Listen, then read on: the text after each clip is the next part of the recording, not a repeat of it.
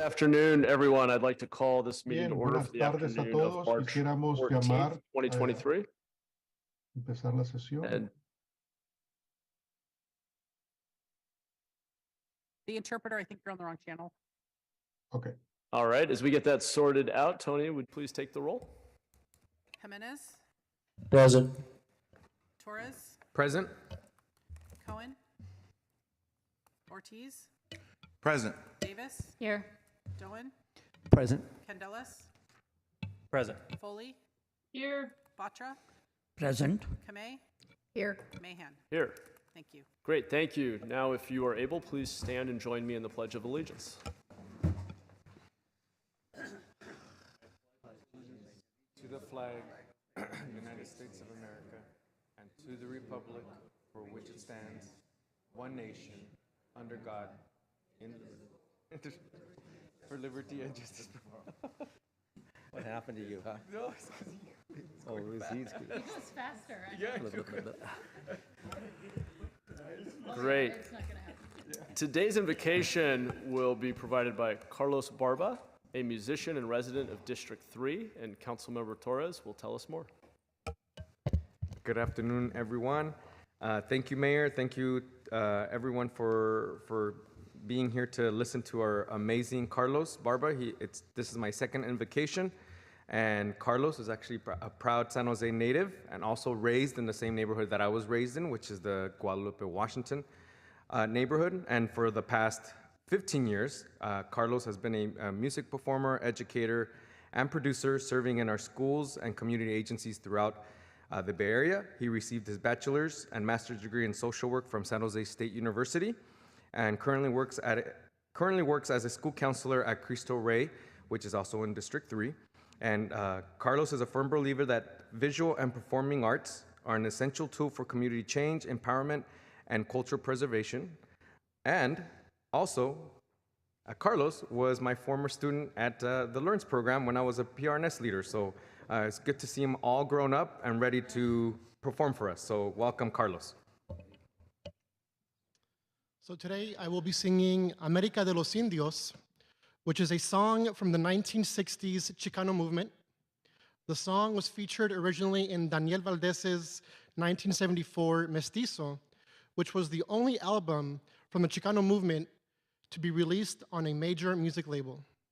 The song speaks about the indigenous peoples' struggle for freedom during and after the Spanish conquest. And every time I sing the song, I see it as a land acknowledgement.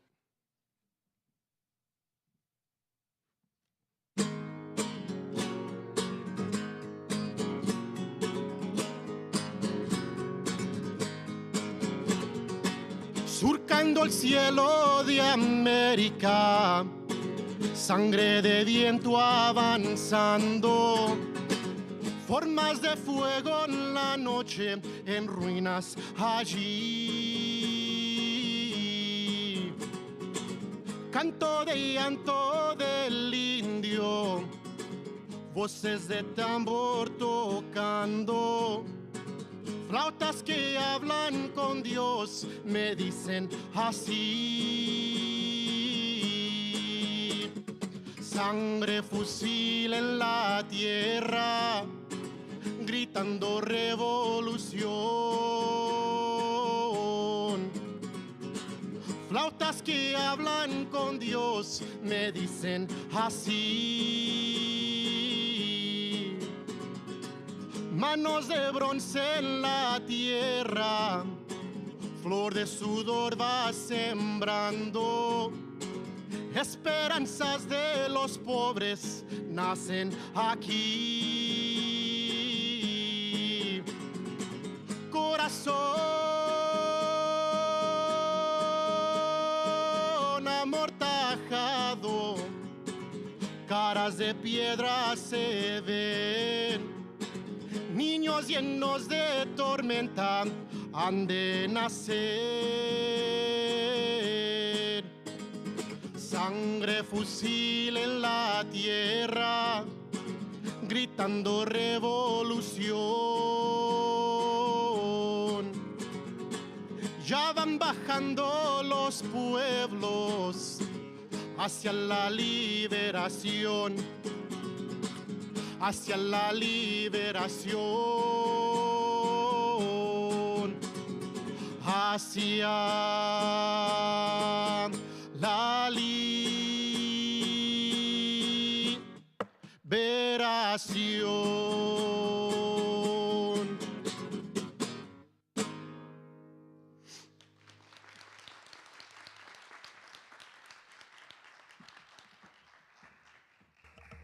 That was beautiful. Thank you so much, Mr. Barba. Now I'd like to welcome Jill Bourne, our city librarian, as well as the very dedicated Americorps members and volunteers to join me down at the podium to proclaim Americorps Week.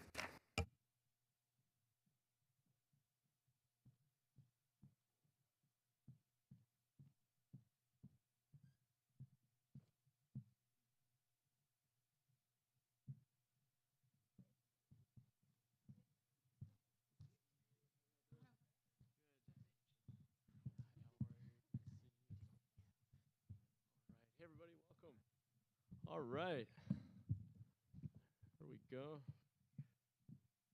Great. So this week, I just really wanted to shine a light on the incredibly valuable work our Americorps members and Americorps senior volunteers do in the community and doing communities across the United States. Since Americorps' founding in 1994, more than 1.2 million people have served their country through Americorps and Americorps seniors, through programs that provide opportunities to serve the community at local nonprofits, schools, public agencies, and community and faith-based groups across the country. Just within San Jose, over 5,000 residents have served over 7 million hours and earned education awards totaling over $17 million. Currently, we have just over 200 Americorps members and volunteers serving with programs at over 25 service locations across the city. I myself, many years ago, almost 20 years ago now, served as an Americorps Fellow through Teach for America out in the Alum Rock School District. And I have to say, being an Americorps Fellow was one of the most formative experiences in my life, and I've taken lessons and experiences with me through the rest of life. So it's really an incredible program that gives back to our community, invests in some of our most underserved communities, but also creates transformative experiences for the volunteers and service members themselves. So I want to hand it over now to our city librarian, Jill Bourne, to talk a little bit more about Americorps Week. Thank you. Thank you, Mr. Mayor. Starting in 2007, the City of San Jose partnered for more than a decade with the Americorps Vista program and engaged a total of 17 different vistas in city departments for essential work such as the city's housing department and strong neighborhoods program to expand job opportunities for those experiencing or at risk of homelessness, or and also the Cities of Service Vista project. In 2019, the San Jose Public Library started engaging with the VISTA program to expand our capacity to meet critical service needs, and since then has recruited 13 Americorps to support adult literacy, early education, expanded out-of-school time learning, community building, and much more.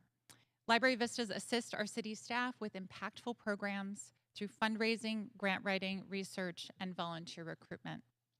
Americorps Vista members in the program serve for one calendar year, and over that year they gain valuable work experience and also receive a living stipend and an education award at the end of their service year. So collectively, these vistas have recruited more than 100 new volunteers to the library, secured $76,000 in monetary resources and $73,000 in non-cash resources to support high-impact programs and services such as coding, robotics, and also literacy programs at the library. Collectively, today we are joined by our volunteer services unit, Jason Pell and Melissa Chewy, who are an incredible team that lead the partnership with Americorps over the years. We're also joined by two of our current vistas, Katie Bauman and Megan Hungerford. Katie is currently in her second service year as a Vista with our Partners in Reading Adult Literacy Unit. Yes, you can give them applause. Her duties are identifying new recruitments, strategies, developing community outreach, and strengthening program engagement. Megan is helping us bridge the digital divide by creating digital literacy curricula and programs for our San Jose residents. We also have two of our former Vistas here today, Julie Black and Lavanya Balamurali. Julie and Lavanya. In 2020, Julie served as an Americorps Vista at the Alum Rock and Hillview branch libraries. I'm happy to share that Julie is now a full-time literacy program specialist with the library's Equity and Inclusion Services unit. Yes, and she's currently working on developing our social workers in the library program and strategies for improving our role in serving our unhoused residents and library users. In 2019, Lavanya served as an Americorps Vista in our expanded learning unit, where she created a dynamic list of school contacts and an outreach guide for staff. She also developed a robotics program in partnership with Bird Brain Technologies, and she is now a full-time project manager in the tech sector, which we are very proud of. Thank you guys for all your work. I'm almost done. Other Vista alumni have leveraged their service year experience into successful careers in nonprofit, education, and private sectors. We are excited to continue to offer the Americorps Vista program at the library and currently getting ready to start recruiting for our next cohort of Vistas in the spring. So for more information about the library's Vista program, please visit sjpl.org, and happy Americorps Week. Thank you. Thanks, Jill. And fun fact, Katie, or Miss B, was my pre-calc teacher 20 years ago. So many years of service to the community, including trying to help me learn how to do math. So with that, I'd like to recognize and proclaim March 12th through 18th Americorps Week. Thank you. Thank you so much. Can we do a picture? Let's do a photo.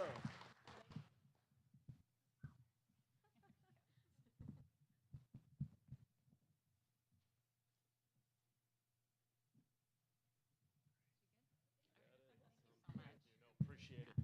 Thanks, everybody. Take care. Thank you.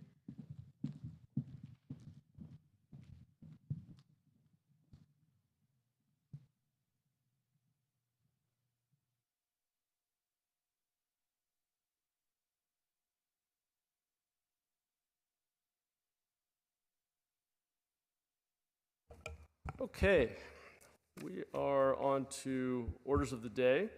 Does anyone on the council have any changes to the printed agenda? Okay. Councilor Batra, did you have something? Go ahead. Changing in the order of the day? This is orders of the day, yes. Yes.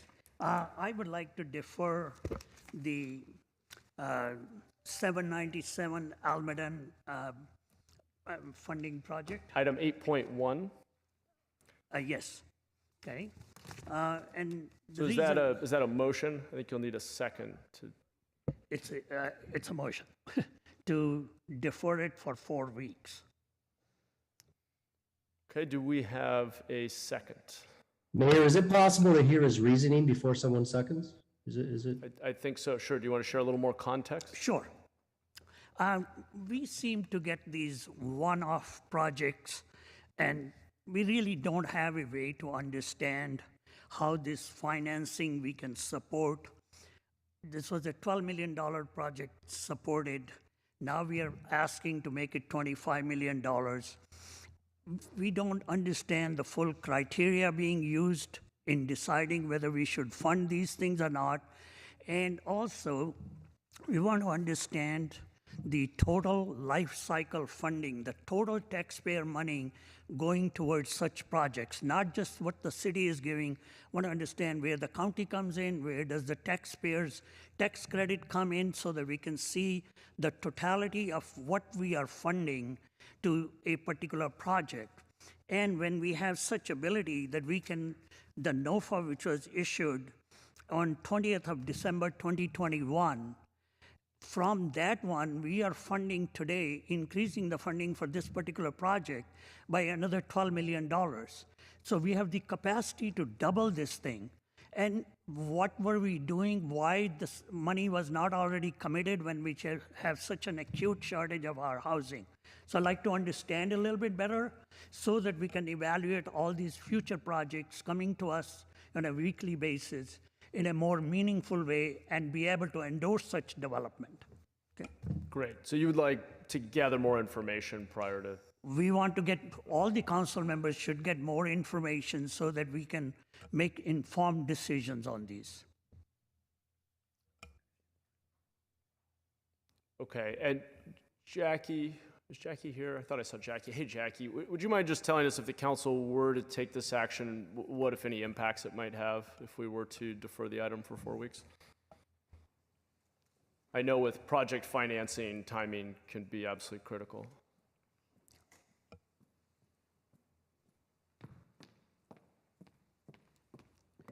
Good afternoon. I'm Jackie Morales-Ferran, and I'm the Director of Housing. And I just wanted to make sure I heard the motion correctly. That was a 4-week delay or a 1-week delay? 4 weeks.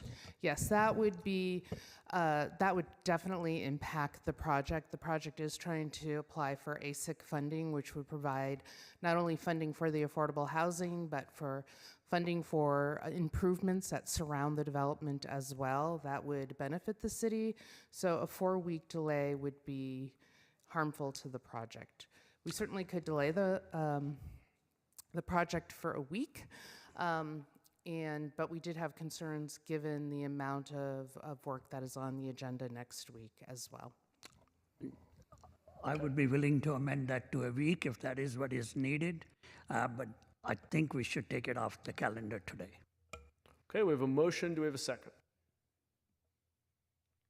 Okay. Mayor, I'll second for sake of discussion. This is Sergio. Okay. Thank you, Councilmember Jimenez. A motion, a second. So we will, Nora, should we take that item up and vote on it first then at this point? Yes, Mayor. Okay, Well, great. Well, Mayor, I had a question. If you Go ahead. Floor is yours, Councilmember. And sorry, I had my hand raised, but I'm not sure if you could see it. But I'd like to ask Jackie a question. Go ahead. Sorry, Jackie. She's on her way back down. Yeah, sorry, I didn't want to interrupt earlier. I apologize. Jackie, as you're walking down, I'll just ask my question. Do you have, I know that I got a briefing from your staff, Rachel and another staff member. Do you happen to know if all council members were able to receive a briefing on this item? I'm going to have Rachel. We did try to outreach to everyone to make sure that briefings were provided if they were asked for. And the reason I ask is I'm supportive of a 1-week deferral. I don't want it to impact the project, but I'm also curious if everyone's already heard the details and we're ready for a discussion, right? And so, Rachel, if you can maybe touch on how many folks actually took the briefing. Okay, yeah, so we offered to every single council member a briefing, and we met with nearly everyone. I think we probably all but 2 have been briefed on this item. Okay, all right. And council member, I would say, this is Jackie again, that we are prepared to have an in-depth discussion today to answer any additional questions that council members may have about the project. Okay, I'd be curious, you know, I don't have the next week's agenda in front of us, but curious how, because I expect it's going to be a long conversation. And so I'm curious, maybe if Councilmember Cohen or Davis, if they've looked at the agenda for next week, maybe a little bit more closely than I have, if they can speak to whether there's sort of enough capacity to include this next week, or however that would work. All I can say is, since I will be out of the country next week, go ahead and load it up. But I don't remember. I mean, obviously this week's agenda is fairly short, so I mean, I think it makes sense for us to have the detailed discussion today rather than postpone and try to do it in conjunction with the budget discussion next week. Okay. Yeah, I would say that I won't support the week delay then. I think it's worth having a conversation, and even during the course of whatever conversation we have today, a motion can emerge to defer it then, but maybe we should have that conversation. So I won't be supporting the motion I seconded, or maybe I'll retract my second, I guess. But Okay, thanks, Councilmember. I don't see any other hands up. Why don't we vote on the motion to defer item 8.1? I'm sorry, do we need to hear public comment specifically on that? We should. Let's do that first. William Chan, followed by Paul Soto. And this is specifically on deferring item 8.1. Did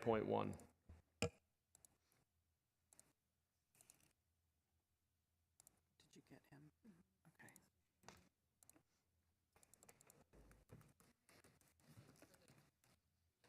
William Chan. There he goes. Go ahead.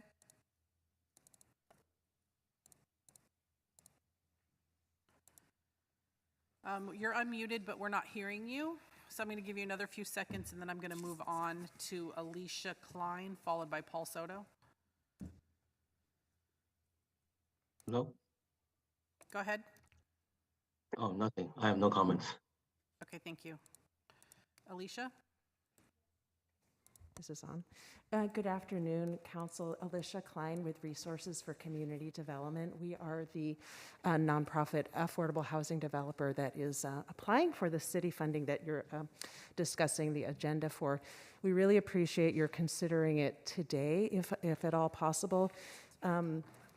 The Affordable Housing and Sustainable Communities funding at the state, which is providing a very large portion of the financing for this development, we hope. The application deadline is April 4th, so a 4-week deferral is definitely not going to work for that, and we do need the cities and the county's commitments to be successful in that application. So we appreciate your consideration. We're here today, happy to answer any questions and address concerns that you may have. So we would love to have that time, whether it's today or in a week, but definitely not in 4 weeks. Thank you very much, and look forward to discussing with you. Thank you. Paul Soto, followed by Blair Beekman.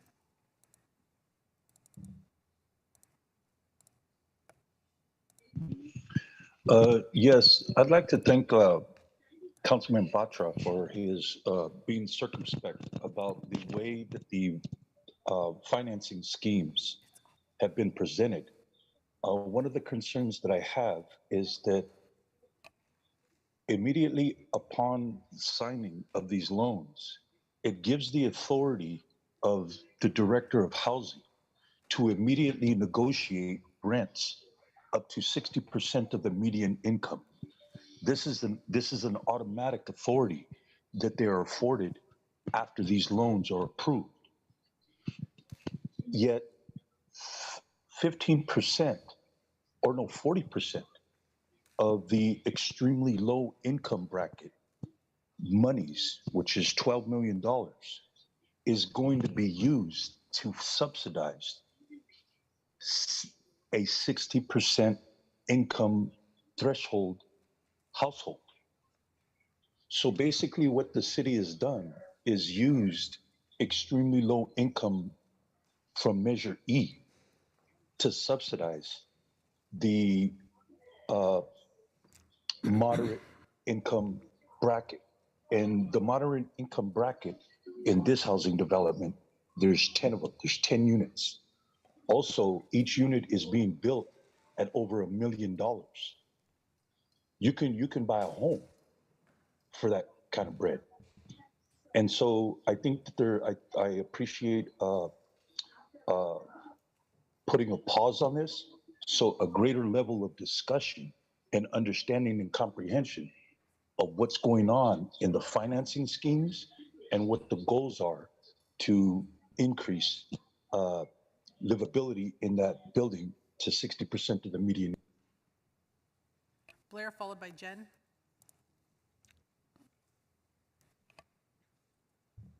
Hi, Blair Beekman here. I think I'm waiting for to offer public comment. I'll wait until then. Thank you very much.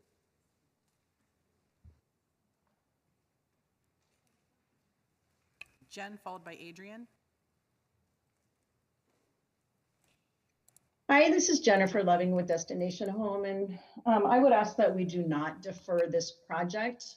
Every delay causes another opportunity to increase the suffering for people who are waiting for us to continue building. And I believe that the questions that that the council has about cost can be answered during the course of the staff presentation. And more importantly, really, investing into projects like this is a relatively nominal investment. I think it's approximately $250,000 being proposed per door for this particular project. And so I think the presentation can speak to the whole of the cost, but what's really being borne by the city is pretty nominal, in fact, more affordable than many other interventions. Thank you. Adrian?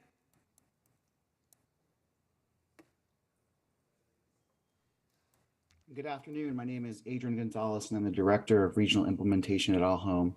I came here today originally to speak during public comment for item 8.1 relating to the RCD development. As council members, staff, and colleagues have already suggested, when it comes to funding considerations for developments, it can significantly impact the development timeline. So I hope that we move forward today in considering this item. Thank you. Back to the council. Great, thank you. Okay, I think we're ready to vote. Jimenez? No. Torres? No. Cohen? No. Ortiz? No. Davis? No. Doan? No. Candelas? No. Foley? No. Batra? Yes. Kamei? No. Mahan? No. Thank you. Okay, thank you. That fails. We are on to the consent I'm sorry, we were still on orders of the day. Are there any other changes to the orders of the day? Move approval. Great. Let's vote. Jimenez? Yes. Torres? Yes. Cohen? Aye. Ortiz? Aye. Davis? Yes. Doan? Yes. Candelas? Aye. Foley? Aye. Batra? Yes. Kamei? Aye. Mahan? Aye. Thank you. Thank you. Great. On to the closed session report. Nora? Thank you, Mayor. We have a potential settlement to report out of closed session. When the documents are finalized, they will be made available publicly. But we, the City of San Jose, are joining the national settlement in the opioid litigation. And this time, the portions of the settlement involve Walgreens, Walmart, CVS, Teva, and Allergan. Thank you. That's what it looks like. Thank you. Okay. We're on to the consent calendar. Are there any items from the consent calendar that the council would like to pull? Okay, seeing no hands, and I assume no hands on Zoom? Blair? Followed by Paul? Hi, thank you. On the closed session report, I believe all those pharmacy companies you offered was talking about fentanyl issues. It would be nice if the public could weigh in on such subject matter. Really have to learn to allow public comment for closed session items in the city manager's report. I hope you'll be able to work on that in the next few years. I've been talking about it for years now. Good luck with that. For this item, for consent calendar items, you have an item 2.8, I think it is, about you're asking for disaster level that initially started asking for in 2020. It's my guess that this is the sort of funding that Mayor Liccardo previously really wanted to be a part of, and why he created such an intensive set of programs to deal with community preparedness issues, and making sure CERT is running well, and making sure there's an open community process and committee meetings about natural disaster preparedness and earthquake preparedness and retrofitting things, and all for this sort of funding that is on item 2.8 today. I'm guessing. And, that brought out to me, all the worries I've been talking about for the past few years about earthquake planning, a possible earthquake at the end of this year, community energy, their yearly predictions of how to, chart their energy patterns brought me to certain conclusions that I've been trying to walk back and not fully think maybe happening now at the fall of 2023, but just the fact that we're preparing, and that I hope that it can be an open conversation about in this coming year. If we openly prepare ourselves, then that's taking the extra step towards being good citizens and good community efforts, so we can be safe if this actually does happen. Otherwise, I'm thinking it won't be, but we'll just simply be in good prep practice. Paul?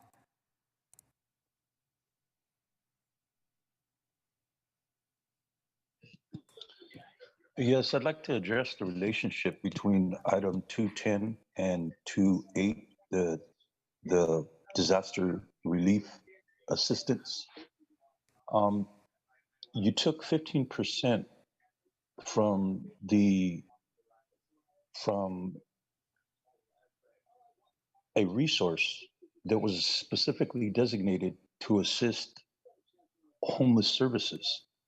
And then you used that 15%, which was $1.4 million, to finance storm disaster evacuations from the creeks. Well,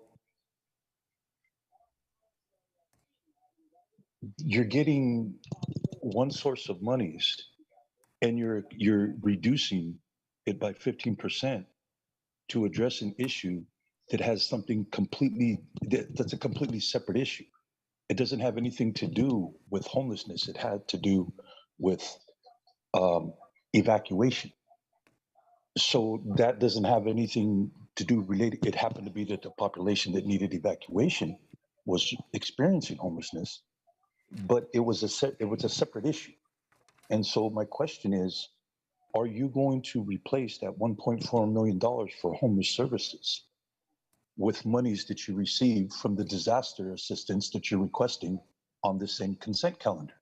You're requesting authority to negotiate that disaster relief, and that's going to necessarily include monies that were that should have been allocated from a separate source to fund that storm evacuation, but you used the homeless services monies to do it.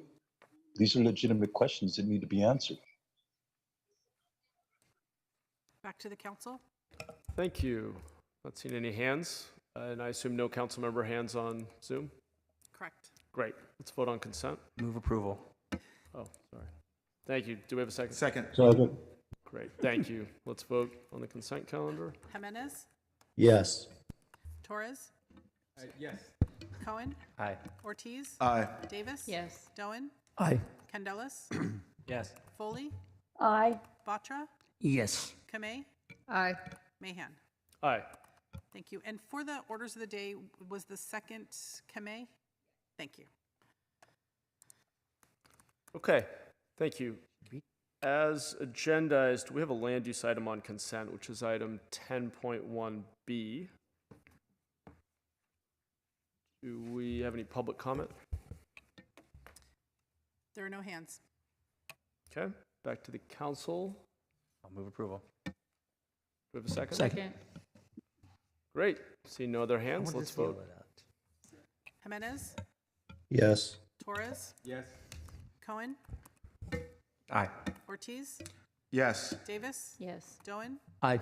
Candelas, Yes. Foley, Aye. Batra, Yes. Kamei, Aye. Mahan. Aye. Thank you. Thank you. So that passes. We are on to item 3.1, report of the city manager. Thank you, Mayor. I have no report today. Great. Thank you, Jennifer. Item 3.3, City of San Jose Investment Policy Annual Review. And I know we have a presentation, so we'll get into that.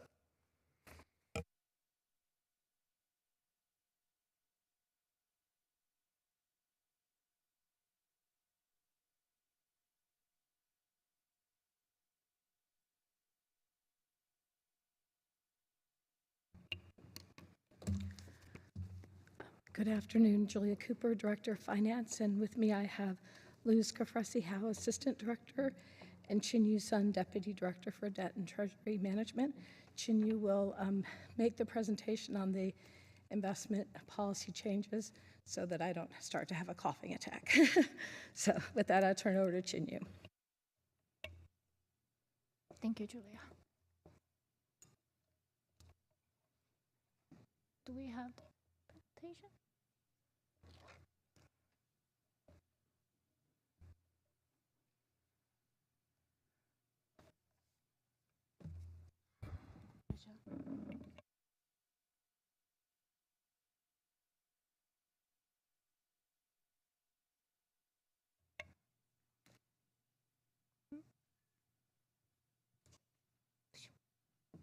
Sorry, it takes me a while to get to the first page. I don't know.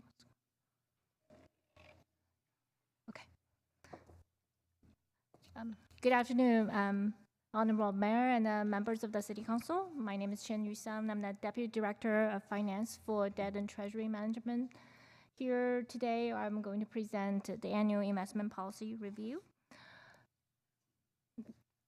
The city's investment policy governs how the city is going to manage and invest the public funds in possession. The city's investment policy conforms with the California Government Code Section 53600. We manage the investment to meet several objectives. First and foremost, safety. Second, liquidity. Yield comes third. The investment strategy is to maintain a diversified portfolio of conservative and a highly rated fixed income security, match cash flow needs with maturing securities. We generally adopt a buy and hold trading strategy. So the city's investment policy authorizes us to invest the city's public funds in a variety of asset classes and provides a stipulation on maximum exposure in asset classes, in those asset classes. The details is illustrated in the table, and I'm not going to enumerate that. The city's investment, the policy requires the finance department to perform an annual review, and we need to submit any proposed changes to the Public Safety, Finance, and Strategic Support Committee for review and its consideration, and it needs to be approved by the city's entire council. The red line version of the city's investment policy is included in Exhibit A in the staff report. So this year, we are proposing a small change to this investment policy. We propose to reduce the single issuer institution exposure in the portfolio from 10% to 5%. What it means is we want to apply the maximum to combine the credit exposure from a single issuer in banker's acceptance, commercial paper, negotiable CDs, and corporate notes. With this revision, we hope to enhance the diversification of the city's portfolio and lower the potential loss from a single issuer related to corporate events, and align the city's investment policy objectives of safety and liquidity. With that, we recommend the City Council to approve the city's investment policy as amended. And now I'm open for questions. Great, thank you. Certainly a timely topic. Glad to see that safety and liquidity are our top values. Why don't we go to public comment first? I'm waiting a second to see if hands go up, but no hands have gone up. Okay, back to the council. Not seeing any hands yet. I'll just ask one question that is sort of related to things we just saw play out recently. How do we think about duration risk and the timeline on which we might need access to resources versus the investments, the time horizon of the investments we've made? Well, naturally, with higher duration, your interest rate risk is higher, especially so the investment portfolio value has a negative relationship with interest. The higher the interest rate, the lower the investment portfolio the value will be. Duration is really a measurement of the interest rate risk. Basically, duration says how much the portfolio value is going to change with 1% of the interest rate changes.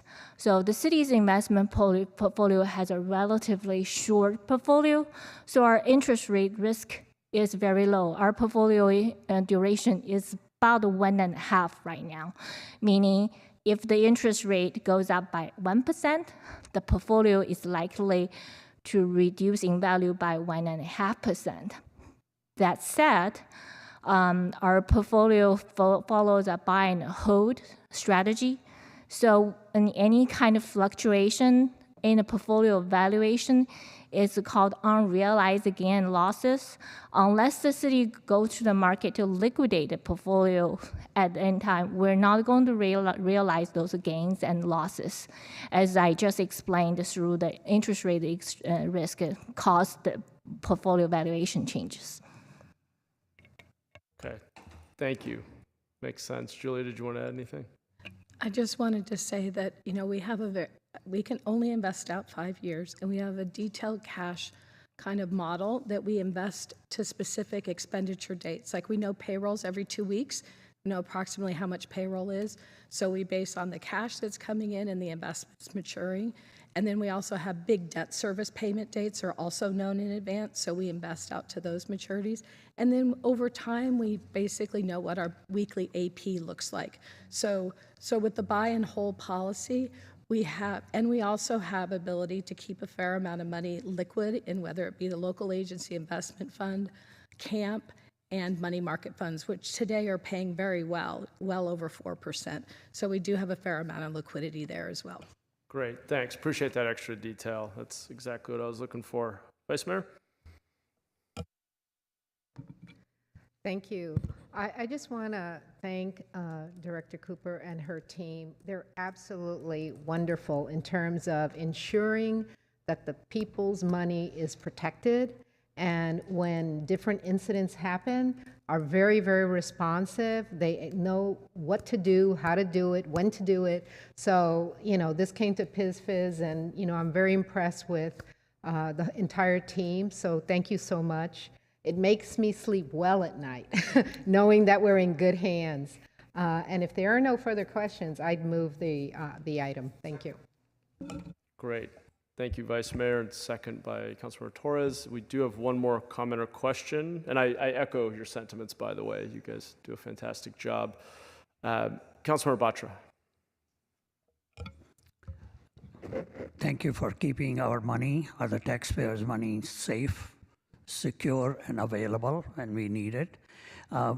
When you're changing your policy from 10% to the 5%, do we have a large amount of money with 10% issuers at the moment? No, there are no issuers that are at the 10% level at the aggregate. This is our recommendation for this policy change, is to put into the policy kind of what our internal practice has been. So we've been trying to keep below that 5% across the different security sectors. Are you just making it official now, what you have been following for a while? Correct. Okay, thank you very much. Great. Thanks, Councilmember. I think we're ready to vote.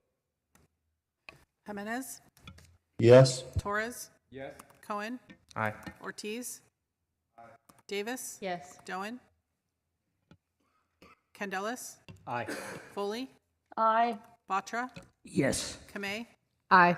Mahan? Aye. Thank you. Thank you. That passes. We're on to item 3.4, amendments to the San Jose Municipal Code, Chapter 4.04, Contract Authority, and Chapter 4.2, Procurements of Goods and Services. And I believe we also have a short presentation. Yes, we do. Thanks, Julia. This item was also at the Public Safety Finance Strategic Support Committee meeting on the 16th. And Luz is the assistant director, is going to make the presentation. She's been acting as the procurement officer for about 6 months while the position has been vacant. But just so you know, we do have a new deputy director for procurement starting on Monday. His name is Albi Oban, and he's coming from San Francisco Unified School District. So we're excited, and we'll introduce him later on. Good afternoon, council members, mayor, and the public. Luz Cafresi House, as I was introduced before by Julia Cooper. I am the Assistant Director of Finance for the city, and I am overjoyed that Albie is joining us. Much, much applause. He's a wonderful hire. He comes from the city of San Francisco, and his recent stint there is with the Unified School District, so he comes with a great deal of experience, and he's lovely. You'll love him. He's really great. So back to the item. And I do apologize. We do apologize for making it the memo itself into a bit of a term paper, but that was deliberate because we know there are some folks who have not been with the council very long. And if you actually look through all the footnotes, and once again, I don't remind people of their college days, but if you look through the footnotes, it does provide access to all the items that preceded this discussion and how we got to where we are today. So, the background on this, the city has a decentralized procurement model. It starts with Public Works. Public Works does all the projects, construction, improvement, or demolition of structures. So effectively, all the building, all the state of good repair, every sort of renovation that's done with the city. Public Works done them, and they do all the procurements for that. So that's construction contracts, architectural, engineering, and services like that. The city departments individually do their own consulting contracts. So that would be things like, for example, the disparity study we're doing. So finance has the contract and went out we did a piggyback on that, and I'll explain a little bit more about what a piggyback is later on this presentation. But so it's services like that. Individual departments do those procurements. The finance department in purchasing does everything else. So we do all other goods and services. That includes commodities, Office Depot,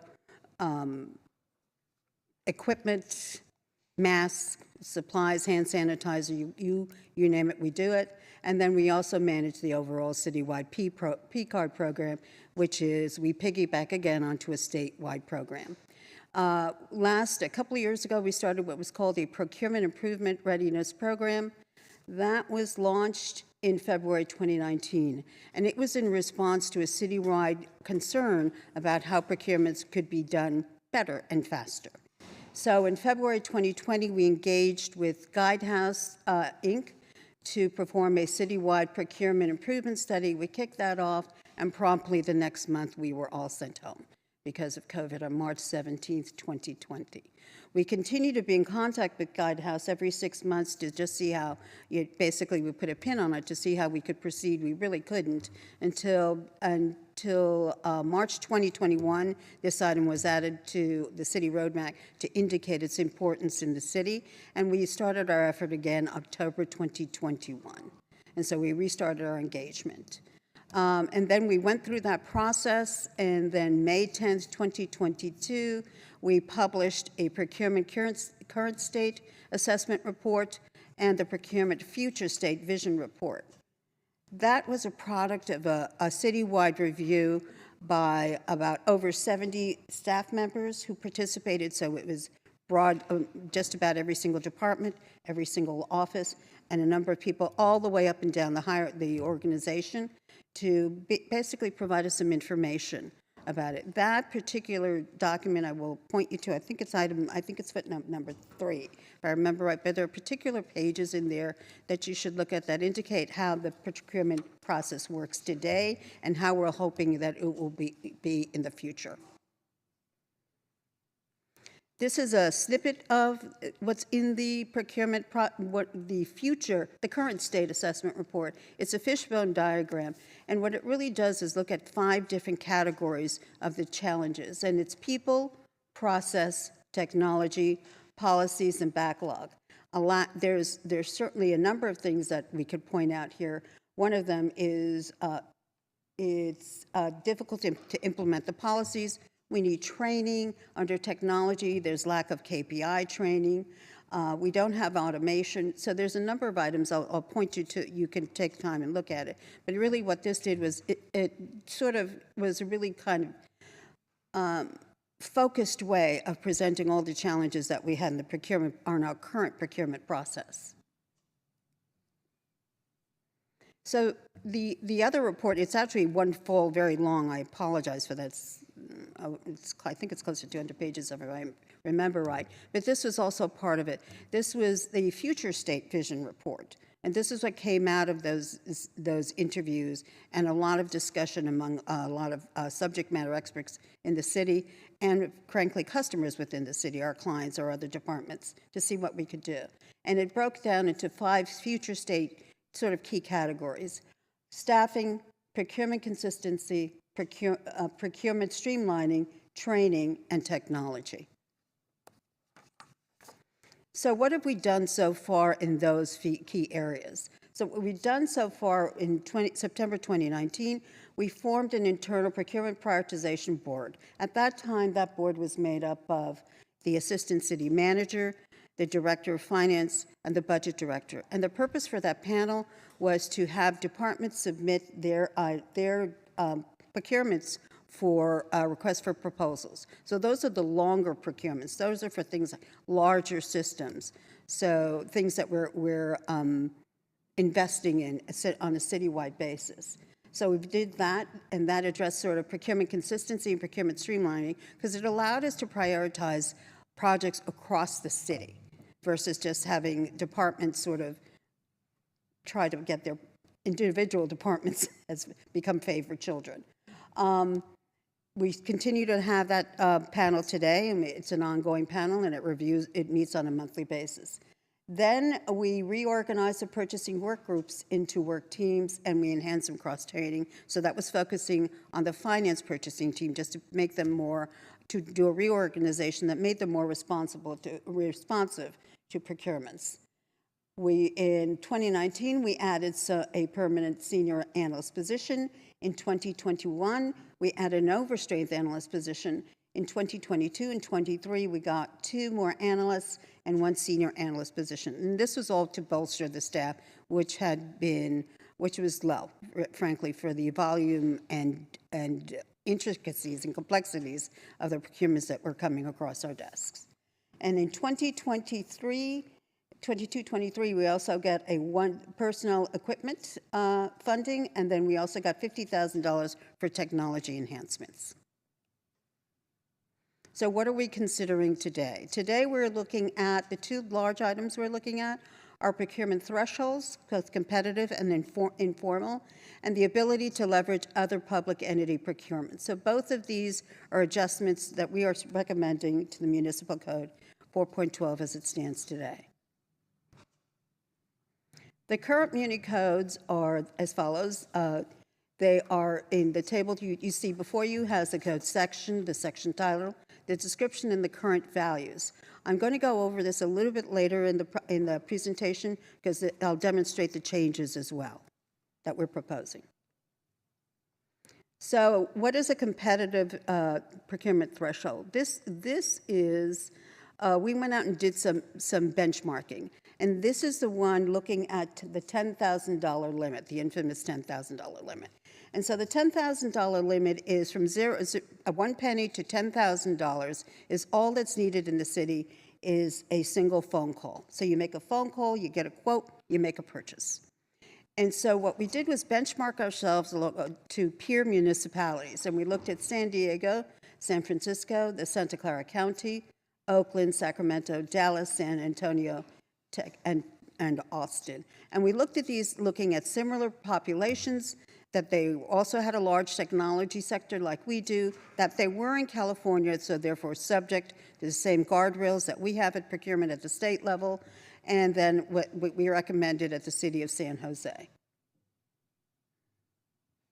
The competitive procurement threshold, what we also did was look at what we had done historically and what, if any, changes, if we had made those changes, if those changes had been in place at the beginning of FY 2019 and FY 2019 to 2022, so from July 1st, 2019 to June 30, 2022, what would those change? How would those changes have affected us?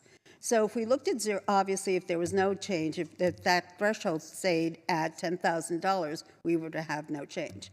But if we had increased that threshold by $2,000, from $10,000 to $12,000, we would have been able to have 127 additional procurements that would have been able just to be that single phone call.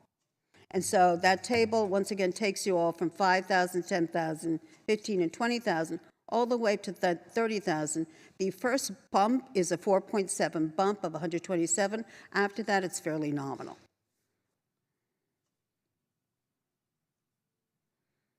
This is information on on our peer municipalities, the benchmarking that we did here.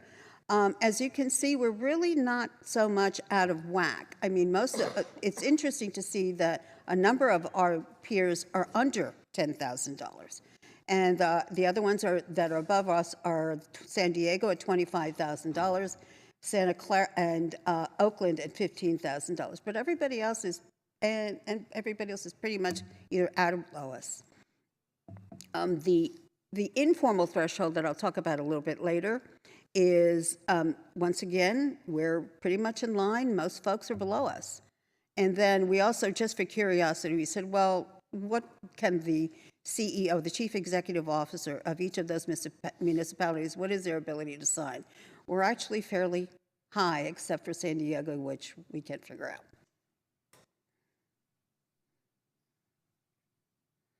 So what is the recommended change? For this particular, for the competitive threshold, once again, I want to remind you, is from a penny to $10,000. That is a single phone call to the vendor of your choice just to get a quote.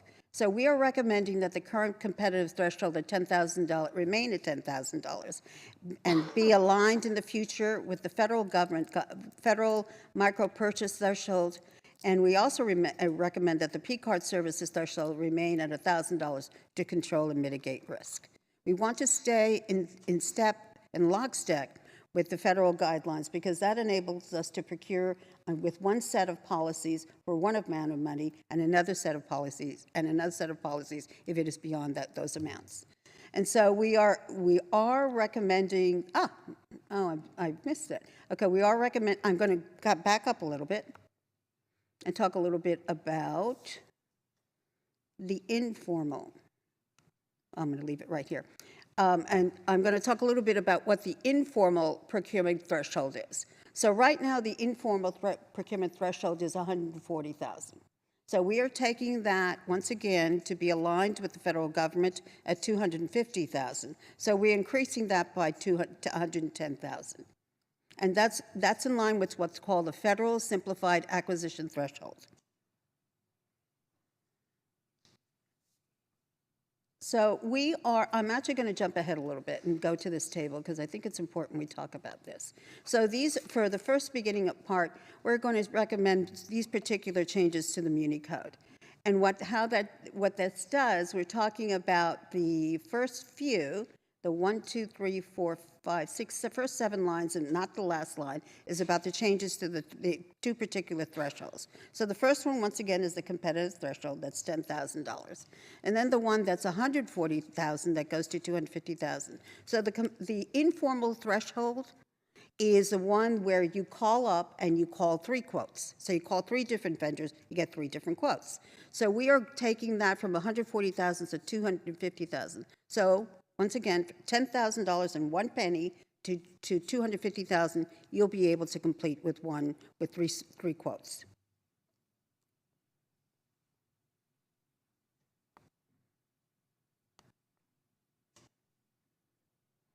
And that is our second recommendation regarding the threshold. So we are recommending that the staff increase its current informal procurement threshold by $110,000 to $250,000 to remain, again, aligned with the federal uniform guidance, the federal simplified acquisition threshold in the future.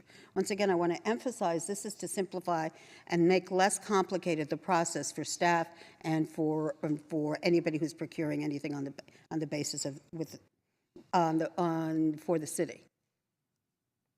Then the second item that we're looking at, the large item, is leveraging other public entity procurements. This one is a little obscure, and so I want to talk about it, but it is sort of arcane. So currently, our Muni Code calls for requires that in order for us to do what's called piggybacking, in other words, use another public entity's procurement process to procure something that benefits the city, the city of San Jose either has to be named in the procurement document, or it has to be as a third-party beneficiary, or has to be inferred to. But that's in the procurement documents. That's pretty unusual. Usually what happens is that this language is included in the vendor contract, that any other public entity can use this contracting process to do their own procurements. So we are recommending this change, that the Muni Code be modified to allow city procurements to leverage other public entities' procurement. Once again, that informal language that we use is called piggybacking, which substantially comply with city procurement procedure by simply requiring the executed contract resulting from the procurement to include language allowing other entities to use said contract. This does not say that the procurement staff will not do their usual due diligence. This still means that we have to make sure that it's beneficial to the city for us to enter into this contract, both financially and also that it substantially complies with our own procurement process and guidelines. This is the last item, and that particular one is the last item on this, where we're asking to change 4.12.225 B3 to basically allow us to piggyback onto these contracts, just if that language is included in the respective contract.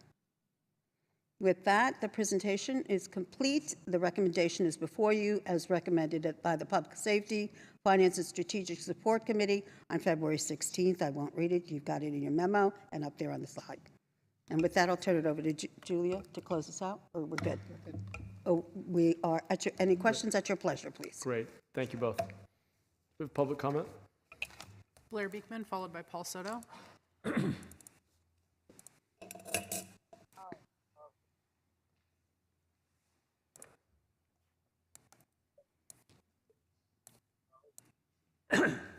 Blair?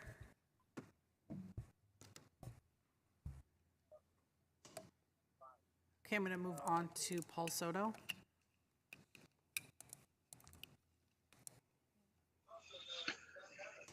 Thank you for that report. The procurement process thresholds are low in those other jurisdictions for a reason. With $354 million total used in the procurement process for the city of San Jose, that's ripe for corruption. I mean, this is just a fact. That's why you have those rules set in place. Those are laws. And you have those in place to prevent that type of corruption. By excluding the third-party beneficiary city of San Jose designation, by removing that and amending that out of the requirement, you're convoluting the process and you're going to make it easier for corruption to occur, because nobody's going to know, the left hand isn't going to know what the right hand is doing, because you've erased that. You have actually facilitated that process. Number two is increasing that to a $250,000 threshold. These decisions over time are going to require some oversight. How are you going to conduct any type of oversight when you have increased the threshold almost 100%? I mean, these are legitimate questions. The one phone call, being able to make a purchase of $10,000 is a lot of that's a lot of responsibility for that one person. So I'm glad that that's not being changed. But the question still remains: why are you removing that City of San Jose designation and actually facilitating corruption rather than prevent? Blair? Hi, thank you, Tony, for coming back to me. I did have my microphone headset on correctly, so not thank you. This item, the previous item, and the upcoming item are all kind of speaking to that we're dealing with, we will be dealing with 2023 and into 2024 and 25. And I've kind of made it a point the past year how to really look for those big things and what we actually can be doing. And these are the things to be doing that. And I'm really hopeful that we work towards a real positive outlook. Good positive things will happen. And we have the ability, we have big programs coming up in 24 and 25 that, we do good things now for ourselves. That's how we settle into truly good things in 24 and 25. So good luck on those efforts. I think talking to each other about how exactly Do we have to prepare for any sort of upcoming natural disaster? That can help a lot. If we don't, I hope we can do these sort of things and reset some things also at the end of this year. If we can do these things without the concept of disaster capitalism, that's so key, because that's part of the positivity we're trying to build in ways to really leave the era of COVID. And I try to say these things often. These are kind of my regular talking points. I know they can be a little simple, but hopefully they can be helpful and good reminders for yourselves how we really can work in this upcoming year and the real positive hope that I think we all have for 24 and 25. Thanks a lot. Back to council. Great, thank you. Councilmember Ortiz. Thank you, Mayor. And thank you so much, Julia and Luz, for the presentation. I know I myself find it sometimes hard to follow finance presentations, but you all did an excellent job. As a major economic driver for the city, our procurement and contracting policies serve as an important mechanism for advancing various public aims. And many other cities and states have embedded intentional codes in their procurement decisions as means of supporting and growing their local economies. Simply put, in the future, I'd love to see us leveraging or learning how we could leverage our city dollars to ensure the success of local small businesses, their employees, and of course, local families here in the city of San Jose. I believe we're well positioned as an incubator for these smaller contractors who could be getting contracts with the city. And as an advocate for small businesses, I know that even though for others a 10,000 contract may be small, but for a mom and pop shop, a 10,000 contract could be the main factor between a good year and a bad year. I'm aware anxiously, and I'm looking forward to it anxiously, of the results of the finance disparity study, so that we can understand what is and isn't working in the terms of procurement, and move forward with implementing various socioeconomic preference programs, whether it's local procurement, mom and pop shops for procurement, minority-owned businesses. I'm looking forward to having that discussion in the future. Thank you. Thanks, Councilmember. Councilmember Torres? No, just move to approve item 3.4. Great. Second by the Vice Mayor. Thank you. Councilmember Batra?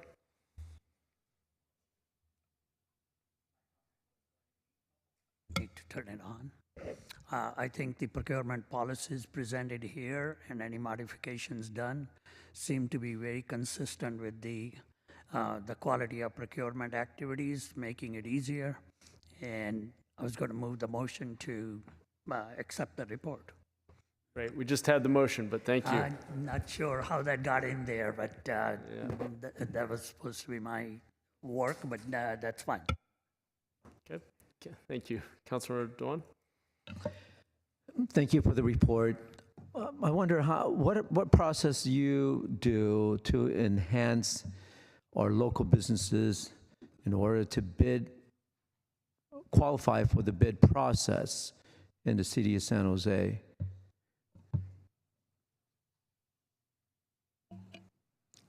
Actually, we do outreach.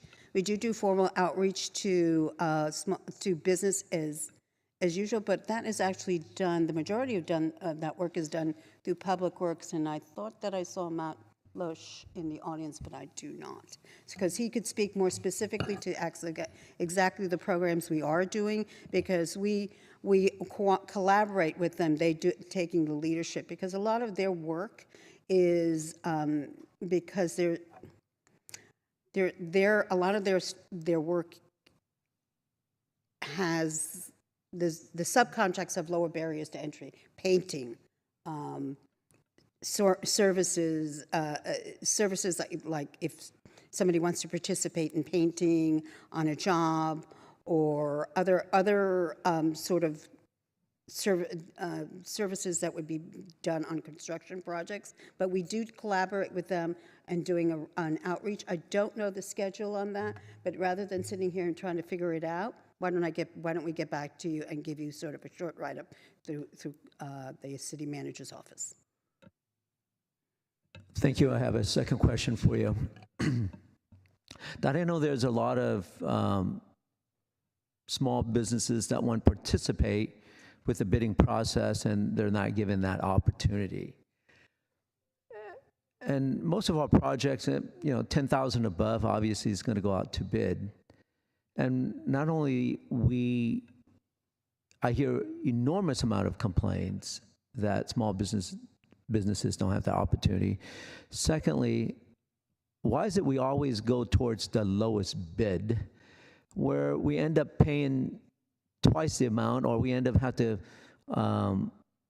fire the contractor and then hire another one, which costs us time, finance, and staff time as well. And what are we doing to not do that again? Thank you for the question. In response to your first question, your action today will increase that threshold for competitive bidding above $10,000. That will be increased from $140,000 to $250,000. So that I do want to remind everybody is where 3 quotes are done. Those are the simple 3 quotes that folks just need to do for that level. And as far as low bid, we do that on Public Works. I think there is some statutory requirement to do so.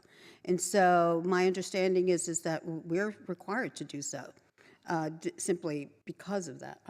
Julie, this I'm not sure.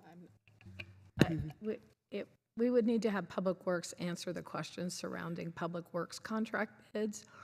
But, is Matt coming? There he is. Great, thanks. Thanks, Vice Mayor.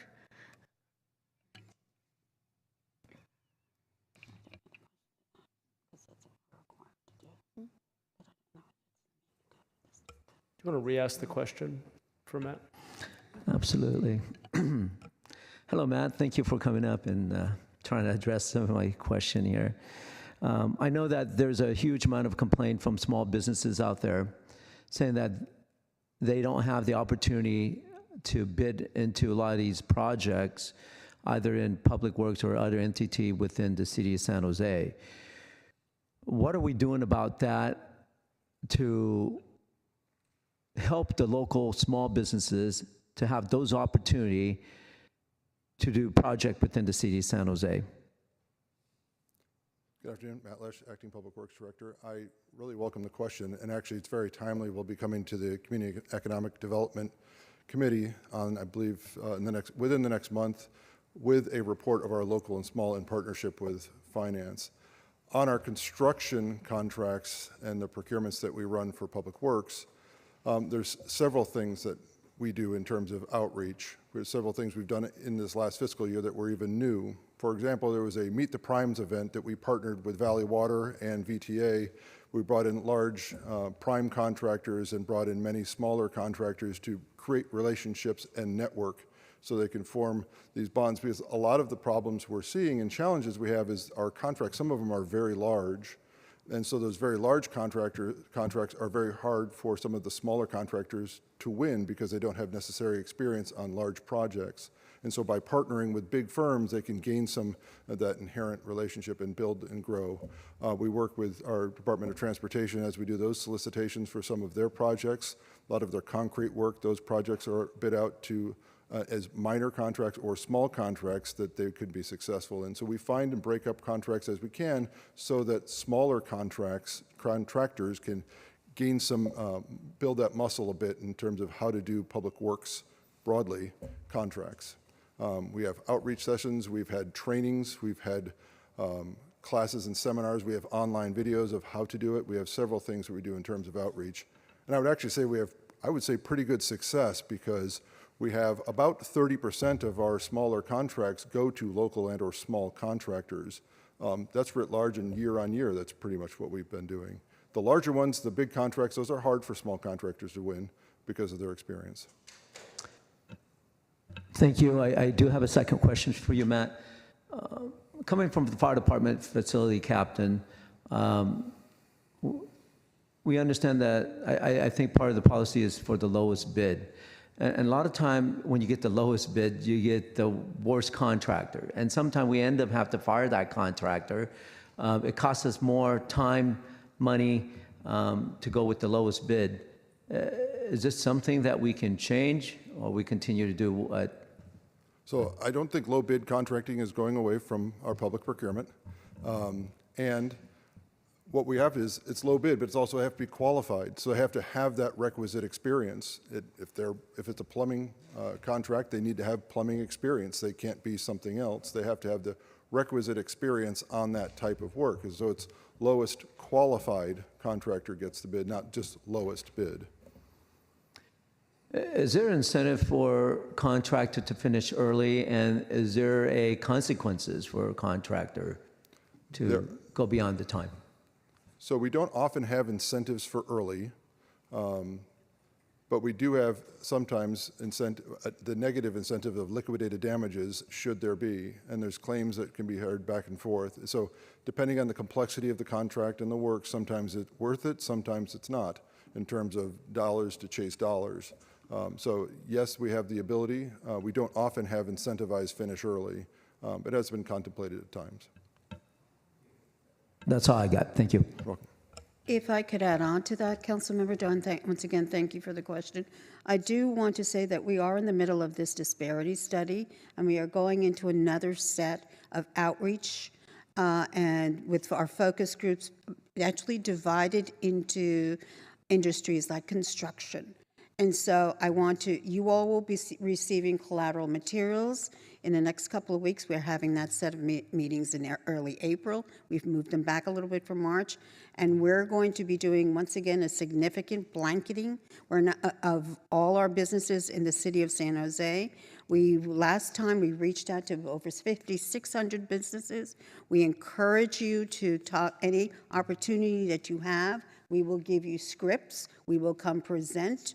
We will do whatever you want us to do to encourage your businesses to participate, because we can't.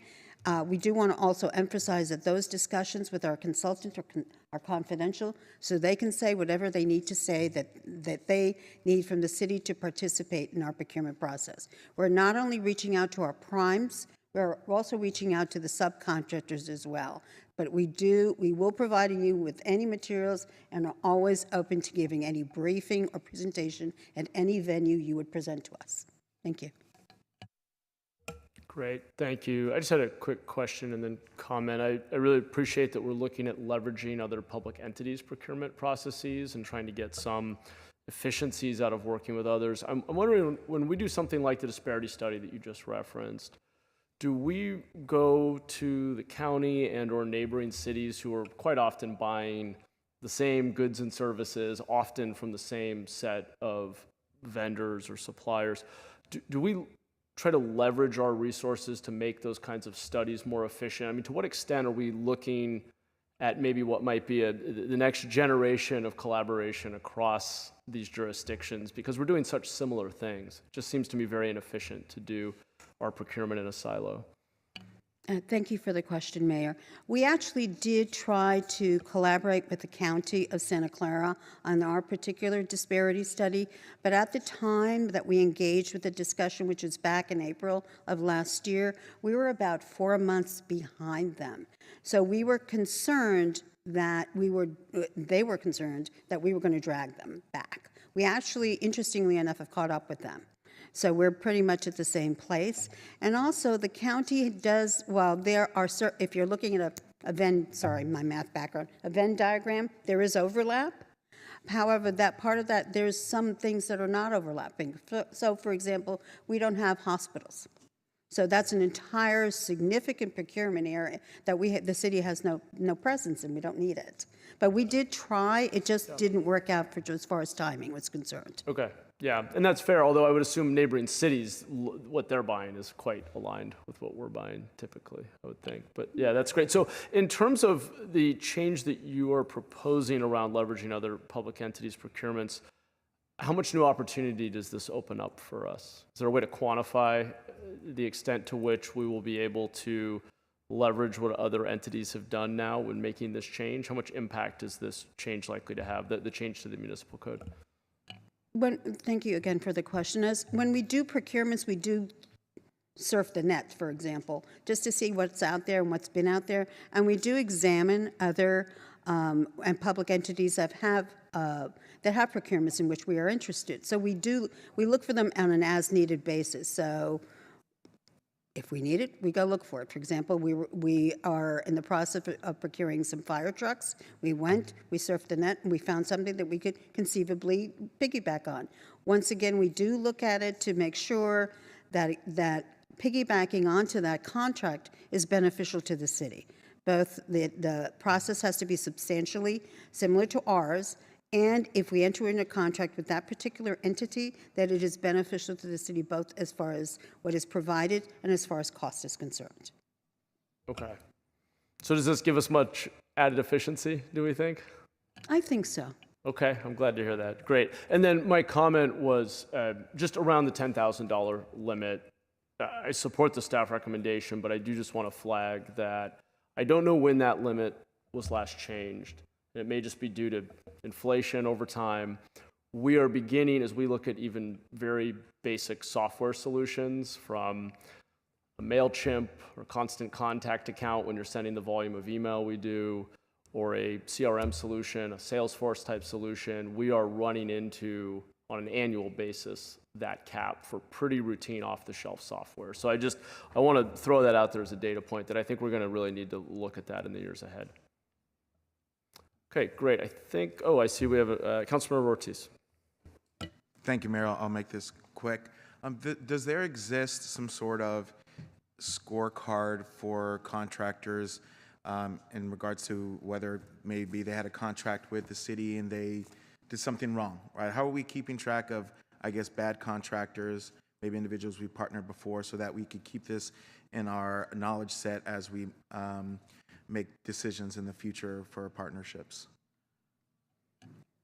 Thank you for the question. We do have the ability to bar contractors from doing business with us, but that's a rather draconian step. That's a significant step for us.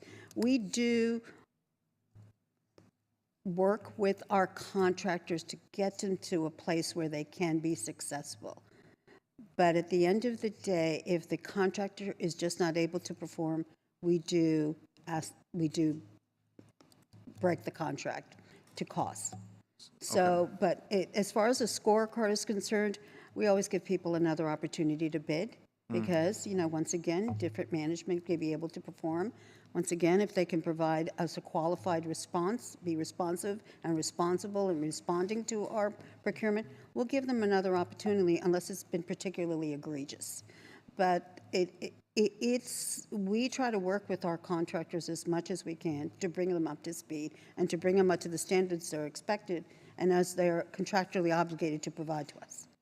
Okay, so there exists no matrix where there's factors where you non-negotiably would not partner with a specific contractor. There's no list that you would go through, or this individual did this during our last partnership, that way we won't partner with them in the future. There's nothing like that. Once again, we would bar them on an individual basis. And once again, we would expect them, it's part of our procurement process to make sure that they're responsive and responsible. And so if they were debarred, they'd be debarred for a particular period of time. So then just for an example, if, I don't know, I wasn't around on council for this, so I don't know too much about this, but for example, there was a contract with Slavery Towers, right? And there was human trafficking in regards to that. If they came to the city right now to go for a project or something, would they be viable to obtain a contract with the city of San Jose? If they're responsive and responsible, and they are delivering per the criteria of the particular procurement vehicle, yes, they could contact with the city. Even though they've had human trafficking? Pardon me? Even though there was human trafficking concerns? Councilmember, let me try to address that. Yeah. There are wage theft considerations in who can bid on city projects, particularly public works, but also others. So that process would also be reviewed. And and we have gone through the debarment process, particularly again in public works with contractors who either didn't finish projects, didn't meet the terms, had wage theft problems, all of those types of issues. All right, thank you. Great, thanks, council member. Okay, Tony, I think we're ready to vote. Jimenez, Yes. Torres, Cohen, Aye. Ortiz, Aye. Davis. Yes. Doan, Aye. Candelas, Aye. Foley, Aye. Batra, Aye. Kamei, Aye. Mahan. Aye. Thank you. That passes. Thank you. We're on to we're going to take item 7.2, actions related to Lake Cunningham shoreline and water quality. We'll take that report first, and that content may be relevant to the subsequent conversation around 3.5. I believe we have a staff presentation. Hi, John.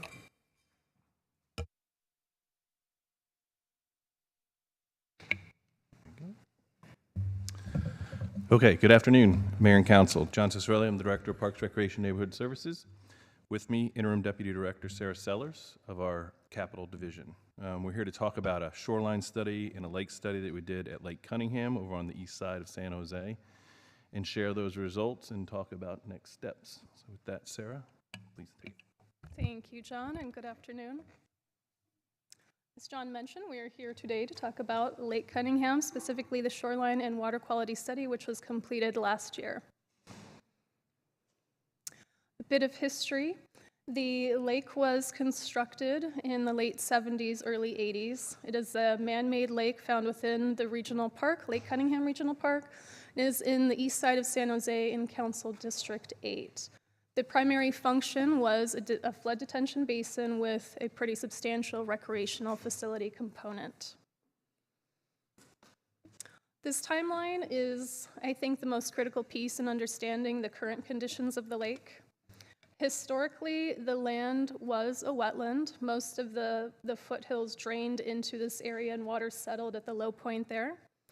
Fast forward to the pre-development era of San Jose, the area was used for extensive cattle grazing and later dairy farming. The result of this is very nutrient-rich soil due to essentially cattle manure. Fast forward to the later development ages of San Jose, the city was built out, a lot of concrete hardscape was added, which resulted in greater flooding events. Which prompted the city, in partnership with Valley Water, to develop the lake as a flood detention basin.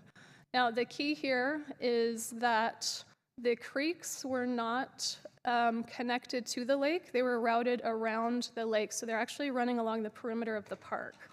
So the main takeaways here is the site used to be a historic wetland. Then it was used for cattle production for over 50 years. And then the area was turned into a man-made lake without any flows in or any flows out except stormwater. So we conducted another study. It should be noted that the city did complete a study in 2010, and that study focused on a lot of mechanical options. The lake does have aerators, it has pumps, it has a waterfall. And none of these have been effective in improving the water quality of the lake. And this is primarily because there aren't any flows in or out. And so nutrients don't have a way of escaping the system. They're there sitting, concentrating, and over the years, it's turned into the lake that we see today with bacteria, algae, and fish kill problems. So the study looked at the same similar elements, water quality, the sources of water, and then developed a set of recommendations and a roadmap forward. The distinction with this study is that rather than looking back at mechanical functions, we steered this to look at ecological solutions. Nature has this great ability to treat water, primarily through wetlands, and so we looked at how we could turn this back into a living system to let kind of nature take back over and clean the water. So the water quality issues are not only from nutrients, from cattle production, but are also just due to the conditions of being a man-made lake. It's about a 10-foot deep lake with vertical edges and no flows of water in and out. So that causes the water temperatures to become pretty elevated. It's pretty hot.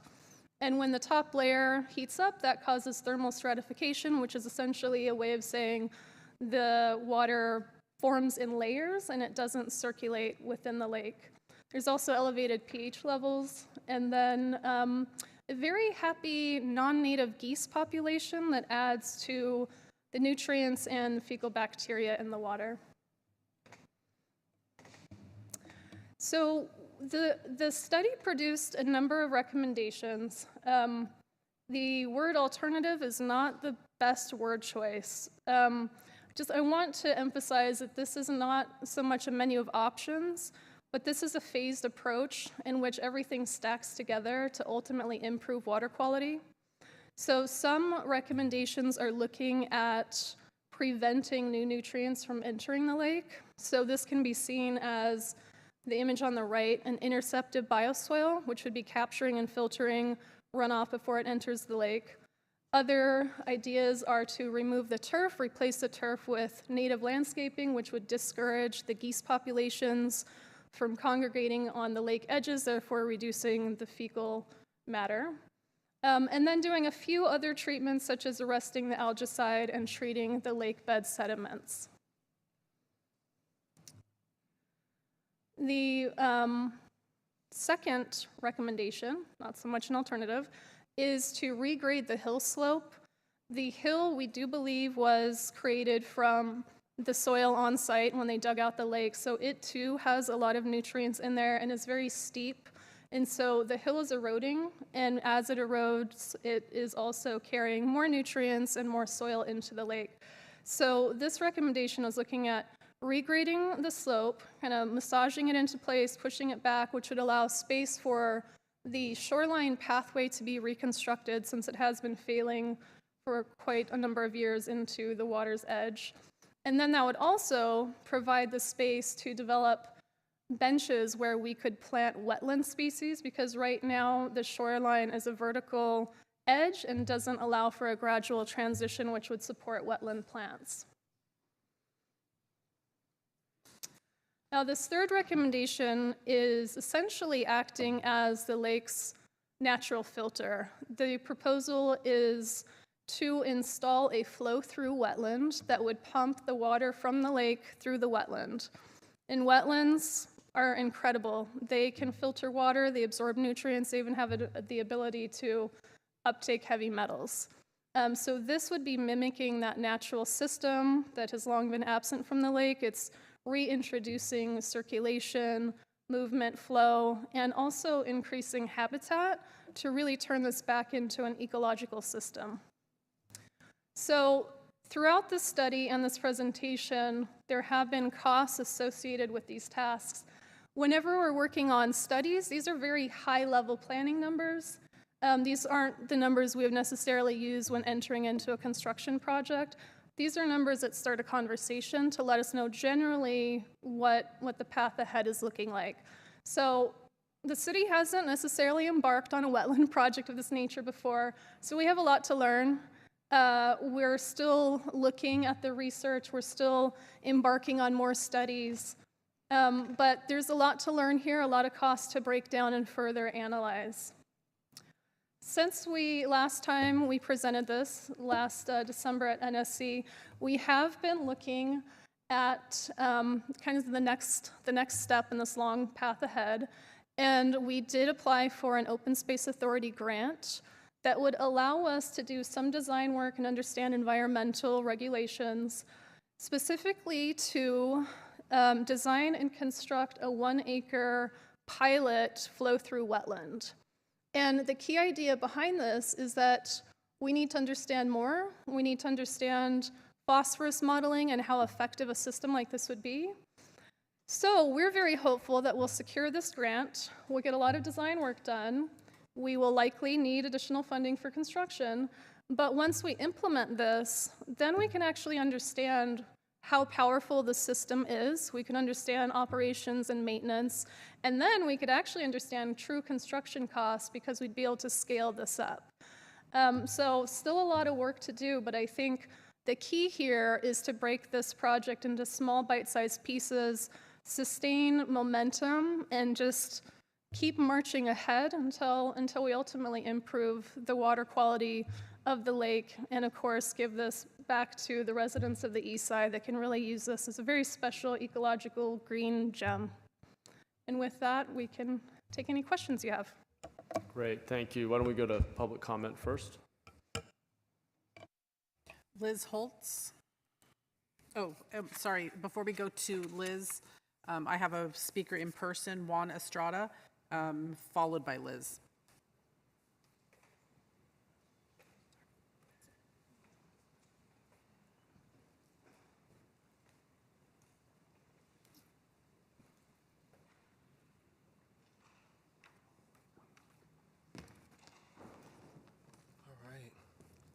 Hello, Mayor and City Council. My name is Juan Estrada, staff at Green Foothills. We support the 7.2 memo from Mayor Mahan and Council members Candelas, Ortiz, and Cohen. We appreciate the effort for a long-term solution to this public safety, health, and environmental crisis that has not been addressed for decades. The situation is heartbreaking. Swimming has been restricted for decades. It got so bad even boats were prohibited about 6 years ago or a few years ago. Despite this, families and kids frequent this park where the lake is currently flooded. I visited a couple of weeks ago to see the impact of flooding. I encourage you to visit. You'll see flooding everywhere. You'll see picnic tables and benches and even the recreation and play area flooded with contaminated water. You'll see kids playing in or with the contaminated water. I did. It was hard to see. Whether or not flooding exists, they're not thinking, oh, this is flooding, I'll play with it, and tomorrow it's not. So I won't.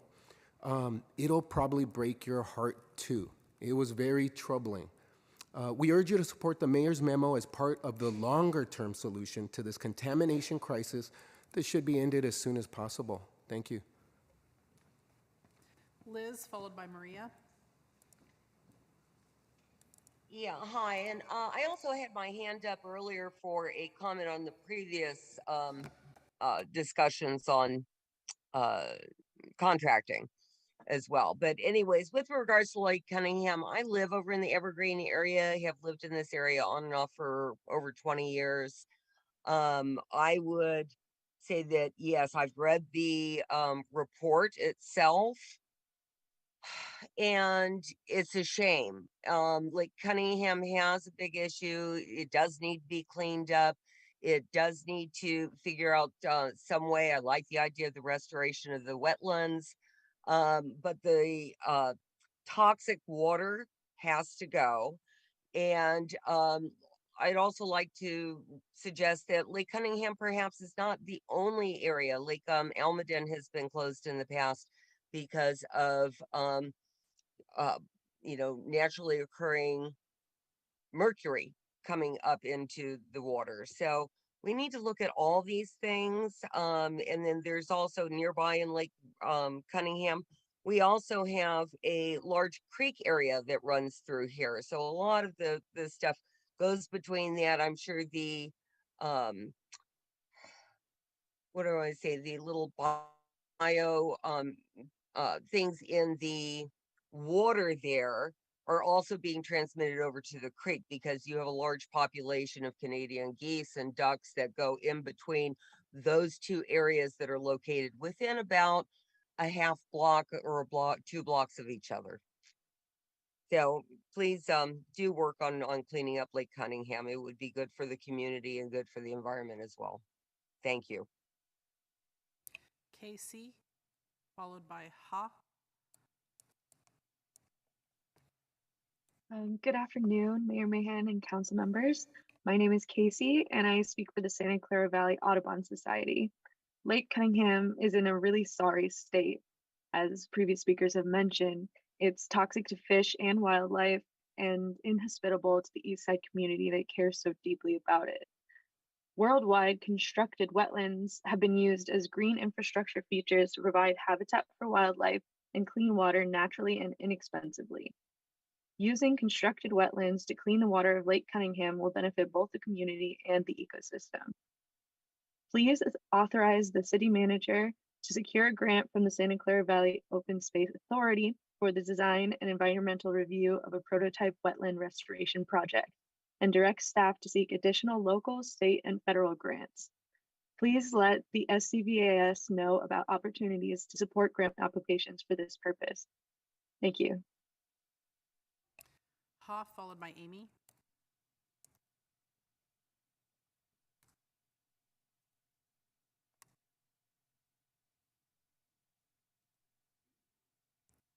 Ha.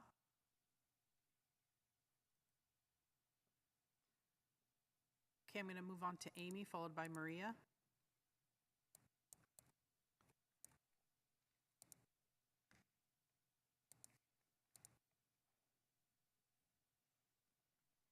Amy?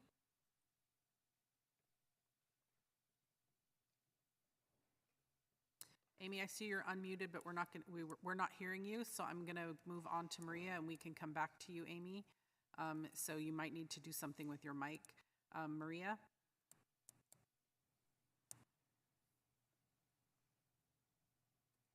Hola, muy buenas tardes. Mi nombre es María García. Can you hold on just a second? We're Estoy switching. viviendo por 20 años alrededor de cerca de lo que es el lago Cunningham. Can you hold ¿Puede on, esperar un please? minuto, por favor? Got it. ¿Puede esperar un minuto, por favor? Go ahead. Sí, claro. Go ahead. Adelante. Tengo 20 años viviendo cerca de So I've been living 20 years living el lago nearby Cunningham by Lake Cunningham, y estoy también a favor de que se haga and I'm also in cualquier, favor of doing cualquier cosa que la comunidad necesite para anything mejorar that the nuestro community hermoso lago. needs to improve what we've been talking about. Yo puedo mover personas que están en mi I comunidad can move people in my community para mejorar to improve este lago porque es muy conveniente para nuestras futuras generaciones.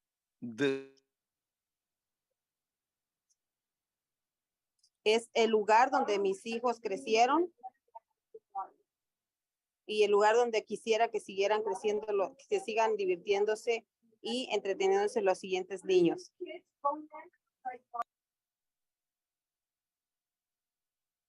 Hold on, we lost the interpreter audio. Sorry, can you hear me? Yes. Okay. Maria. So, Go ahead. adelante, por favor, María. Haremos todo lo posible como comunidad para We pedir will help. ayuda We will do everything as a community to ask for help y ver cuáles son las posibilidades que tenemos para mejorarlo. and see what are the chances for us to improve upon it. Gracias. Thank you. Okay, Amy? Amy? Can everyone hear me okay? Yes. My name is Amy, and I am a resident of Eastside San Jose, currently obtaining my master's degree in urban and regional planning and specializing in environmental justice at Portland State University. The main reason why I decided to study this was because I grew up in an environmentally racist area. I grew up in a low-income Latinx and Asian neighborhood right by the 101 with no accessible transit, no green space, and I was in a food desert. Eastside San Jose has always been a second thought when it comes to environmental health issues or any other community improvement. Lake Cunningham has experienced detrimental decline throughout my whole life. I remember running through this area during my cross-country meet when I was attending August Boger Middle School and thought to myself, wow, I wish this park was cleaner and it had better conditions for me to even just swim in. 13 years later, and nothing has changed. If we don't improve the conditions of Lake Cunningham now, when will we do it? These residents and families deserve better. Make Eastside San Jose at the forefront of your decision-making and make it a more equitable place to live. I strongly urge the council to accept the Candelas and Ortiz memo and give voters what was promised in Measure T, putting these funds towards preventing flooding and water quality contamination. Thank you. Back to the council. Thank you. Councilmember Candelas. Thank you, Mayor, and thanks staff for the presentation. So my staff and I were out there this weekend at Lake Cunningham, and we decided to bring a little bit of Lake Cunningham to City Hall to demonstrate the water quality that we're talking about. Lake Cunningham is in District 8, and my family and I, like a lot of families in San Jose, grew up going to this lake swimming. And in the summer, before it was restricted in the mid-90s. The city has been aware of the concerns regarding Lake Cunningham's poor water quality for decades now. The results continue to show conditions keep deteriorating. This is an environmental disaster, and more remains to be done to narrow specific actions that improve water quality, and that is the purpose of our memo. I'd like staff to return later this year with specifics on the infrastructure repairs. The park is past due for various capital infrastructure repairs and replacements. Recurring floods and stagnant water have caused damage to the amenities evidenced by the conditions of the picnic area, the new play structure, which, by the way, opened in 2017, and the big meadow. Contaminants in the lake extend to the amenities, and the waters rise every rainy season. Those same contaminants can be left in the soil and go airborne. This is an injustice to our residents because maintenance continues to be deferred and costs continue to increase. Let's not wait another decade before we start working on tangible and critical improvements to this regional park that benefits our entire city and can once again be an attraction for our region. As many of us know here, further delaying makes these repairs just increase and the costs go up over time. We've had conversations with partners at the federal, state, and regional level on Lake Cunningham. They are aware of the historical neglect of this lake and the community, and that neglect that the community has faced. They are ready to support improvements at this park, but it is imperative that the city have skin in the game and contribute, funding, which we'll have an opportunity to talk about later today. And another quick note, I do want to point out that unlike Almaden Lake, which already has funding in collaboration with the Water District and the city, this lake needs that kind of intentionality and actions from this council now. That being said, I'll move our memo's recommendations as stated in our memo with the mayor, Councilmember Ortiz, and Councilmember Cohen. Second. Great. Thank you, Councilmember. I hope you did not take a swim this weekend. I did take a swing. Yeah. All right, we will go on to Councilmember Ortiz. Thank you, Mayor. I want to thank staff for returning this very critical piece of information, highlighting the disrepair that Lake Cunningham faces. I really hope that we can build off of today's report and make lasting impact and action, as opposed to other times when Lake Cunningham studies have been brought forward. I and Councilmember Candelas are in the unique and unfortunate situation of having the Reed Hillview Airport sit squarely in the border of our districts, effectively damaging the health conditions of our residents. Though with a strong grassroots effort and support from leaders in the county, state, and city level, we've been able to tackle this unjust reality and move towards positive change. Now again, our communities are forced to worry about their council pushing forward consideration regarding the contamination in their district, in the contaminated lake of Lake Cunningham. Problems found in the lake include elevated fecal coliform levels, toxin-producing algae growth, and the low dissolved oxygen concentrations, all of which have killed wildlife and detrimentally affected the quality of experience available at Lake Cunningham. Every rainy season, water collects drastically, and the contaminated water extends into the park, where our children play, into the picnic area where our families gather to eat and enjoy their time at the regional park. I encourage everyone here to visit the park right now and see it for yourself. You'll be hard-pressed to find where the lake ends and the park begins. The lake is past due for various capital infrastructure repairs, including underground drainage, above-ground water pumps, and the damage to amenities flooding has caused. As a new council member, I'm committed to fight the good fight, though I ask for empathy for our community, who are tired of fighting for the bare minimum and respect from their city. This shouldn't even be a question. We should prioritize our communities now and put in place a solution that has been pushed back for the last 30 years. Now is time to make the right choice and act. I ask us to please show our community that we are committed to equity and environmental justice in East San Jose. Thank you. Thank you, Councilmember. Councilmember Batra? I understand and I have the extreme sympathy and empathy for Lake Cunningham. I really want to know for a moment before I comment, what is your exact recommendation? The memo we put Yes, please. The memorandum that we put together, Could you want me to? just read it out, the 3 lines or whatever of the top recommendation? Sure. Actually, there's a fair bit to the rec. If I can interject, I'd prefer, council member, can you pull it up from the agenda? I don't know if you have your laptop I'm sorry, I'm not there. able to do that right All right, now. I'll give you a copy of it while we continue. Do we have questions for staff, just in the interest of time? I'll give you the memo. Mayor, I have a few questions. This is Sergio. Mayor, Yes, I council member. want to be able to There it is. properly, because there are 2 items getting linked here, and I just want to make sure that I am not misunderstanding. the Sure. issue. So let me just try to clarify. We're right now specifically on staff status report on Lake Cunningham. There's a group memo that council members Candelas, Ortiz, Cohen, and I put out last week. The reason I don't want to, I'd rather not state the recs is if we just verbalize them, we may get details wrong. I'd rather, it's a page worth of recommendations with background. Yes. So you have a copy of it now.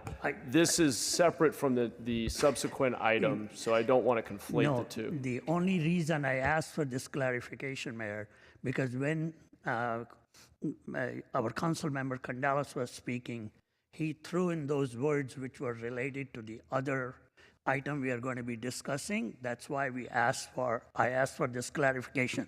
So now that I have your memo and I understand what is being done, so let me comment on what I'm.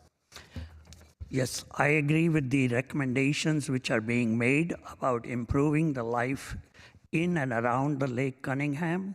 There has been a request for a long time for a proposal to come out in front of the council which breaks this major project, which is requires unknown technologies, unknown solutions, to really quantify those solutions and propose. So I like the idea that you intend to do a prototype, because you don't know whether the solution is going to work and solve the problem you're about to solve. So I was here in May, June of 2022, when the discussion about this thing happened, and our mayor, Sam Liccardo, gave the instruction that let us do this kind of a study, take a nominal amount of time and money to figure out what's going on.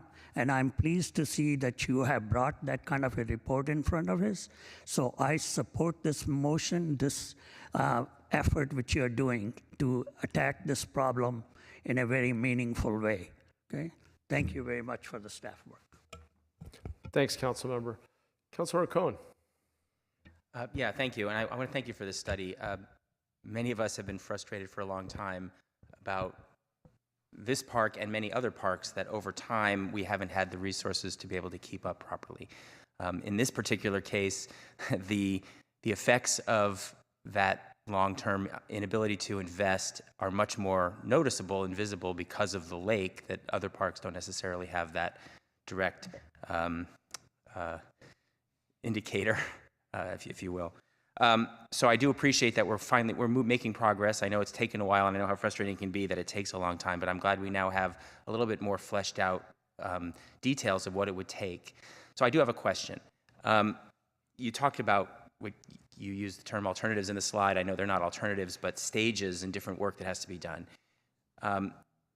First question is, are you suggesting that in order to fully attack the problem, we would want to complete all of those alternatives at some point? Or are there a subset of them that are the most important to make sure we have the park at the place we want it to be?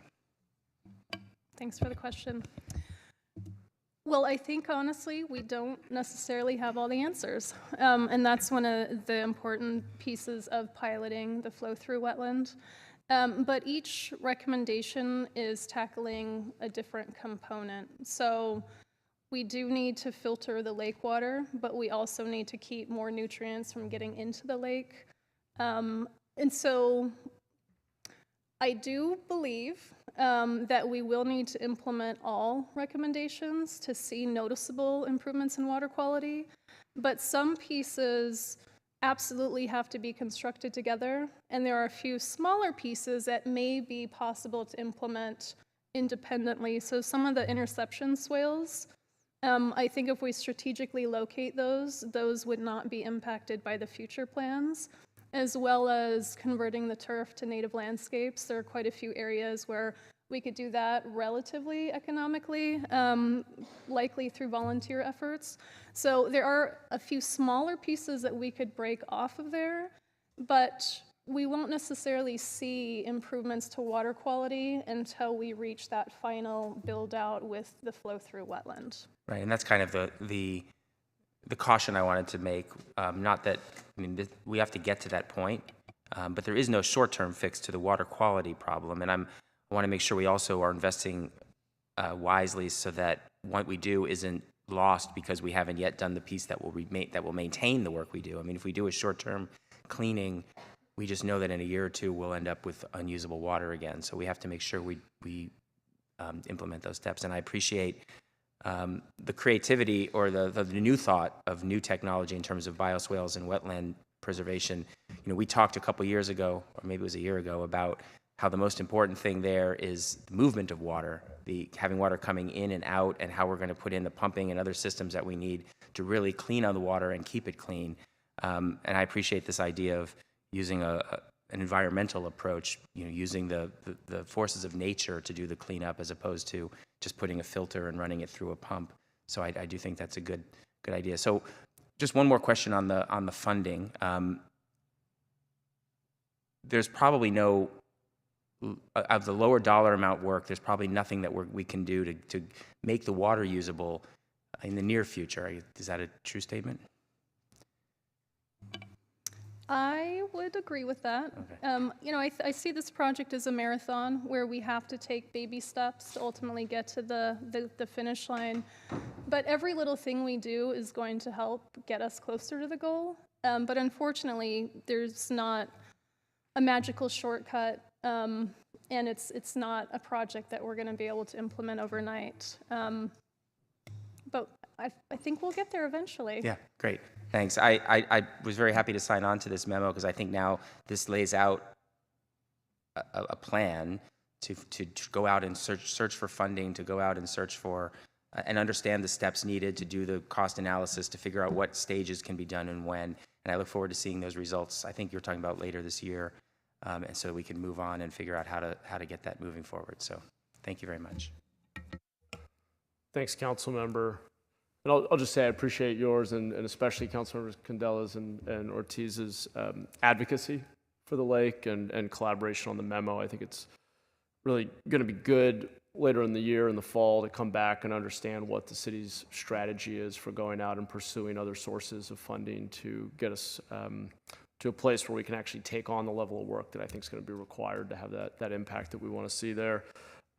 I'll come back to my question after I turn to remaining colleagues. I think Vice Mayor Kamei, you're up next. Thank you. I have two things. Public comment is really, really important, especially when people have taken the time. So I want to thank the clerk for the access to the translation language. I do think, however, that many of our callers may not understand that they need to pause. I think whether it's in Spanish, Vietnamese, or whatever, Chinese, whatever language, you need to say something or else the message gets lost. So as someone whose first language is Spanish, I think that it's important. So I hope that the translator can give a little bit of guidance to let people know that they need to pause. So thank you for that. I want to have a little bit more clarification on flow through wetland. What exactly is that? I noticed that you have several creeks, whether it's Lower Silver Creek, Ruby Creek, and other creeks. Are you talking about opening it up to go into one of the creeks? Because I think that in terms of being able to sustain that, it's a long-term thing, but I just wanted clarification on that. Sure. No, this is not recommending to connect back to the creeks. There's a much larger effort in flood control modifications that Valley Water has implemented. So all of our conversations have led to no, connecting the creeks is not an option. So the flow through wetland is really going to be a contained system within the park. be a constructed wetland, you would have to utilize a pump to move water. But essentially, it would go into the wetland, and through almost a snaking pattern, it would take the longest route possible to get through the wetland to really utilize the plants as the filtering material. The reason why I bring it up is because when looking at long-term, it's hard to believe that if you're going to invest that much and for, it's going to be very costly. Having it self-contained, it's going to be, it's not self-sustainable over time. It's just going to keep being much more expensive, just keeping it as a closed system. You will always have problems with that. The other thing is that one of the callers talked about Lake Almaden, and there are a lot of lessons learned in Lake Almaden, and I'm just wondering how much of that is translatable to Cunningham. Yeah, thank you. Yeah, Lake Almaden is a very unique lake. It was actually formed by two quarries, and the levee collapsed, forming a lake, and then that joined with Los Alamitos Creek. So completely different characteristics there as they're battling with mercury naturally occurring. Whereas Lake Cunningham is really a shallow 10-foot deep lake, and it's not necessarily tackling heavy metals like mercury. It really is due to the past land uses of cattle production and essentially just dumping a lot of nitrogen and phosphorus into the soil. So circulating those nutrients out is really key. And so I do agree that if you have a wetland, you will have to understand long-term operations and maintenance, and that's also why we feel that the pilot project is the best means of doing this. When we first evaluated the study, the first question was, why don't we just connect the creeks to the lake? And that really is very complex. It requires a lot of understanding of other agencies, the U.S. Army Corps, Valley Water. And what we found was it's at this point, we found it to be infeasible. But biological filters are actually less maintenance than mechanical filters. So you really are relying off of the power of plants. The key maintenance would be maintaining the pump system, and then developing an understanding of how often you might have to remove material buildup. But there are systems in place, even in the state of California. In Arcata, California, they are using a system of wetlands to treat their municipal sewage. So these systems do exist, but I think, once again, we have a lot more homework to do. We really need to understand this, and that's why we're recommending not rolling out a $50 million project and building the large wetland, but really taking it bite-size at a time, develop the pilot, model phosphorus. How much are we really able to reduce the phosphorus in the system? If we take water samples at the beginning of the wetland, and then as it's exiting the wetland, that can tell us a really clear picture of what's happening. And then we can involve the maintenance teams, understand the challenge or the simplicity of maintenance, and then really have that long-term vision planning to understand the complexity. But I do think that this would be much more achievable than connecting the creeks, given what we know today. But thank you for your question. That's a very, very well thought one. I was just wondering that when you mentioned flow through, I thought flow through to where? But you're talking about a circular system. So, right, yeah. And, interestingly enough, the Big Meadow wants to be a wetland, hence it is kind of a separate lake right now. So we are looking at that space, since the turf is incredibly hard to maintain. There are a lot of alkali species that are coming back from the wetland area. So the idea would be to stop fighting against nature, build a wetland there, flow the water through, let it exit back out into the lake, and create a cycling system. Thank you. Thanks, Vice Mayor. Councilmember Duan. Thank you, staff, for the report. It's sad to see that a beautiful lake that multi-communities use this Lake Cunningham, and I've been up here since 1983, and I remember taking my niece out there swimming as well. And I enjoy being out there, and even boating for that matter, non-motorized boating. First of all, I've kind of looked at Lake Cunningham like a big fish tank, if you will, right? You got the algae, obviously that can be treated with the algicide. The biological nitrogen could be used by biological bacteria that reduces this. I've seen a lot of man-made lake. They use a lot of aeration. And the problem that we don't have at Lake Cunningham is part of it is aeration. Maybe, I don't know, there's just throwing my thought process is I do have a koi pond and I do have a fish tank all my life. What is obviously the long-term goal is to have rebuild this wetland. What is the estimated total cost? I believe you said something like $50 million. Well, one of the challenges is with studies typically come high-level planning numbers, and as we develop a thorough understanding, then those costs are refined. So the $50 million is more of a conversation starter. I don't think we fully understand the costs until we really whittle down and break things into phases and then get engineers' estimates behind them. So my hope is that as we refine the project, we'll refine the costs and we'll see those numbers decrease. But we won't know until we advance the work quite a bit and really dive into all of the details. And let's say you have all the funding that you're needed, and what is the timeline enabled to do this full restoration? That's a great question. If we had all of the money in the bank right now, I would make this an absolute priority and we would hit the ground running. Even then, though, it would be a number of years to work through environmental assessments and just develop the construction documents and get it into construction. So it's hard to give a timeline. I think funding is definitely going to be the main obstacle, but if we secured funding, I would work on this on the weekend. This is really a priority, not just for the community, but it's also my priority. So I think with an accelerated timeline, I mean, potentially 5 years, but this is just all hypothetical. We have a lot of homework to do. And where will you get all this funding? That is the $50 million question. I know. I like to get the answer. By thinking outside of the box. As you know, city resources are very limited. So we're looking to leverage partnerships and external funding sources and potentially state, federal grants, but we'll be looking everywhere. Thank you very much. That's commitment. Okay, Councilmember Torres. Thank you, PRNS, and thank you for wanting to work on the weekends to repair this beautiful gem in the east side.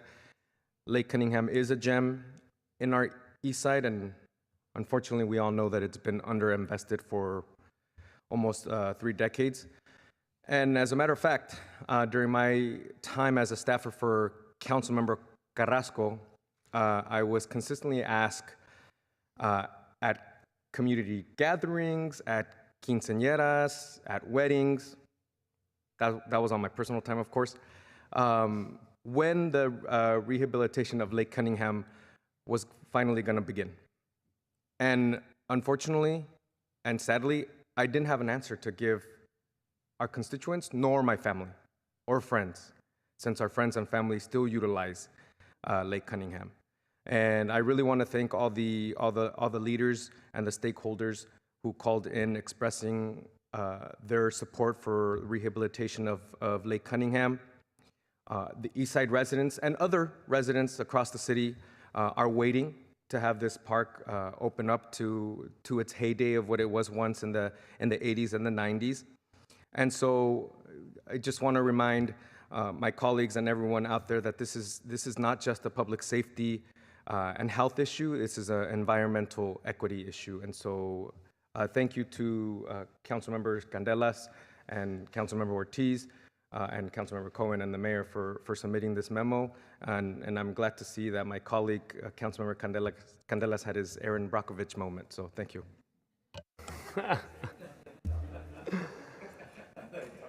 Speaking of which, we're back to Councilmember Candelas. Okay, thanks. I'm blushing now. A quick question.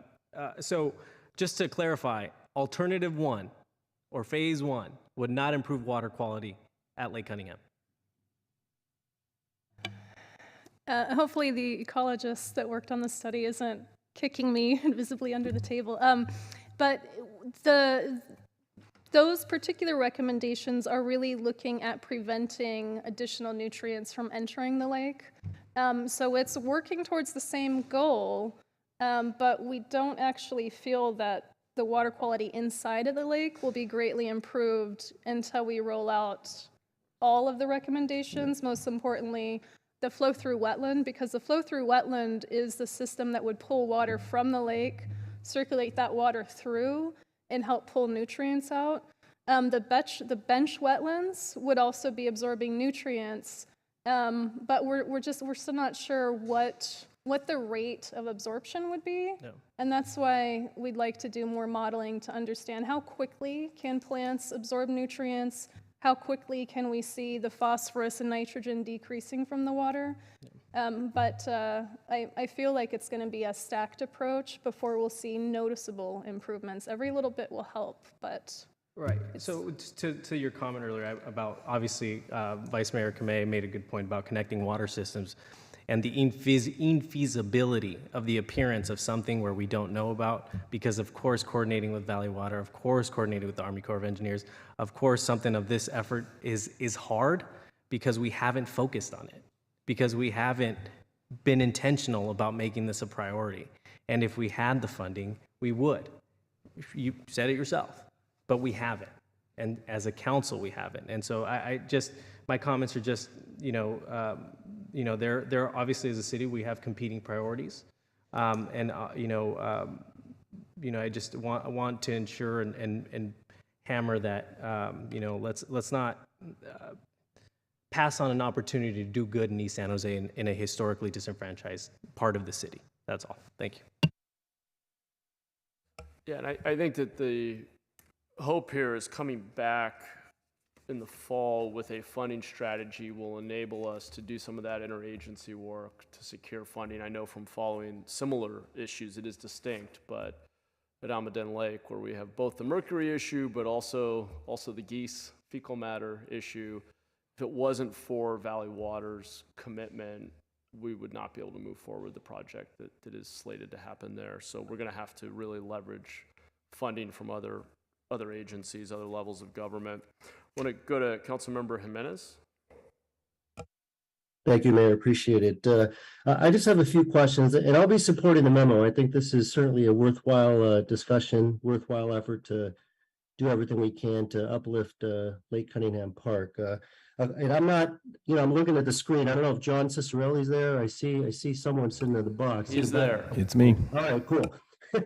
So a question is going to come to you, John, but whoever wants to answer the first question, and that is, so back in 2010, right, there was a lengthy study that was done, and I was curious if the recent sort of study, if you will, I'll call it a study, the recent work that's been done to evaluate the water quality and other such things, was there anything new that was found in this recent sort of look at it, as opposed to, as compared to 2010? Or did the same sort of culprits sort of rear their head, if you will? Thank you, Councilmember. They were looking at somewhat different aspects of what was going on at the lake. This one's looking, I think, more of it as an ecological system, and the other one was looking at it more of how do you clean the water with pumps and things like that. So I'm sure we learned new things, but to be honest, I don't recall the comparison between the two. But for example, I didn't know, I can tell you, that the sediment layer, meaning the muck on the bottom of this lake, was as thick as it is, and that is at least part of the source of the problems. We still don't know some other things. For example, we think or we suspect it may be fed by a spring underneath. It is very close to the water table underneath because this is the lowest spot over there on that side of the city, which is why it wants to be a wetland, because all the water rolls down to the low spot. Right. So I think in hindsight, you look back all those many decades, we just built a project that was mostly destined to fail. You can't close in a water system like this and not do something to keep it, quote, alive, if you will. So we are, for example, still don't know if Raging Waters, which is right next to it, is that contributing in any way? Is there effluent coming from there? Is there runoff coming from there? Those are questions that we still haven't answered. And so to Sarah's earlier points, we're still learning, and we're still studying. We're still trying to figure out what makes the best sense and in what order. So I would say probably there's a lot we did learn that wasn't in the earlier report simply because of the nature of the two reports. All right. And then, there's been a lot has been said about the fact that, we as a city or, council members, I guess specifically, have known about this issue and nothing's been done. I'm curious if you could sort of talk about sort of why it remains in the state that it's in. It still comes down to money, Yeah. unfortunately. There was, for a while, we had a somewhat different pumping system working and pushing water around out there, but it was off a meter, and so that got very expensive, and today it'd be way more expensive because the cost of water just continues to go up. But again, that and other things never really seemed to make the difference, put enough fresh or new water in there, and move old water out to be able to sort of save it from its current fate. I understand. And can you correct me if I'm wrong, but is it true that we have a $500 million unfunded park maintenance backlog? Or about that? Is that number right? Are you asking today? Yeah, today. Yeah, it's at least that. It's probably more. We don't even fully have the whole system completely mapped out, but it's at least a $500 million. And that $500 million, I assume the issues related to Lake Cunningham is sort of built within that, right? Or sit within that pile of sort of need, if you will. Is that an accurate statement? I would have to look to be certain. We have a few very large, big dollar items. They're spread out over many districts. Overfelt Park's a great one, as an example, because it also has a water problem now, because the water system that was there changed over time, and the water that was going in there and filling those ponds was rerouted. So the ponds sit dry, except for at a time like this where we've had a lot of rain. That park could probably use $40 or $50 million in improvements easily. So that's the issue at the end of the day. Okay, so theoretically, if we found a funding source for that gap in funding, then you could theoretically use some of that to do the work at Lake Cunningham, couldn't you? Yeah, that's the objective here, and that's part of the recommendation is to go looking for money, see what kind of money we can find and how we can funnel it into this project.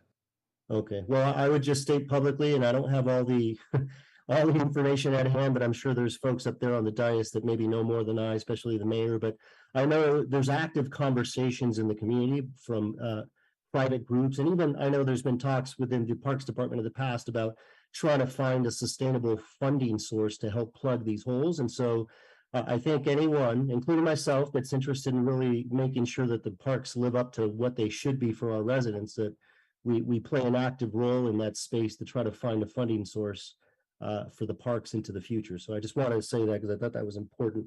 The other thing I was going to ask is, I want to make sure I read the report correctly, and I think you alluded to it at the sort of tail end of your comments to, I think it was Councilmember Candelas in his last round, and that was, in reading the report, it seemed to me that we think that some fecal matter is flowing from raging waters. Is that the case? Yeah, my more pleasant term of effluent was referring to that. Yeah, so we don't know is my point. So it's something we need to continue to investigate to find out if that is at least part of what's contributing. All right, and then there's also talk of fertilizer runoff and such like that. So what I was curious about is that fertilizer what's being utilized by the Parks Department, or is that coming from raging waters and some of the grass and plantings that they have? No, it's primarily coming from us, we believe, and it's for the grass. The grass is actually not easy to grow there for all the reasons we talked about. It doesn't want to be grass. It wants to be a wetland. It wants to be a low point that holds water, and we didn't think about that, I don't think, at all when this was designed or built. Today, if we were presented with the exact same problem, we would probably approach it quite differently than the solution that we came up with all those years ago. So knowing that, would you essentially turn it off and stop doing that from this point forward, or how are you approaching that as a Parks Department? Turn off the you stop adding fertilizer, I guess. Oh, yeah. Well, if we want grass there, we need some fertilizer because the soil is very poor. But yes, part of the recommendation is start removing the turf so that we don't need to fertilize it, so that fertilizer doesn't find its way down. In the interim, we're not intending necessarily to stop fertilizing because it is, when it is dry, it is used. Right, And if it's just dirt, I don't know that the residents would appreciate that transition before we got to a wetland. Okay, very good. And then the other thing I was curious about, and my reading of a lot of the alternatives and such, and I'm not sure if this, I think this language was used in the report, but it said conceptual costs. And what I read that to mean is just simply that we don't know what all the costs are. We sort of have a sense as to what it may be. Is that a correct interpretation of the report? Of Yes. some of what we laid out? Yeah? Yep. Okay. And so with that, assuming we take baby steps to do X, Y, Z, let's just say we throw a few $1 million at some of the sort of, I think it's the first alternative, if you will. It's quite possible that we can do that and then we find, because it seemed to me that we're going to need to continue to monitor. So it's possible that if we fund that, a year or two down the line, we're monitoring, we can realize that there was actually no effect and we're actually going up, crawling up the wrong tree, if you will. Is that the correct assessment or is that misplaced? If it did, the first little bit there, if we did that, would have minimal effect. I can't even for sure say it would be measurable effect. So it is, as Sarah mentioned earlier, meant to build on itself. But I'm not even certain yet we're at the point where we want to say start with that one. So, Okay. I think one of the advantages to the blue memo that was issued is that it gives us about, half a year more, come back in the fall and have looked more deeply into some of these very questions that we're saying, well, we're not sure, we need to look into it, so that we can more fully understand what's going on and then give you a better recommendation of what order of operations we think we should approach this from. Okay, very good. And then, my very last question is this, I know that when we're looking at development projects of buildings and things of that nature, we sometimes use the language that certain projects are, quote, shovel ready, meaning that they're ready to go if they had the funding. Would you say that the work outlined in this report is, quote, unquote, shovel ready? No, this is conceptual at this point. We have no design documents or master plans or any of that. Okay, all right. Thank you very much. Appreciate it. Great, thank you, council member. Just one quick question from me before we vote. I wanted to just make sure we set expectations for this prototype. I'm excited about it, but I also recognize $250,000 if we get it is not a whole lot of money. Can you tell us a little more about how we imagine we would use that for this wetlands prototype, what we might learn from that could inform future phases? Sure. Yeah, the OSA grant itself is in the amount of $250,000, and we did propose a reserve to supplement costs for that design work and potential construction. So when we embark in design, that will give us a chance to really dig into the details, understand wetland construction, and then also really understand environmental regulations, which is going to be key to constructing a wetland. And then through that effort, then we could really break down every single line item and develop accurate cost estimates. So from that point forward, we would know, okay, here's what environmental regulations require, here's the true cost for construction. If we found that construction costs were higher, we could scale the project down to fit whatever budget we had appropriated. Because any pilot we do is going to help us understand changes in water quality. So I'm pretty confident that we can make some progress, even if it is less than an acre in size. Great, thank you. That's what I was looking for. And so that would be design, environmental review, and maybe some modest implementation. May not end up being an acre after we figure out the total cost. Right, yeah. We did recommend in next fiscal year a reserve to supplement this. What we're not sure of is the breakdown on how much the design will cost versus the construction. So I feel, my gut instinct is yes, absolutely, design will be covered, and we'll have some remainder for construction, but we might have to either supplement the construction budget or just scale the project down to meet the budget we have. Great. Thank you. Well, appreciate the staff report. Really looking forward to coming back in the fall to talk about a funding strategy. John, did you want to jump in? I did. Right, I know you're about to call the vote, but I just wanted to ask for a quick point of order. So just for the council's awareness, when this was presented to NSC committee in December, we were given some direction to bring back an MBA on this costing, but it was more generalized than this latest memo. And what I would like to request is that this blue memo being considered today be the report, and that MBA be laid aside for 2 months from now and give us the 6 months to really dig in better, as we talked about. And that's my interpretation. I think it's sensible because we will get a more detailed analysis. Is that correct? Okay, good. So unless any of my colleagues have any concerns about that, that will be so long as in the report back in the fall has a lot more detail, then we need to do more work. Does that make sense? Yes, that's the whole idea. Thank you. What's due in 2 months was really just sort of a cost estimate, which, as we've been explaining to you, we need a little more time to refine some of that. So the time is what will help us. great. Okay, and I see Councilmember Jimenez has a follow-up question. Go ahead, Councilmember. Yeah, if I can, I'm curious, I typically sit next to Nora, so I can lean over and ask her this, so my apologies, I have to ask this over Zoom. But Nora, would it be appropriate if we gave direction to, say, someone from the city manager's office, say Lee Wilcox, to work with outside partners on a potential park funding measure in the future? Would it, Sure. can I tie it to this, if that was part of the motion? Actually, I would just, Councilmember Jimenez, this is Lee Wilcox, City Manager. So we actually do have staff direction already to continue to investigate the feasibility of future parks measure for unmet parks needs in all of the parks across the city, as well as a financing structure that may or may not include operational dollars around ongoing maintenance as well. So we did polling on that late last year. That would be a measure that would need 2/3 to pass the voters, and we were well far away from that. So Parks and the City Manager's Office have gone back to the drawing table, and we'll be polling later in the year for future discussions with the council around this, and possibly looking at the feasibility of something in 2024. So we're happy to report out on that as we continue to work on that, council member. Okay, that makes sense. And Lee, how would that update come back to us? Would it be during the course of the full council or a particular committee, or because I am sure many of us would like to follow that more closely, and so it'd be good to get an update somehow. We have a lot of different direction around possible ballot measures around modernizing the charter in some areas, as well as this. So I would imagine as we dip our toe into the waters of what the 2024 ballots will look like, we'd probably come back to the full council. But as issues like this continue to be reported out at various committees, we can include brief updates as well as where we are in the process.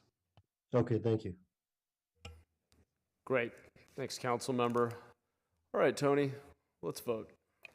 Jimenez, Yes. Torres, Yeah. Cohen, Aye. Ortiz, Aye. Davis. Yes. Doan. Aye. Candelas. Aye. Foley, Aye. Batra, Aye. Kamei, Aye. Mahan. Aye. Thank you. Thank you. Okay, thanks, everybody. We're on to item 3.5, Measure T status report.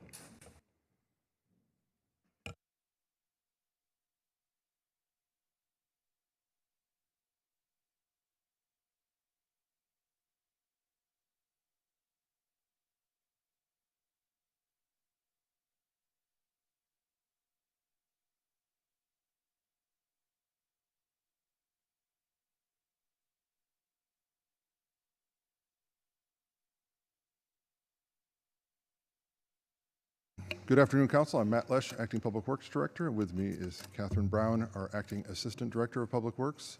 We have many of our partners with us and partner departments that are helping us along the way with Measure T implementation, so happy to answer some of those questions as well, so we'll kick in through here. Our agenda for this briefing.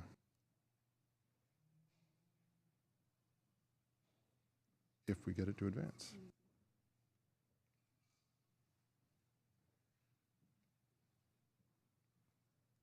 As they'll come up with the slide change. We'll do a quick overview of our COC and the program itself and the budget. Catherine's going to take us through. Back one. Yep, there, Catherine's going to take us through the status of our projects, the real meat of our presentation today, because it's here for a project update. We have a council decision that we're going to request for some direction from you all on some decisions around funding and the project itself, and so we'll jump right on.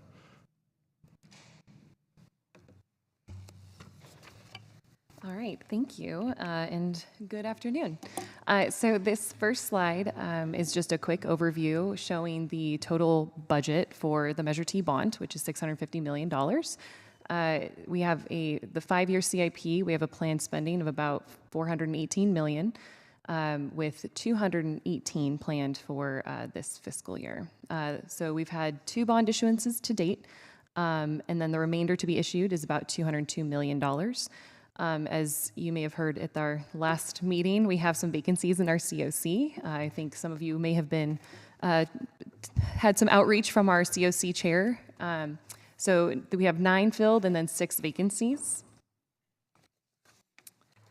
And then this slide is a attachment A within our memo. Just goes over what the original dollar amount and the bond project list was, and all of the original appropriations, and what the revised appropriations amounts are as of February of last year. Onto our pavement and bridges. Just a couple of pictures to show you before and afters of your Measure T dollars at work. Both of these were completed last year. One is Bowling Green Drive, and the other is Fontaine Road. Our pavement and street repairs, this is the largest funded project category within Measure T. There's $300 million dedicated to pavement rehabilitation of our local streets, with a planned spending of $37.5 million over the next 5 years. Since 2020, our DOT partners have been able to resurface 294 miles of our local streets, with 134 completed last year. That is inclusive in the 294 total, and 161 miles are planned for this construction season. The original number that we had planned to resurface was about 400 miles. I just want to give some kudos to our DOT friends for they are going to reach this goal by the end of this fiscal year. So congratulations. Thank you for all your hard work. Bridge repair and rehabilitation, another before and after photo to show you some Measure T money at work. This is the Story Road over Highway 101. There's $20 million allocated to the rehabilitation of the bridges in San Jose. We've completed 45 bridge maintenance projects and are continuing to accrue these bridge investment credits for grant-funded bridge projects pending the availability of grants. So we have about $3 million accumulated, credits to be accumulated after the completion of the 4th project, which started or is planning to start in May of this year.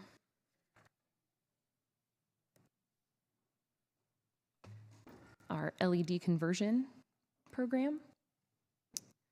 Our street lighting, so we have a total inventory of about 65,000 lights, street lights, and 60,000, just over 60,000 have been converted to date.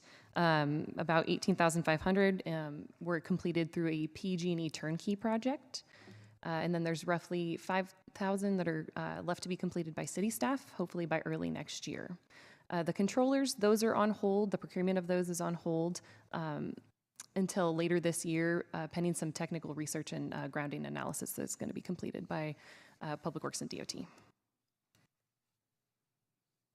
The city facility lighting, so this focused on parks, trails, community centers, fire stations, all of our city facilities.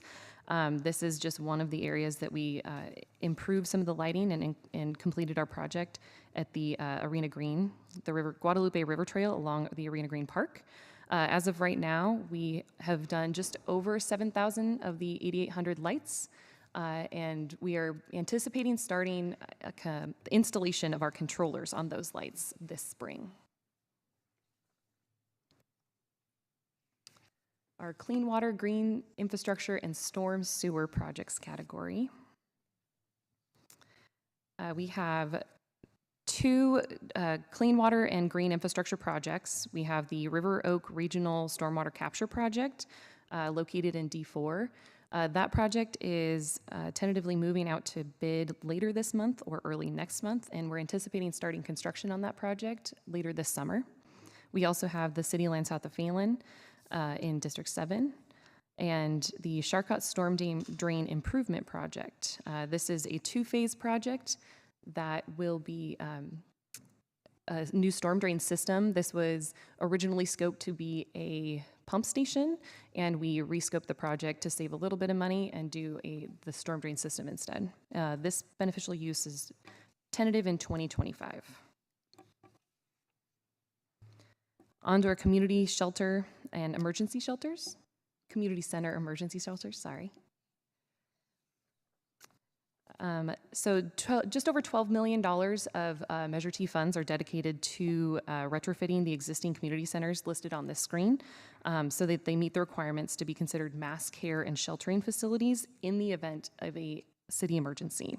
The priority projects, those were determined, I believe, in 2021 by the council. Project number 1, priority 1, Roosevelt, Mayfair, Bascom, and Seven Trees. You will be seeing the award of this project later this month, so it's our first one to come out to the council for award.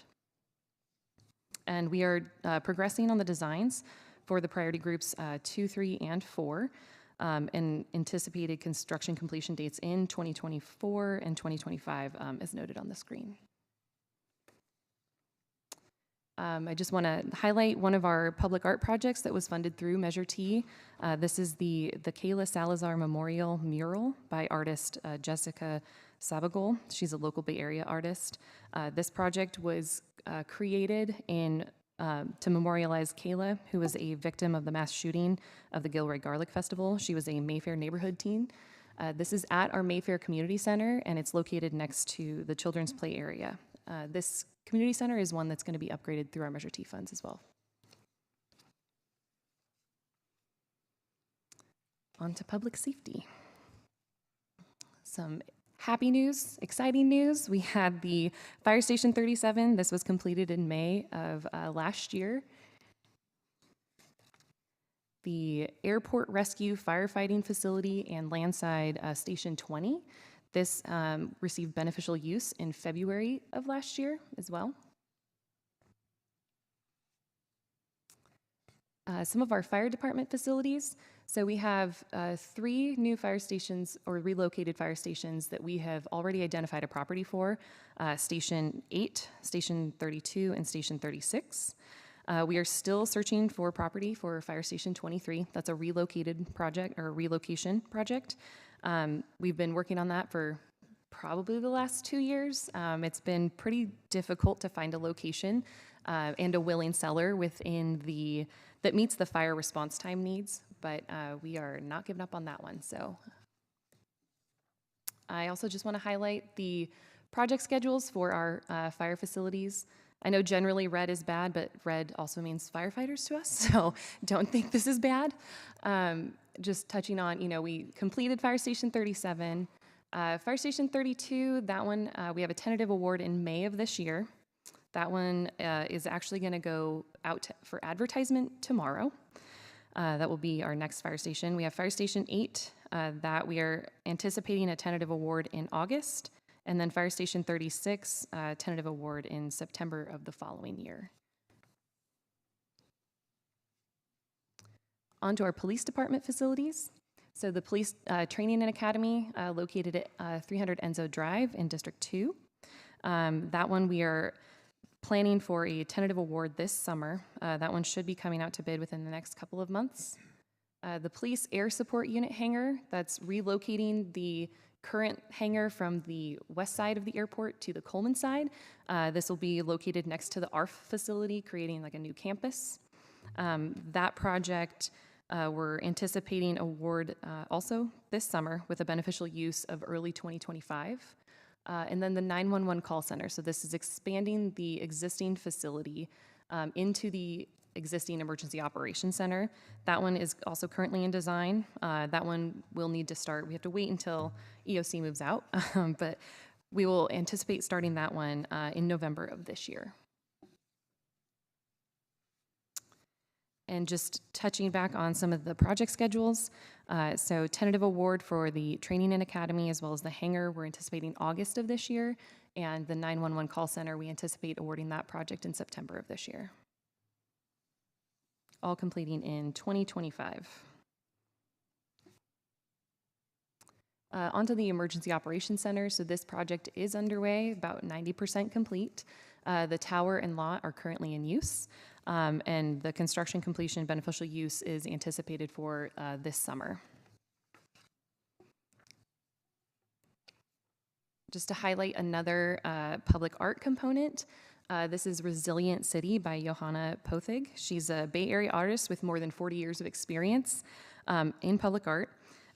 So this is an installation of cut metal, and it extends more than 2 stories in the front facade of the 3-story tower. It's a narrative showing the idea of a chaotic sense of emergency and emergency response in the lower portion of the artwork. And then as you move upwards into a radiant city, suggesting resilience. Oh, and now over to Matt. Before we dig into our layout of the problem set in question before us on some of the funding issues, just to pause and express real gratitude to our partners in all of the departments, all of our operational staff that are advising us what works and what doesn't work, our inspectors, our field engineers, all the folks that are helping build this, the community for trusting us with the funds to make this happen, and really our contractual teams to help make all these things go. We have 3 slides here on some fundings. They're all laid out in the memo. This is from table 1, kind of laying out where so we believe there are some funding opportunities for availability for use in our public safety program, because that's the area today where we're focusing on our request, or our recommendation, I should say. So we have identified some savings from the reserves we'd identified before, about $5 million, identifying the remaining funds of the environmental and flood protection as $3.2 million, and per a memo before of June 2018, about $8.3 million, and some bond proceeds that have yet to be used or to be used as $7 million, so a total of $15 million. Some projects that have, some public safety projects that have needs. So listing through, I'm not going to read all through them in the table, it's also in the memo detailing why and what things are added in each area. The definitive funding shortfall in the public safety program for these projects is about $23 million to meet all of the operational needs as defined by the operating departments and pulled out from areas. And the reason for higher than original estimates are things like escalation and inflation have come through, and the clarity of the project scope. This is all detailed here in table 2 of the memo. And what we note here is the total funding need is about $23 million, pulling that $15.3 million from the prior slide of potential availability. We still have a bit of a shortfall of $7,900,000, about $8 million. So we have a recommendation of what to do to fill this gap to provide us the opportunity to maximally meet out our project needs. All those funding allocations, they look all the same all the way down to Fire Station 36 or so from the prior slide. But our request is to, our recommendation I should say, is to rescope Fire Station 23 because we have not identified a piece of land, but hold safe that money to purchase the land. And the available funding in that program for that project is about $16 million, so leaving about $12 million available.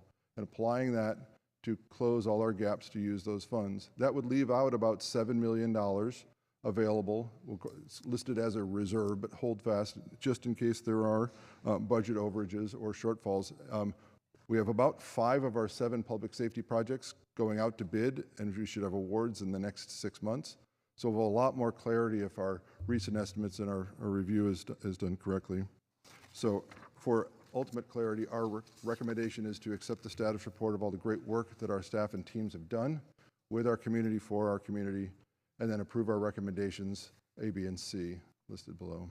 And we're available for all your questions. Thank you. Great, thank you. Appreciate the thorough report and all of the great work deploying those Measure T funds. Let's go to Councilmember Candelas. Oh, I'm sorry. Let's go to the public first. Juan Estrada, followed by Jose.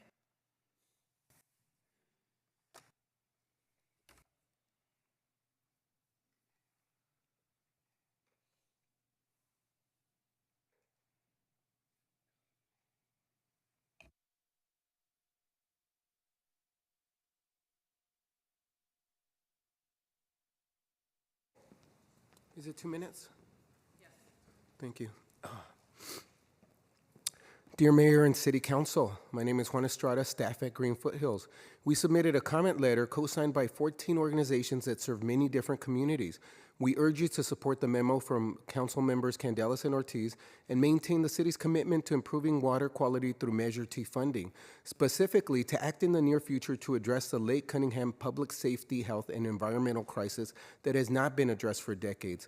This is not to say that other projects aren't worthy of funding. However, it's critical that funds needed to begin taking steps to address the Lake Cunningham crisis are left alone. I described the heartbreaking situation at Lake Cunningham earlier. I won't repeat it now. One concern cited is that $3.2 million isn't a magic wand. It won't fix the problem completely, and a solution will take time.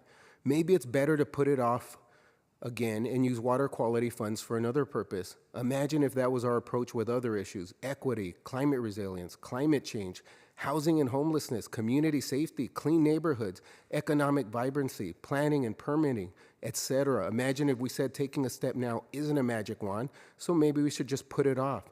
Now imagine we're talking about a public safety, health, and environmental crisis that hasn't been addressed for decades. Wait, no need to imagine. The choice is yours to make today. There's also the trust factor. Shifting these funds might lead constituents to question whether they have faith in ballot measures for parks and other environmental purposes. It doesn't seem prudent to send that message to voters in advance of the 2024 election. We know it'd be easier to not take a step towards addressing the Lake Cunningham crisis. We instead urge the council not to walk back the commitment made in June 2021 for the use of the $3.2 million in funding for water quality improvement. The city needs to act on this contamination crisis sooner, not later. Thank you. Jose, followed by Patrick.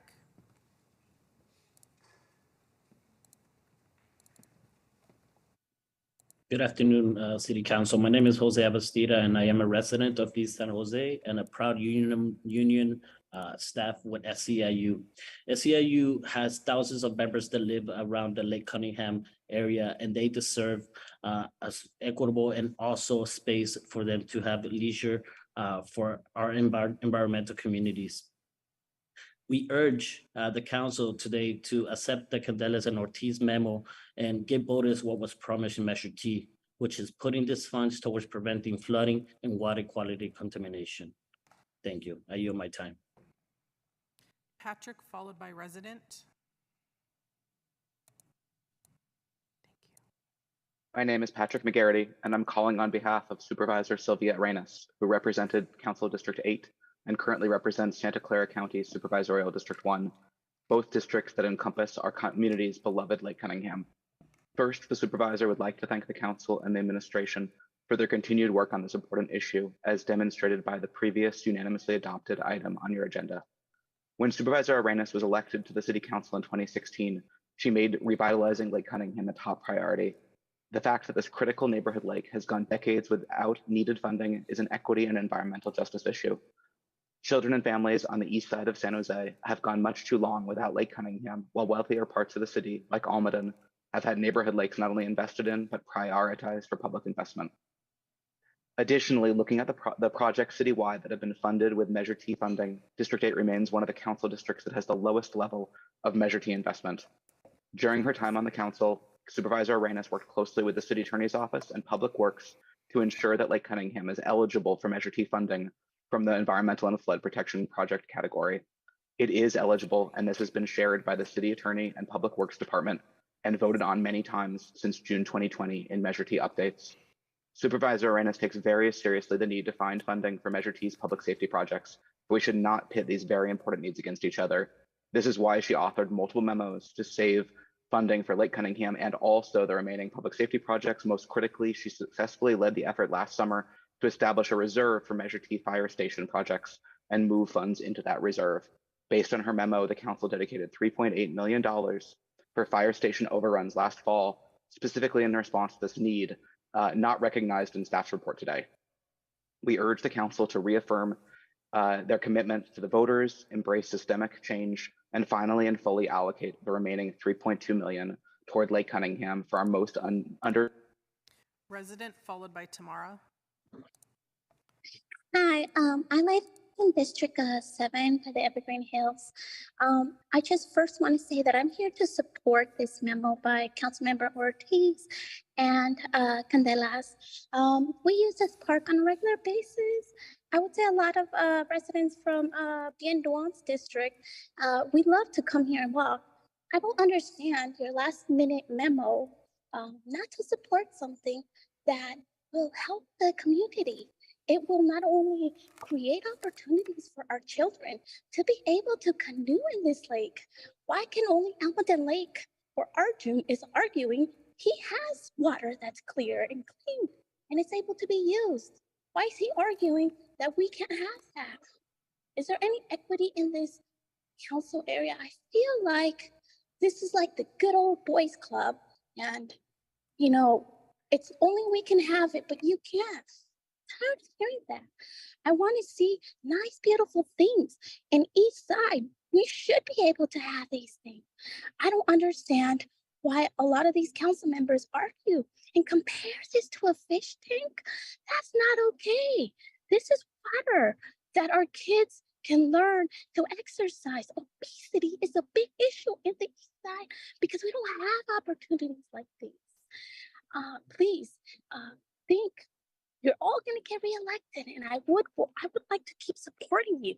But if I keep hearing things like this, I don't think that I'll support, and I'll make sure that I tell everyone that Councilmember Bien is against having clean water. Tamara, followed by call-in user 1. Hi there. This is Tamara Sanchez, and I am from District 5. I have worked in affordable housing. I have followed different areas of problems within the water system, like Cunningham, issues with police departments, not enough response times. I fully support the fact that, you know, we need better streets. We need all this other things. However, the problem at Lake Cunningham has been ongoing.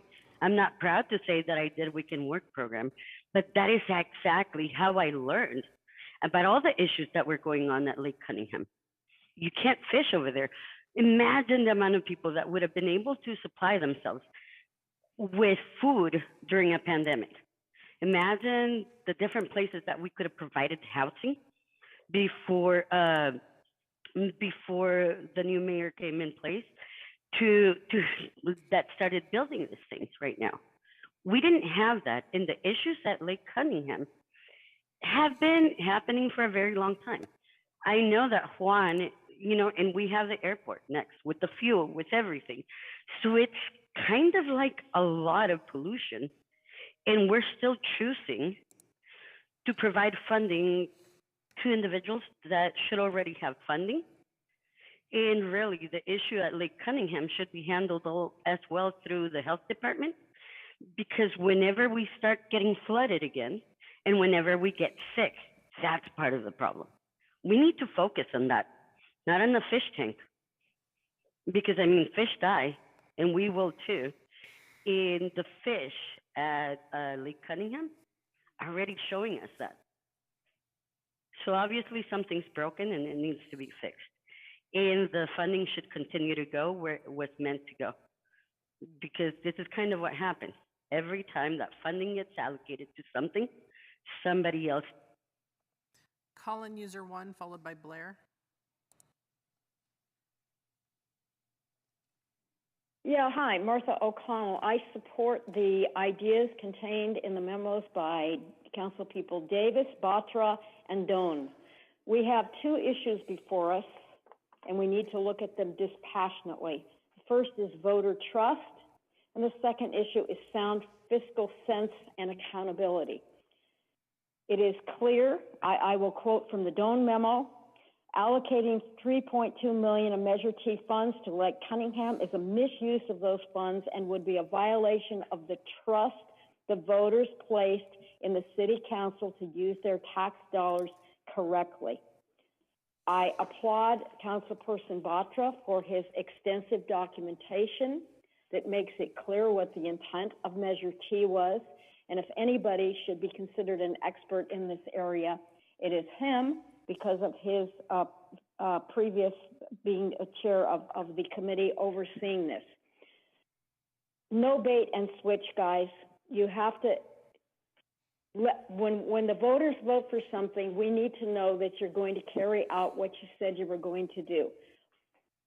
Alternate funding should be secured for Lake Cunningham, and the ideas in the Batra, Davis, and Doan memo should be adopted. Thank you. Blair, followed by Ha. Hi, Blair Beekman. I've been around the Lake Cunningham issues at council meetings in the past, and you know, it's stated that the water quality is really, really bad, and that the fish were dying. And no matter what work you could do on the lake, it's just going to take time to get the water quality back. And for me, if the memos state, and you know, that there can be a slow, steady progression of working on the lake issues, and that we can't have quick fixes, but if we, you know, slowly are, you know, making the efforts, maybe that's what these memos need to say, and to kind of, for all sides to better understand the issue, what's at stake here, and how to work towards the issue. You can continue to work on this issue. Maybe it isn't 3.4 million, maybe it's 1.8 million, maybe it's 2.1 million, things like that. For this issue, it needs a steady, continuous effort, it sounds like. Good luck how to do that. I wanted to comment overall, you know, I mentioned the Measure T commissions a few times over the past few months now with a new council person from the committee. I thought it's been kind of an interesting committee.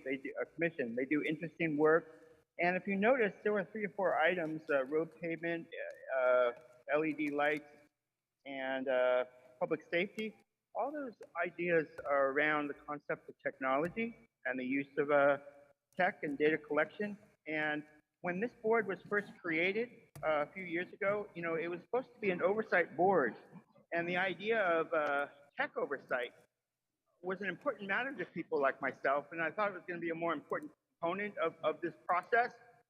For you guys to be versed and understand good tech accountability can go a long way in the future of this committee, and just give yourselves good knowledge and info. And it's important stuff to know as you're working on the future of this commission. Ha, followed by Jeremy. Yes, dear Mayor, Matt, and all council members, my name is Ha Trieu, president of the former Vietnamese Regional and Popular Foundation. I also represent most Vietnamese in around this east side.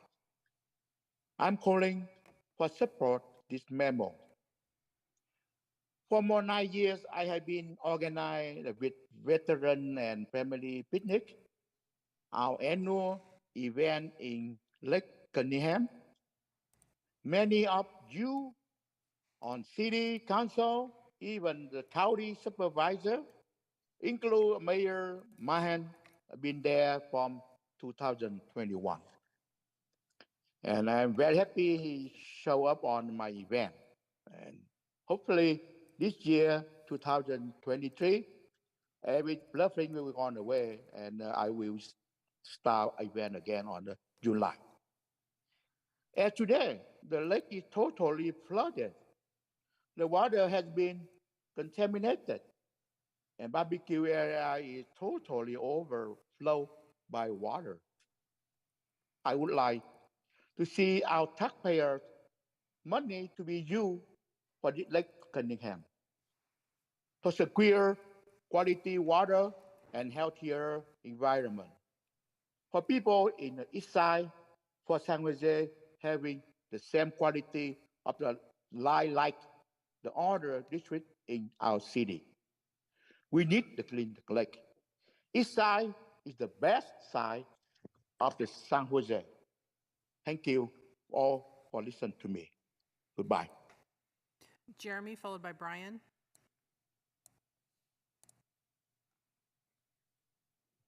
Good afternoon, Mayor and Council. This is Jeremy Burroughs, and I am the School Board Trustee for Evergreen School District and proud resident of District 8. I am calling to urge the Council to accept the memo authored by Council members Candelas and Ortiz, specifically to allocate the remaining Environmental Protection Fund to Lake Cunningham to start mitigating water contamination. Lake Cunningham is a jewel of our East San Jose community, and my family and I have enjoyed the park for almost 40 years now. And the degradation of the water quality in the lake over time has proven to be both an environmental disaster and an issue of inequity amongst our community. While we can all agree that Lake Cunningham is a long-term project, the money allocated from Measure T's Environmental Protection Fund would be a huge first step in the pathway of improving the quality of water. Let's make good on the commitment made by the council back in 2021.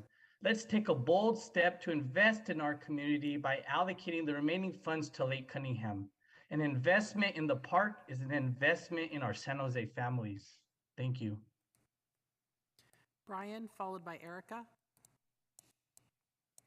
Can you hear me okay? Yes. I would just like to make sure, I mean, both sides are correct, and I really appreciate all the effort put out. But if giving this money for Lake Cunningham goes against what the voters authorized, then it should not be done. If there's and I haven't read all the memos, so I'm sorry, just reiterating, we need to keep voter trust, because to be honest with you, a lot of us don't have any trust anymore. It seems like our money is spent. And I know that's not factually true, but you know, presumption and view and you know all that. You guys, ladies and gentlemen, have been in here longer than I have. It basically comes, I just want people to do right by what the voters said. And that should be it shouldn't even be a park, it should be the park that just, you know, that guides. Anyways, for that, thank you very much. I'm done. Okay, thank you. Erica, followed by Brian.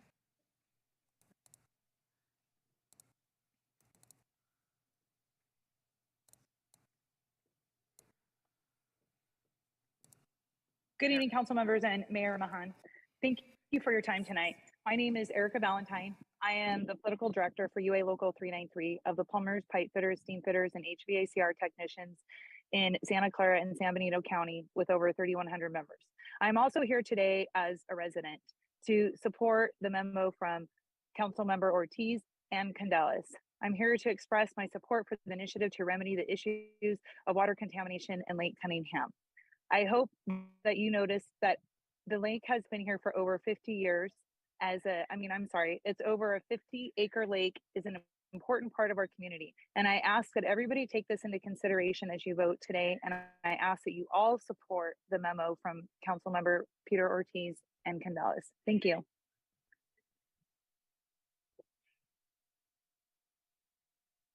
Brian, followed by Mundo. Hello, good afternoon, Mayor and Council. My name is Brian Pores, and I'm a business agent also for UA Local 393, representing the plumbers, pipe fitters, and steam fitters and HVACR service technicians that have been serving Santa Clara and San Benito counties for over 119 years. I was born and raised in San Jose, and I now raise my family in Morgan Hill, California. And I'd also like to add that I'm a proud Americorps alumni. I'm here today to express my support for the initiative to remedy the issues concerning water contamination at Lake Cunningham Park. Thank you very much for your time. Mundo, followed by Casey.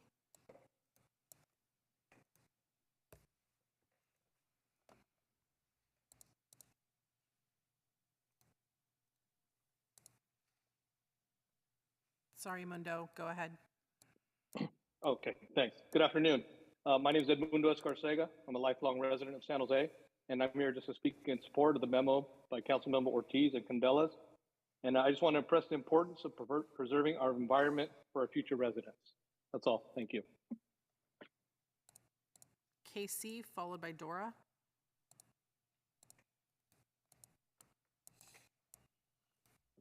Good afternoon, Mayor Mayhem and council members. My name is Casey, and I speak for the Santa Clara Valley Audubon Society. We ask you to approve the memo from council members Candelas and Ortiz and reserve $3.2 million in Measure T funds for the treatment of water quality at Lake Cunningham. The SCVAS was a key supporter and promoter of Measure T. We campaigned for the measure because it included the environmental and flood protection projects funding category. As you discussed earlier, a project that builds constructed wetlands to ameliorate water quality at Lake Cunningham will serve both nature and the community. This is a critically important project that may in the future require matching funds for grant applications. The funding from Measure T will likely be needed. Please do not divert the funding to other purposes and affirm the city's commitment to improving water quality at Lake Cunningham through Measure T funding. Thank you. Dora, followed by Janet. Good afternoon. My name is Dora Mesquita. I'm a lifelong resident of Eastside. I totally agree with the points were made, especially by Mr. Estrada, the very first speaker. I'm in total support of the memo by Ortiz and Candela. I also appreciate all the empathy that was voiced by the council people, but to me, empathy is just the beginning. You need to follow, it needs to be followed by intentional commitment. And this isn't, we're talking about an environmental issue that affects and will have repercussions for everyone, not just people in the East Side. What we need now is action, not more deferment, not more, we need these other things. This issue has been deferred for over 30 years and we need to deal with it. And this would be a beginning by adapting the memo that Ortiz and Candela are proposing. I appreciate your support for their memo. Thank you. Janet, followed by 0712. Thank you very much. This is Janet Holt, and I am a board member of both the District 8 Roundtable and the Evergreen Leadership Neighborhood Association. I would like to support the memo from Condalis and Councilmember Ortiz. I think that, well, first of all, we know that we need police and safety here, so that's a given. Being a neighborhood association leader and neighborhood watch person, the police are very important to us in safety, but the lake is too. So I've been here for 30 years and a resident of San Jose for almost twice that. I remember when my husband's Ohana was practicing and set up the outrigger group on the lake. It was a wonderful thing. It promoted their culture, and I was very proud to see that. The last few recent years, everything has gone downhill, and it's really a tragedy. I'd like to see it come back. I'd like to see us use this money and obviously pursue state and federal monies as well. And I want to thank Councilmember Candelas for jumping in so quickly and taking this as a very serious issue. Thank you. 0712, followed by Victoria.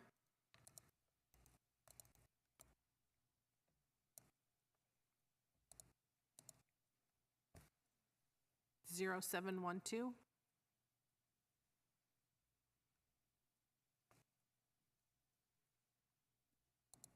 Okay, I'm going to move on to Victoria, followed by Robert.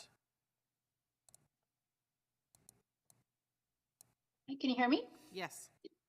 Hi, good afternoon. My name is Victoria Partida. I am a resident of Eastside San Jose.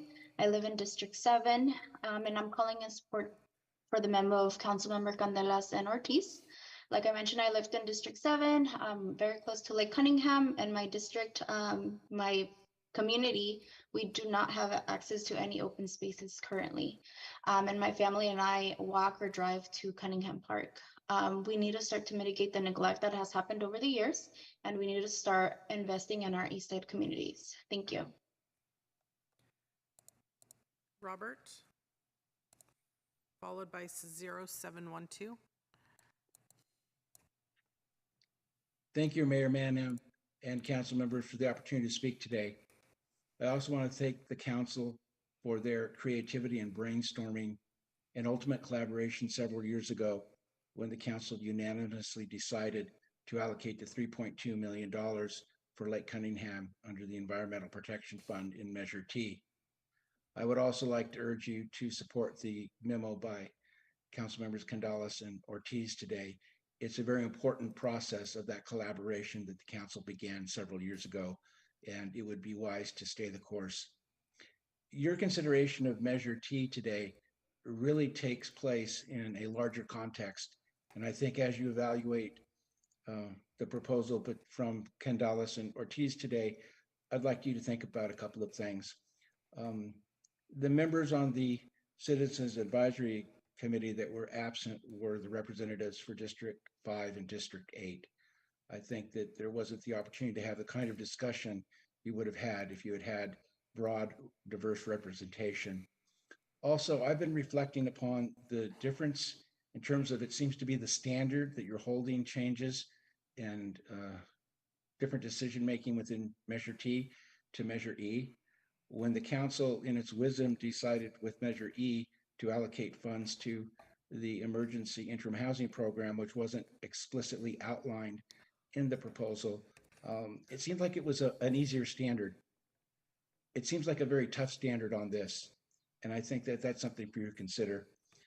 The $3.2 million is a down payment, and I don't think that it's very plausible that you would have credibility as you seek funding partners with the county, state, and federal government if you don't stay the course without down payment. Credibility is important. Thank you. 0712.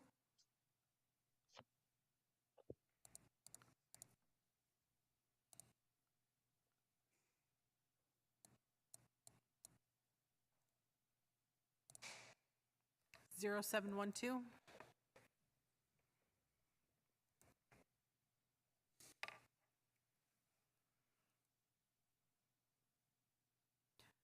Okay, I'm going to go ahead and move back to council.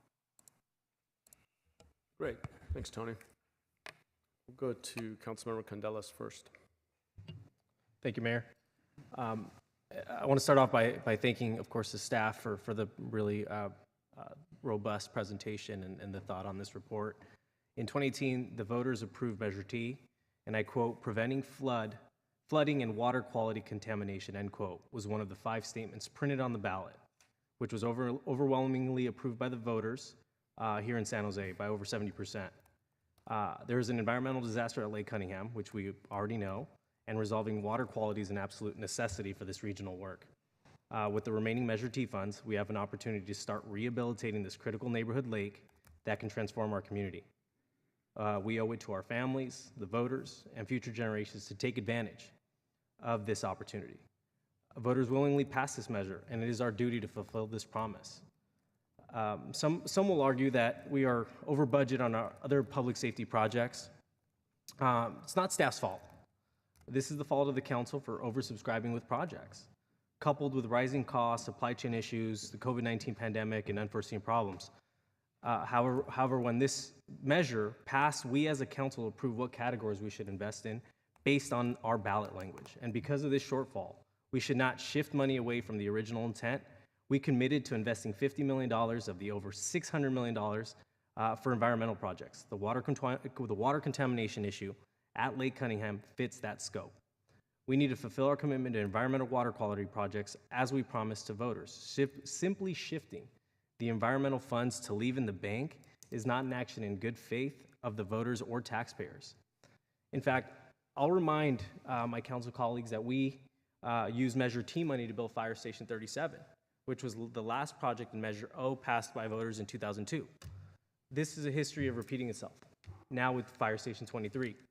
It is the last project, and there aren't enough funds to build this station, even if we do move the remaining environmental funds. We have an opportunity to invest in a much neglected, ignored, and historically disenfranchised area in our city. The $3.2 million allocation could fund several different projects to start the process of enhancing water quality and user experience.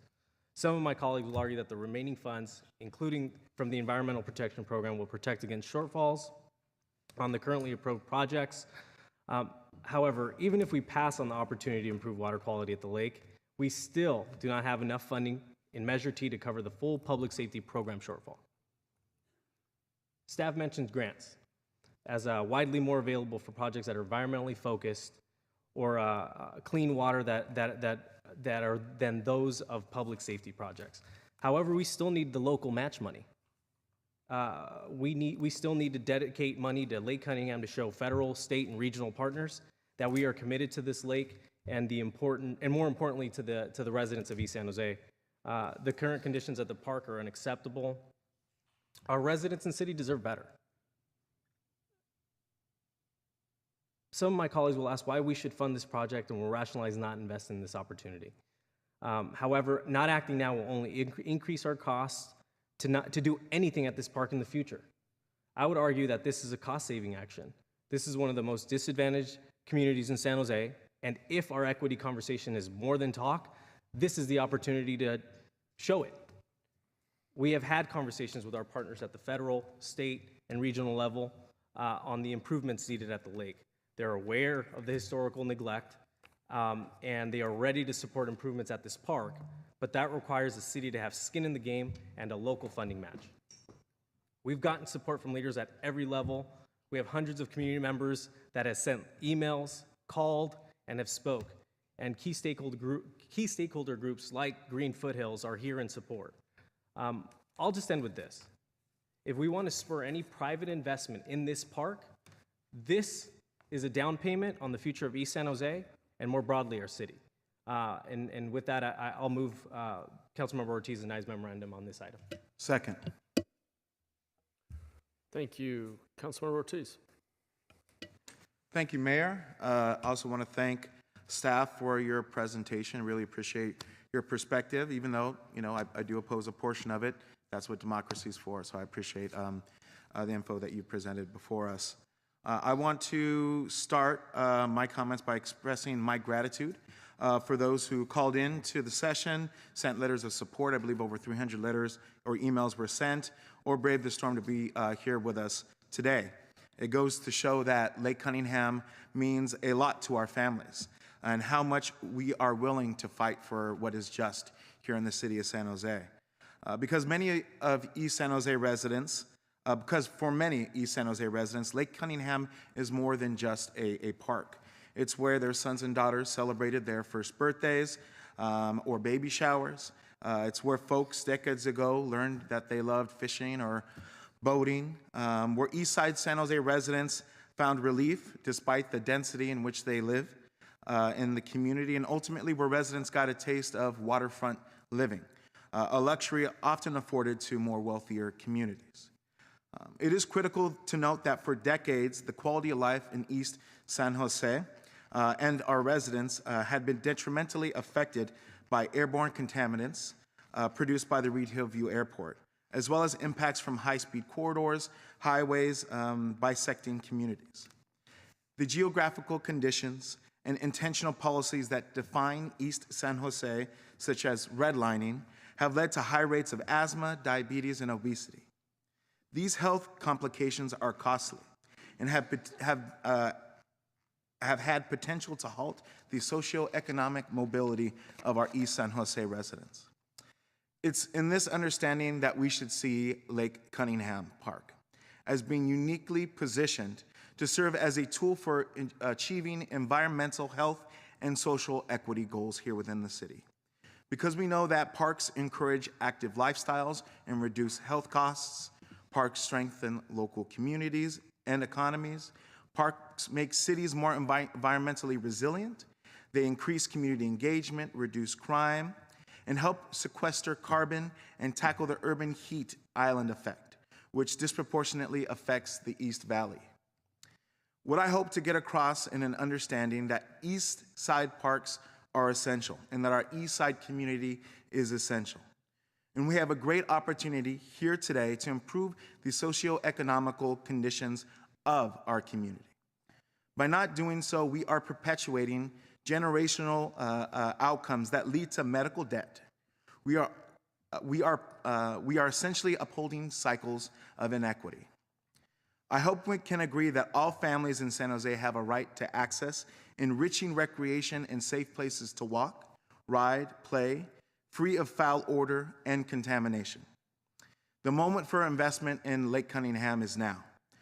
As we, and especially our residents, look forward to the closure of the Reed Hillview Airport, the development of Pleasant Hills Golf Course, and the potential of Eastridge Mall, we need to focus on Lake Cunningham as a unifying factor and understand the major role that imminent investments will play here in the city.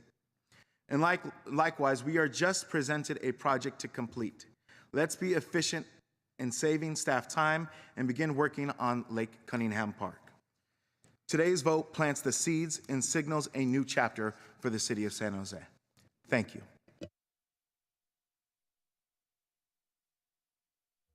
Thanks, Councilmember. Councilmember Batra.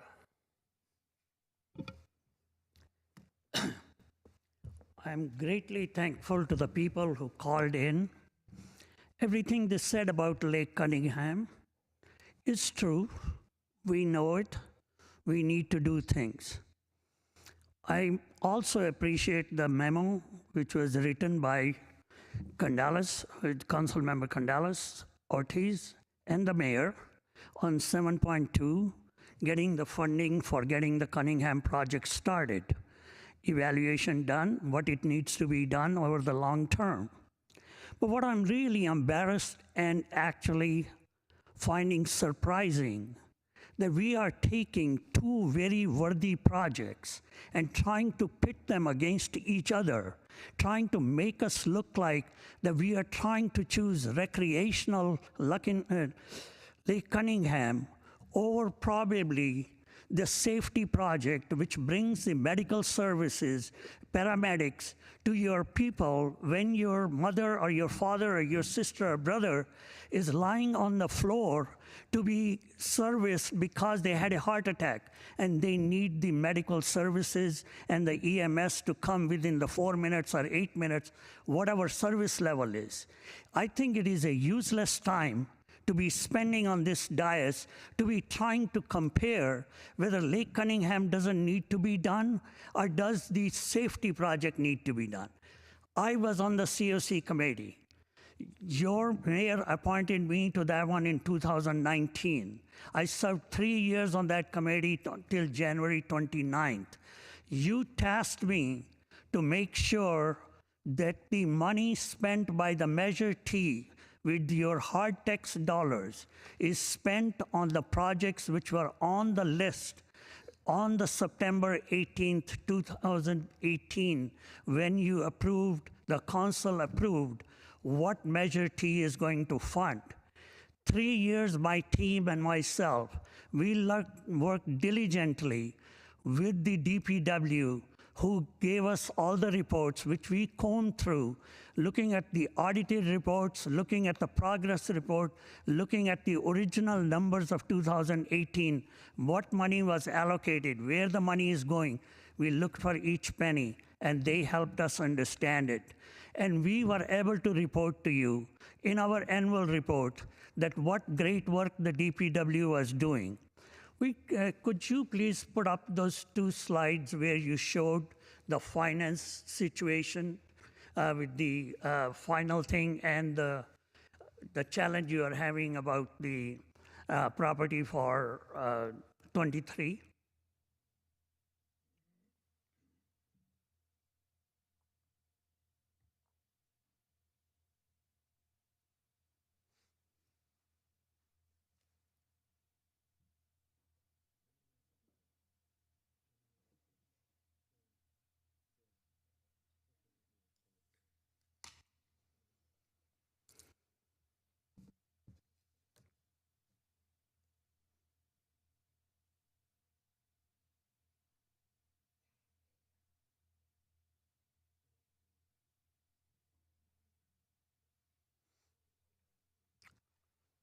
One slide before that one, please.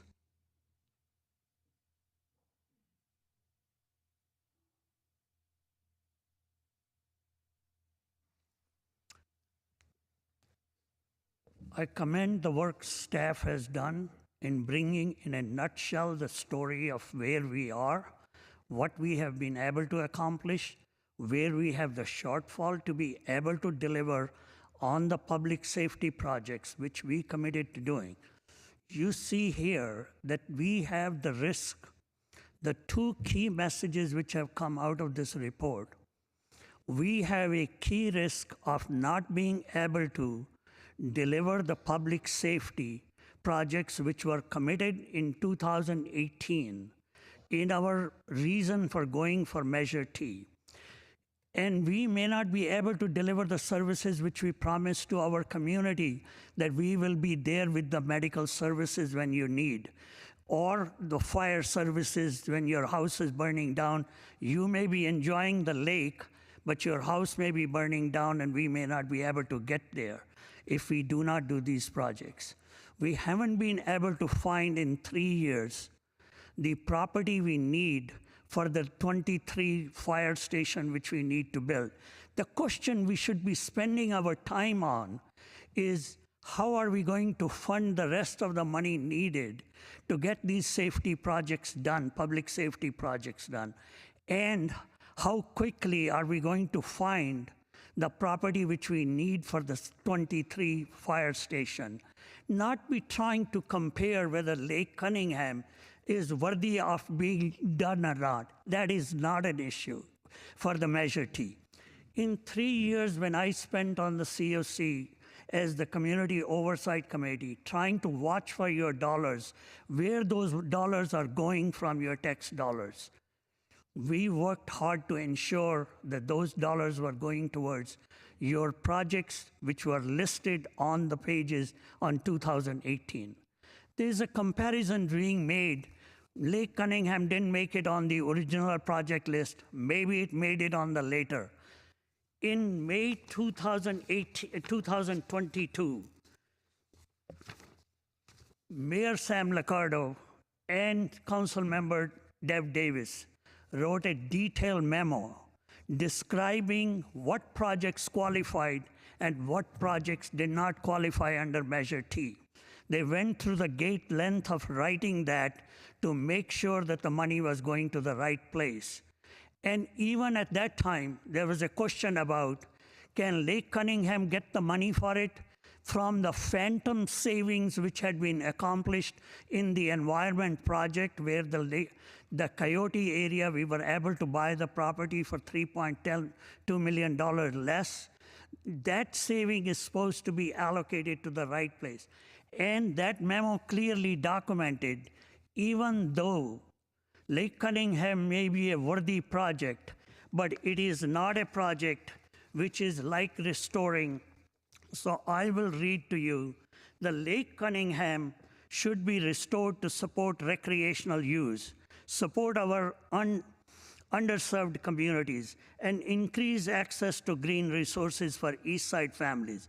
But that's not what we told the voters they would be paying for when they approved Measure T.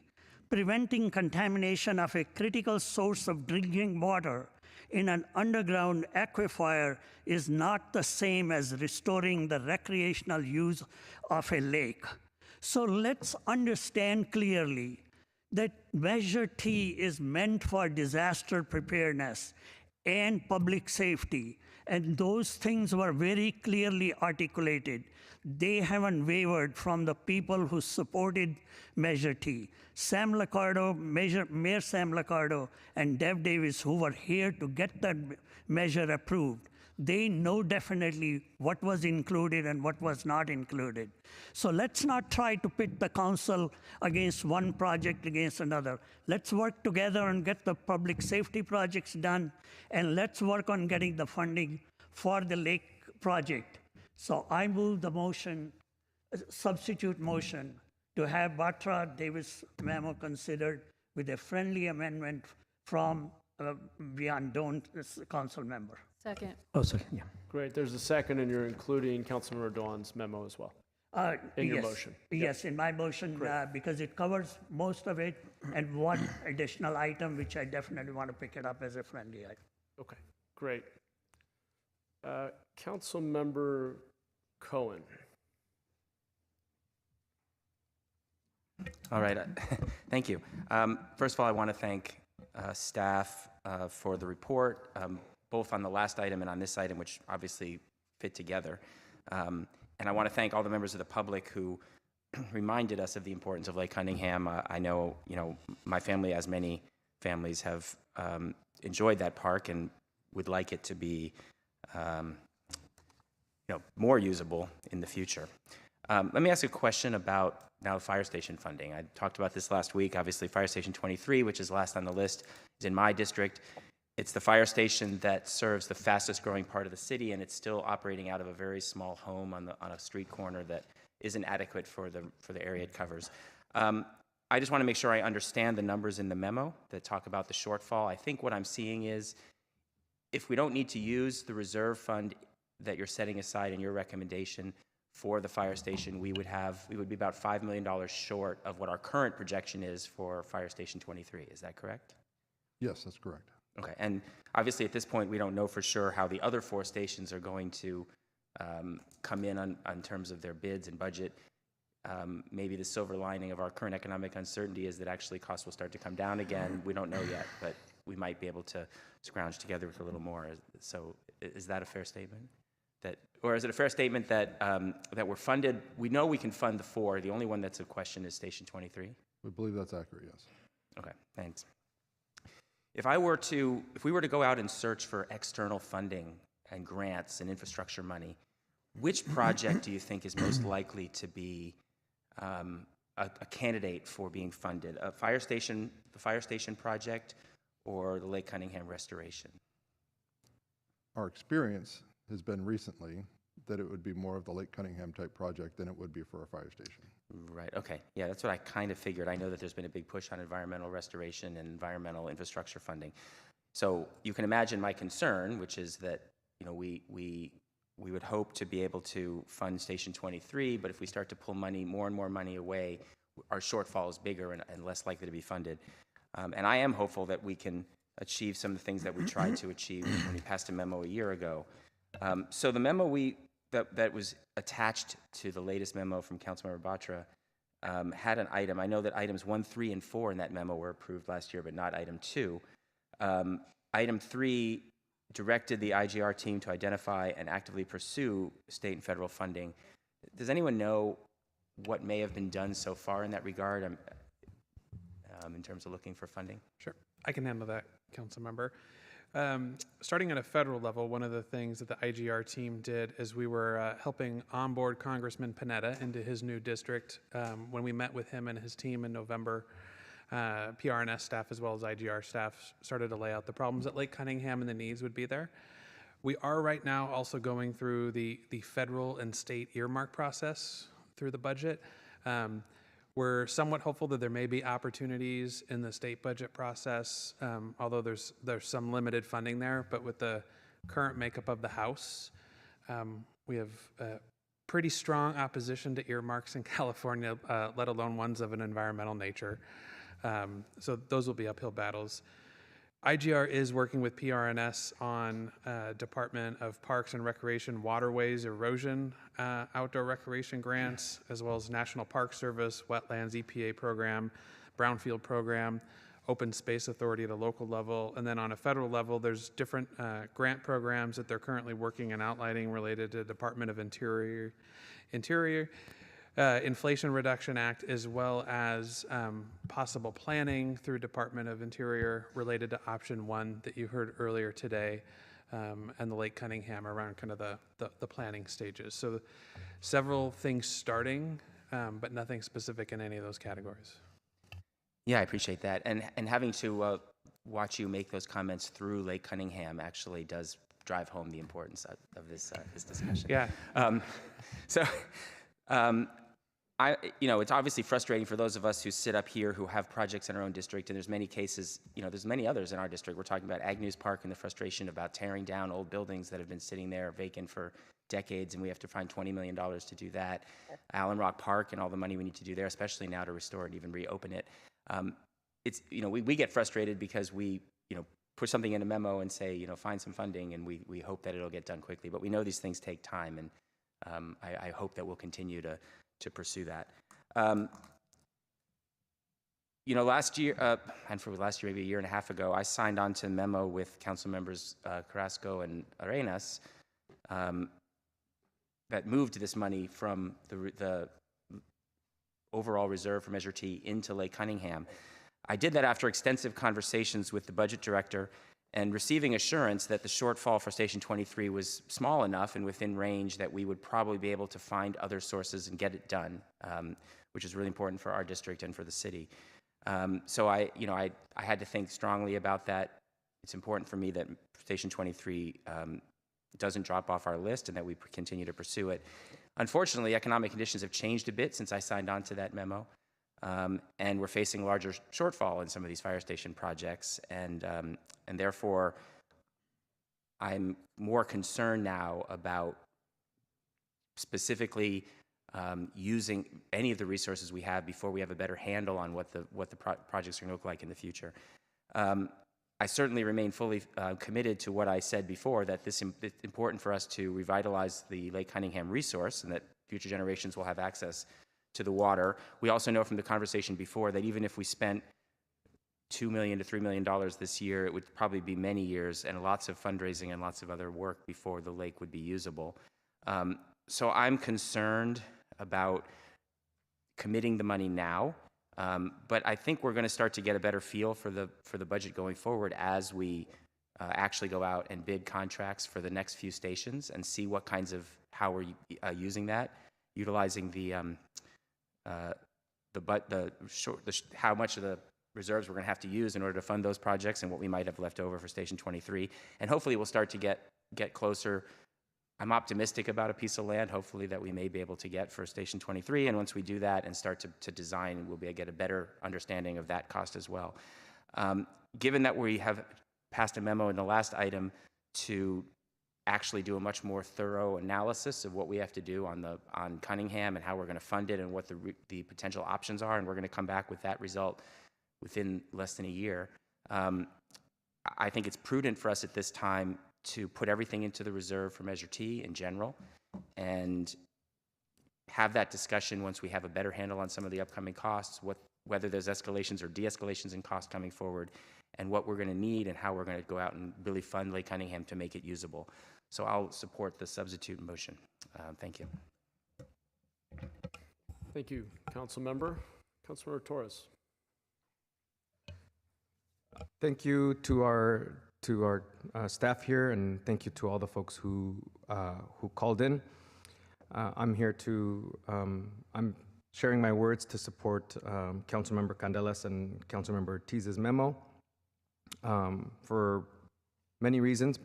Now is not the time to de-invest from Lake Cunningham in our east side. It's a very, very important place for our community and our families. And we can no longer just offer empty platitudes when we talk about equity, especially equity for our most under-resourced areas where Lake Cunningham is. The flooding of Lake Cunningham constitutes an emergency, and it is a grave concern. In late January, an elder in our Filipino community celebrated her birthday at Lake Cunningham, and she invited numerous elected officials. And it was very, very sad to see our lovely seniors who deserve this resource to be celebrating a birthday around a flooded park. They had to create their own path with the wheelchairs that they had and their walkers just to celebrate a friend's birthday in their community. And they don't deserve that. Our east side doesn't deserve to be shortchanged as well. And I urge my colleagues to support Councilmember Candelas and Ortiz's memo today. Thank you. Thank you, Councilmember. Councilmember Doan. Thank you, Mayor. Thank you, staff. Thank you, Councilmember Ortiz and Candelas for their memorandum. But I have to disagree. I'm going to turn back to Councilmember Arjun. He was a commissioner an expert at Measure T. He followed the laws to what the voter voted on, public safety and emergency. I look at Lake Cunningham, like I said earlier, a big fish tank. The contamination, there's no doubt. The neglect had been for 30 years. I've visited that park many, many times with my family. But does that consider an emergency? It's not connected to lake. It's not connected to any rivers or streams. Family who, I understand when Councilmember Torres is talking about wheelchair, it doesn't mean the person can't replan that birthday celebration or some other event on the upper side of the lake or some other park that we have. My memorandum reinforced the discussion that we had in item 7.2 on Lake Cunningham, and make this important amenity and priority for our city. It's allowed us to find the funding we needed to make the lake clean and to place a heavy emphasis on staff to develop a long-term plan so it never becomes the environment disaster we have today. And when we're talking about taking $3.2 million, believe me, that's a Band-Aid. That is not a fix. If you look at the total cost, it could be $50 million, and there's no set amount. That's just an estimated amount. It could be up to $100 million. And when you build a Station 23, your shortfalls is $5 million, folks. That's a lot easier than finding $100 million. And you're serving the community. You're serving to save lives. And I just want to end this with a really quick note. If you live in Station 23 First Due, your family members or in a vehicle accident need to be extricated, they're having a heart attack or a stroke, what is their price? Is it $3.2 million? I end my comment. Thank you. Thank you, Council Member. Okay, we're back around. Before I go to someone for a second time, do we have any hands from council members? Jimenez? Jimenez, yeah, Councilmember Jimenez. Yeah, thank you. I feel like the other item we had on Lake Cunningham sort of laid the foundation for some of the things that I'm concerned about as it relates to this item. I I represent South San Jose, but some of you may or may not know that spent half of my life living in East San Jose. Spent many, many years going to birthday parties, families and friends at Lake Cunningham Park, Raging Waters, all that. And so I know the park well. And some of the comments that have been made, it just makes me think about sort of why I am going to be supporting the the substitute motion, I should say. And the first is just really that, at least from the perspective from someone that represents District 2, is that it really is tied to a commitment that was made to the residents that I represent 22 years ago with the passage of Measure O. And some of you may or may not understand or know the history as it relates to how it's tied to this particular topic. But when Measure O was passed, folks were promised a police substation in South San Jose, and it was eventually built, but it was empty for many years.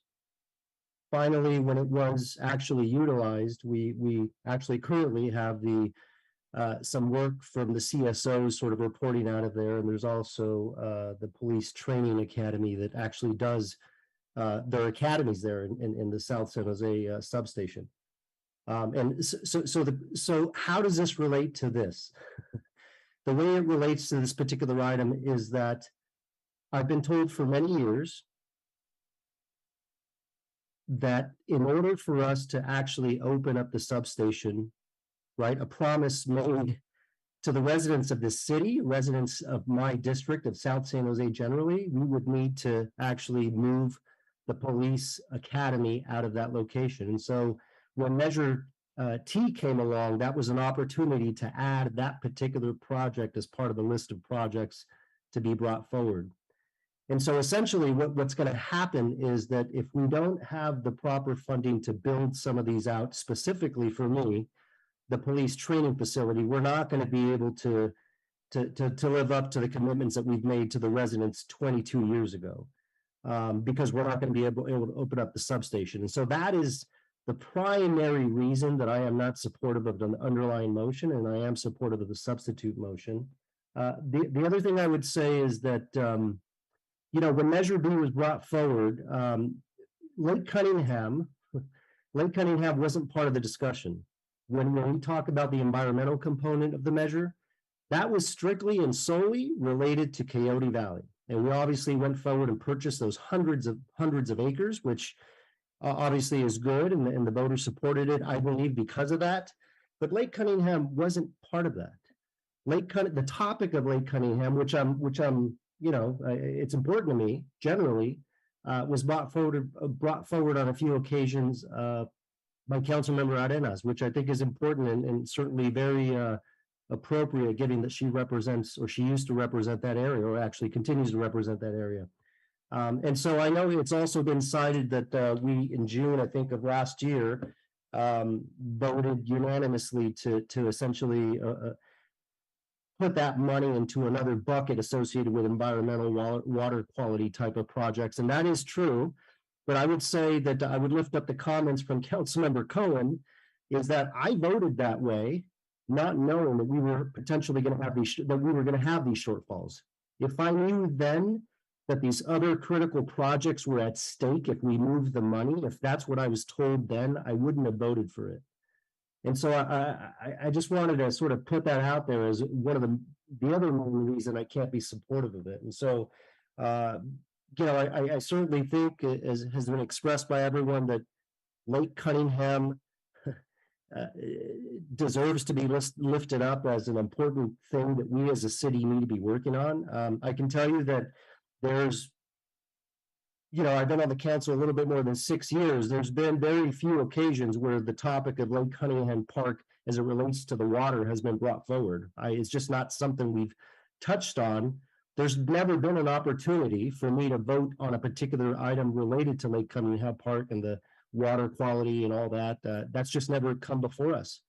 And so, but I am willing to support it. And that's why I voted yes on the other item, because I do think it's a worthwhile project that needs to move forward. But as evidenced by some of the comments from staff, it seems like it's just not right. And so I am more supportive of putting these dollars into projects that are, as I mentioned during the other item, are shovel ready, if you will, right? And so I look forward to seeing the passage of this substitute motion and wholeheartedly join my residents and look forward to seeing the groundbreaking of the police training facility in the fall of this year. And this money is going to be crucial to plugging whatever hole may exist. And so, thank you. That's my remarks. Thank you, council member. Any other council members online?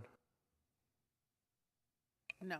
Okay, great. So we're back to a second round of comments here. And I'll just say before I go to Councilmember Ortiz, I appreciate Councilmember Jimenez's comments. I too voted, in fact, it was a unanimous vote for the memo that Councilmember Cohen referenced earlier.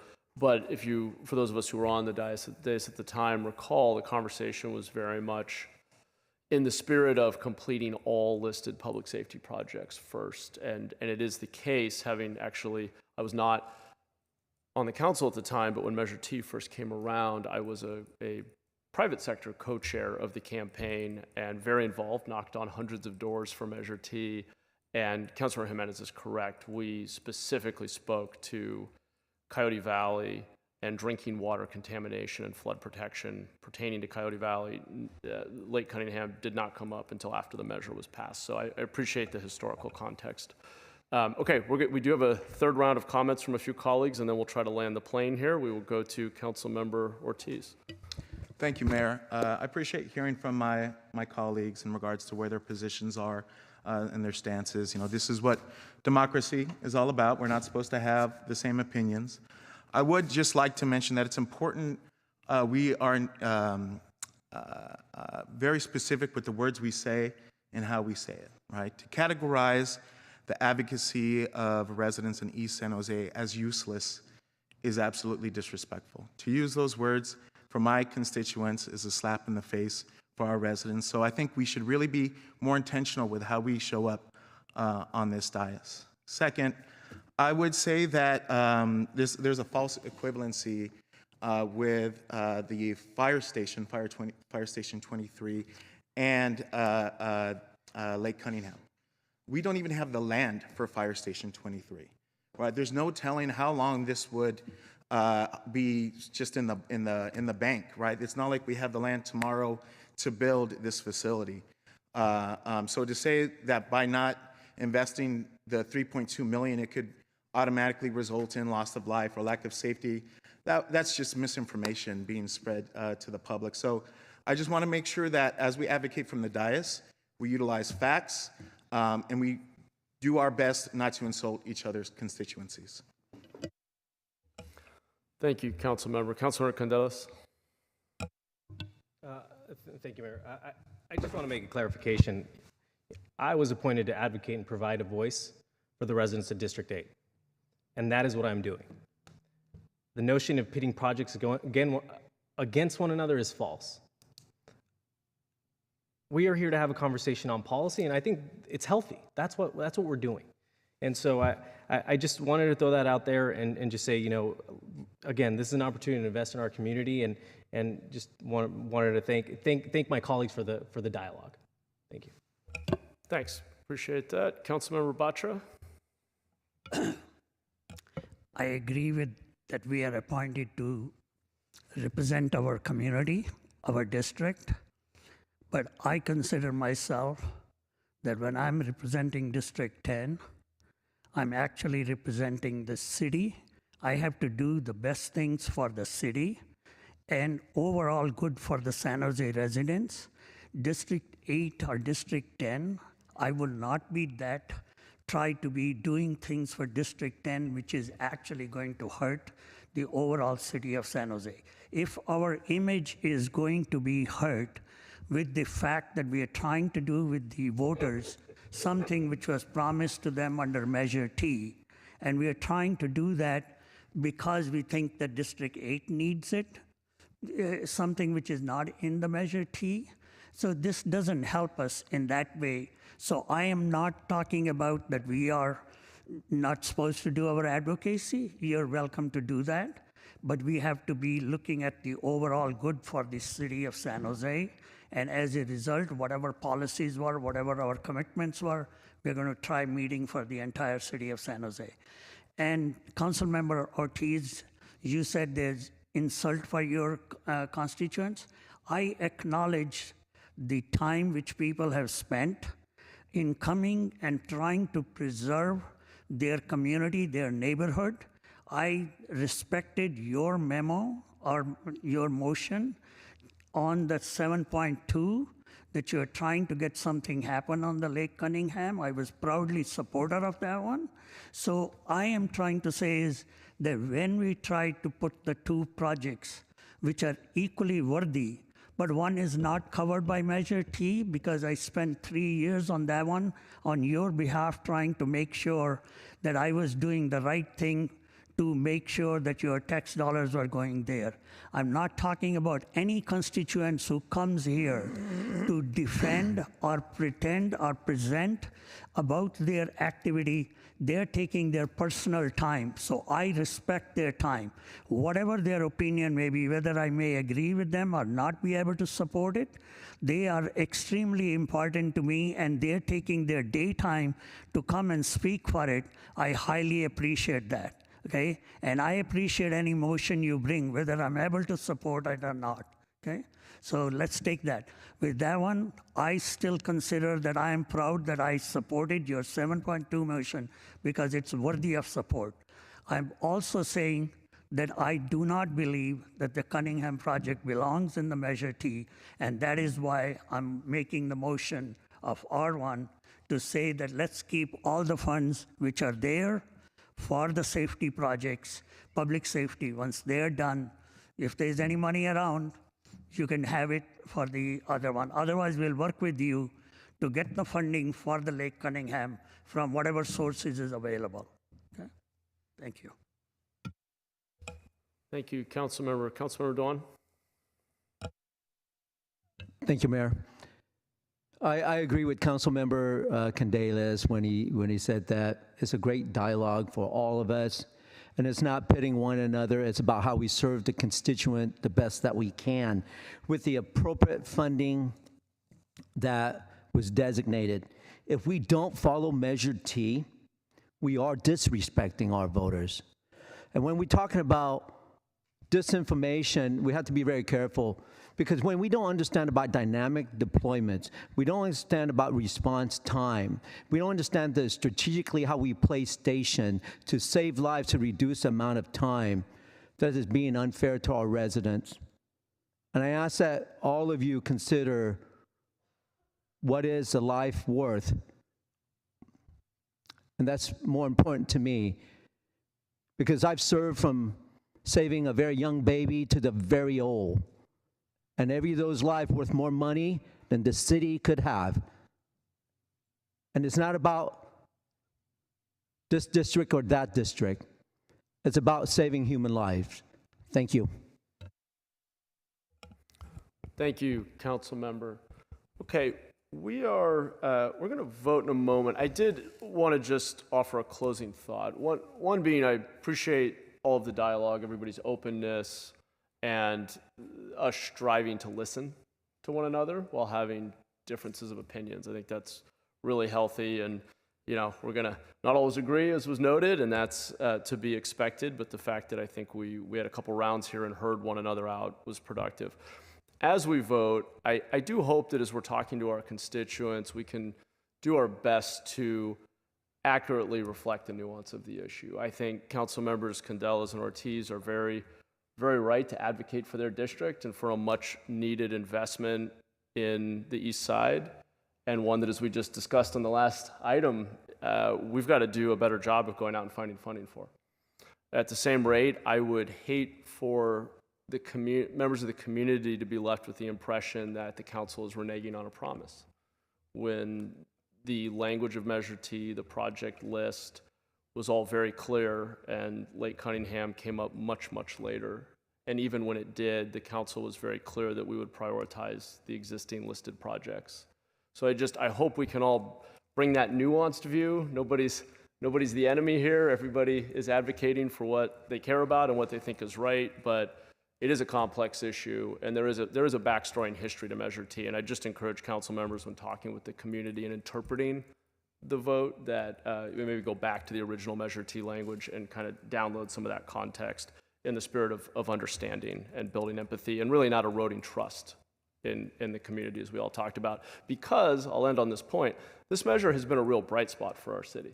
We went out and got over 70% support for a bond that has enabled us to do a lot of critical work, from Councilmember Jimenez's great work down in Coyote Valley, protecting floodlands there and preserving open space, to the training center and the fire station repairs, and so many other, and paving miles and miles of roads. So I want to be careful that while these debates are very legitimate, that we also don't end up leaving our community with some impression that somehow they were misled, or something that otherwise has been such a well-managed bond and such a bright spot in the execution of local government.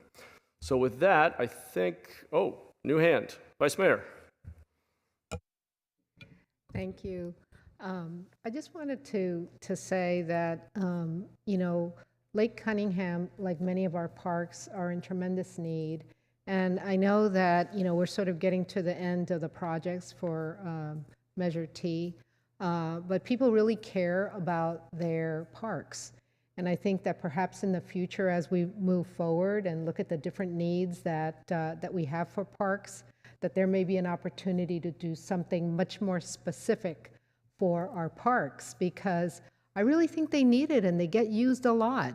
And I think sometimes, we don't give it as much emphasis as we should.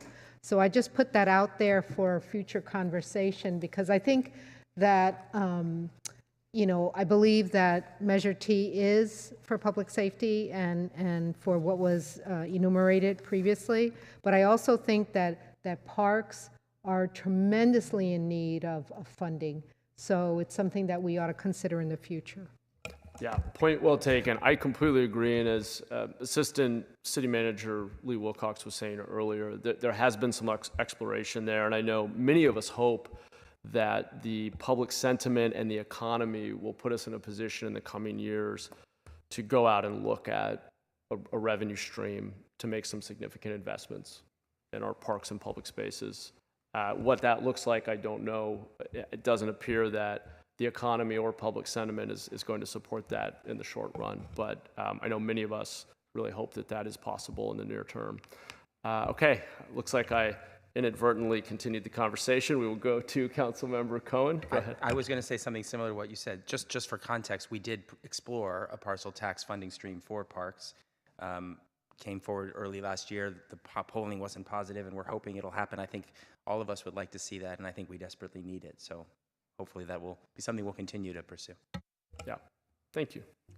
Okay. Mr. Mayor, before you vote, a point of clarity. Absolutely. Just a point of clarity. So the motion is that's going to be voted on currently. We'll be voting on the substitute motion, which is the recommendation, sorry to interrupt you, in the memoranda from Councilmembers Batra and Davis and the separate memo from Councilmember Dewan. Okay, I have a question of clarification on Councilmember Duon's recommendations, Please. just for clarity. Yes. Number 2 says to come back bi-monthly, has 2 meetings. Just want to make sure you're wanting us to come back every other month and not twice a month. Thank you for catching that. Yeah, definitely not twice a month to council. In fact, I think we might want to modify that. What would, and maybe I can turn to the administration on where that might go and what the right frequency would be, and then we'll see if that is amenable to the makers of the motion. Well, twice a month is a little egregious. Yeah, no, not so twice. I've interpreted that as happy every to other provide month. that if directed. But every other month isn't terrible, but once a quarter is probably about right, because that would get us before the end of the fiscal year for sure. Sure.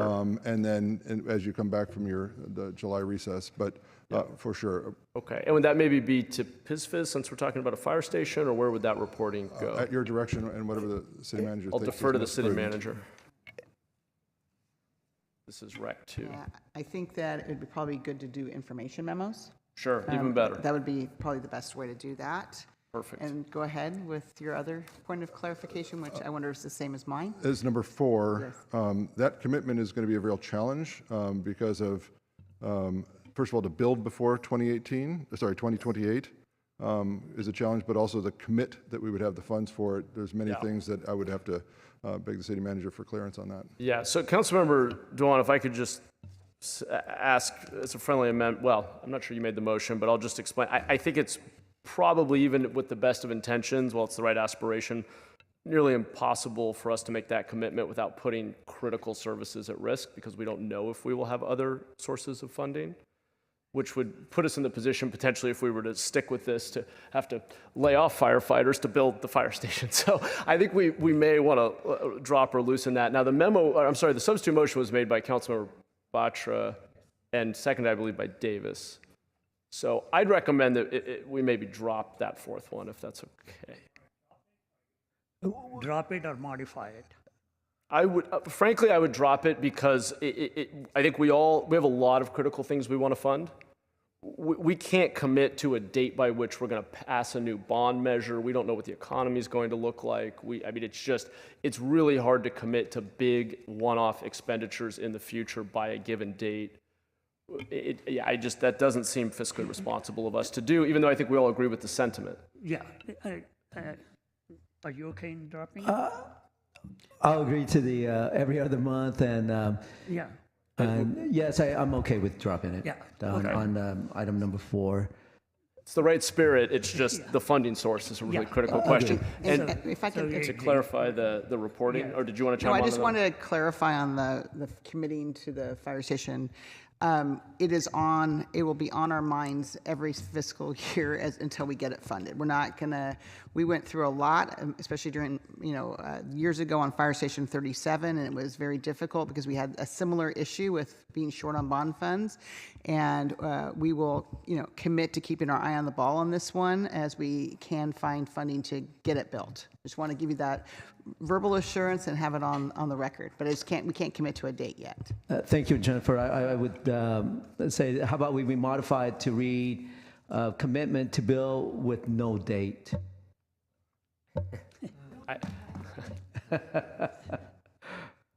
Oh, yes, we have to identify the land first, but Right. yeah. It is the plan.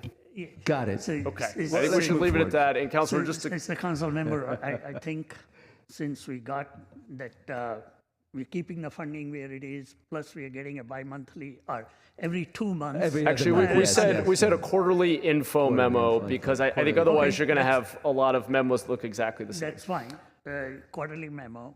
So we're getting an update on it. And then we got the city manager saying that she's keeping an eye on it. I trust that. All right, let's agree on it. Okay. And Matt, are you happy with the recommendations? That makes sense? I'm frequently happy. I just want to make sure that we're clear. Good. You appreciate that. You are a happy guy. All right. I think we're ready to vote. Let's do it. Jimenez, Yes. Torres, No. Cohen, Aye. Ortiz, No. Davis, Yes. Doan, Aye. Candelas, No. Foley, Aye. Batra, Aye. Kamei, Aye. Mahan. Aye. Motion passes 8-3. Great. Thank you. Okay. Sorry, let me go back to my agenda here. Thank you to staff, by the way, for the thorough report and all the answers to our questions. Okay, we're now on to item 7.3, long-term lease of municipal golf courses, and we do have a presentation. I see staff coming down.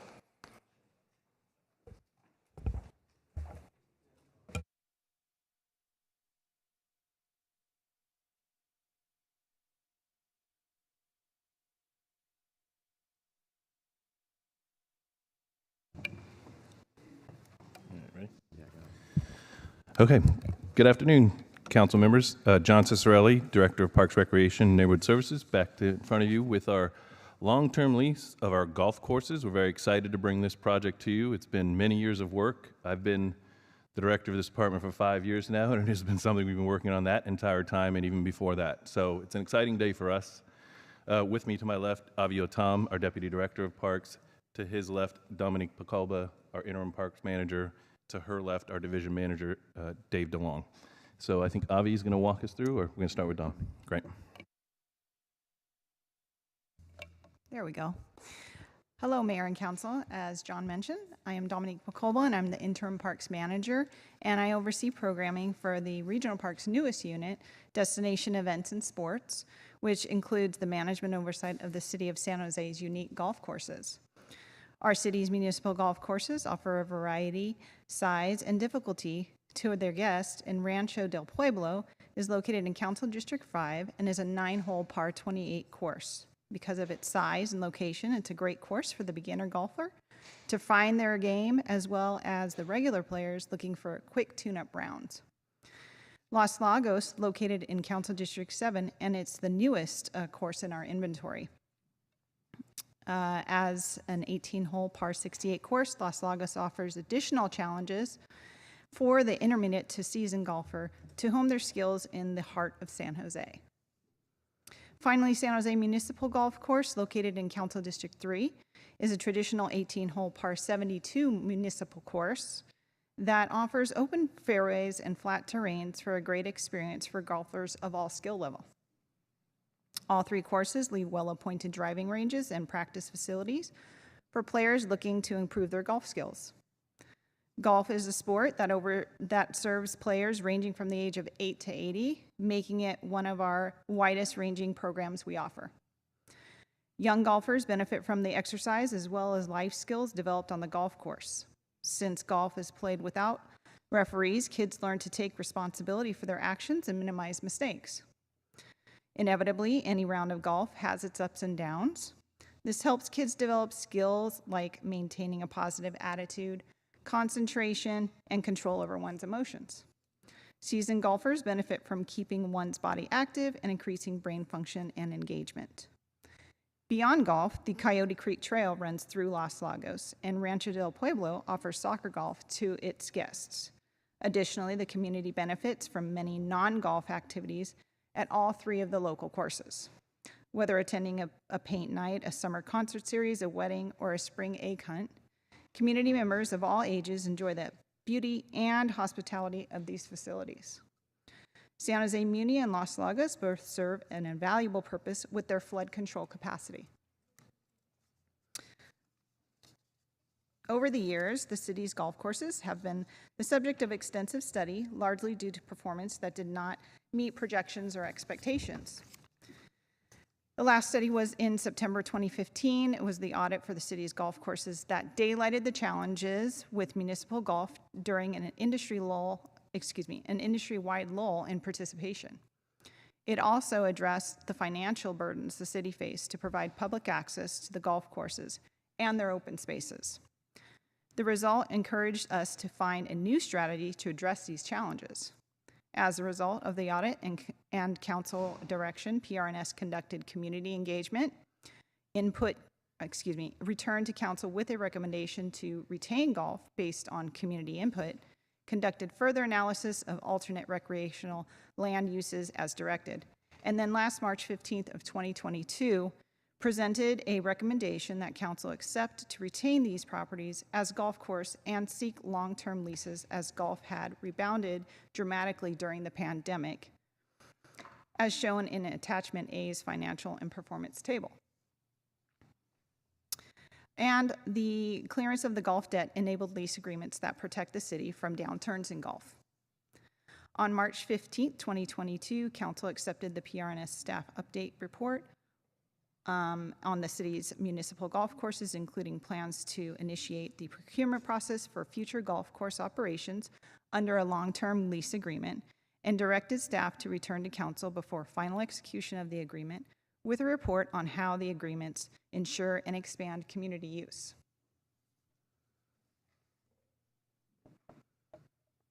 Okay, with council approved last March, PRNS conducted an RFP for a long-term lease that sought capital investment, payments to the city, community access, and environmental stewardship. Staff interviewed the top 2 rated applicants, and the final results are on the screen. Staff issued a notice of intent to award to Coursco for the long-term lease of all 3 golf courses. Coursco brings more than 20 years experience serving San Jose residents and operates 40 golf courses mainly in California. The Coursco Incorporated proposal included an understanding and commitment to the residents of San Jose and to the partners and stakeholders, and demonstrated a commitment to the environmentally sustainable practices. Additionally, its core values of financial performance, community inclusion, environmental stewardship, and stakeholder communication align with the goals of the request for the proposal, as well as the department's guiding principles of stewardship, nature, equity and access, identity, and public life. Coursco's proposal also included strong plans for financial sustainability, facility improvements, customer retention, marketing, organizational transition, and a strong experienced staffing model. A protest was received from another bidder, Golf Automation, that staff carefully examined and rejected, and Golf Automation has since filed an appeal. And with that, I'll turn it over to Avi. Thank you, Dominique. Mayor, council members, I'm Avi Otam, Deputy Director of Parks. Based on past council direction and Coursco's bid, staff has negotiated a lease agreement for the city's 3 golf courses. And I'm going to walk briefly through some of the key terms.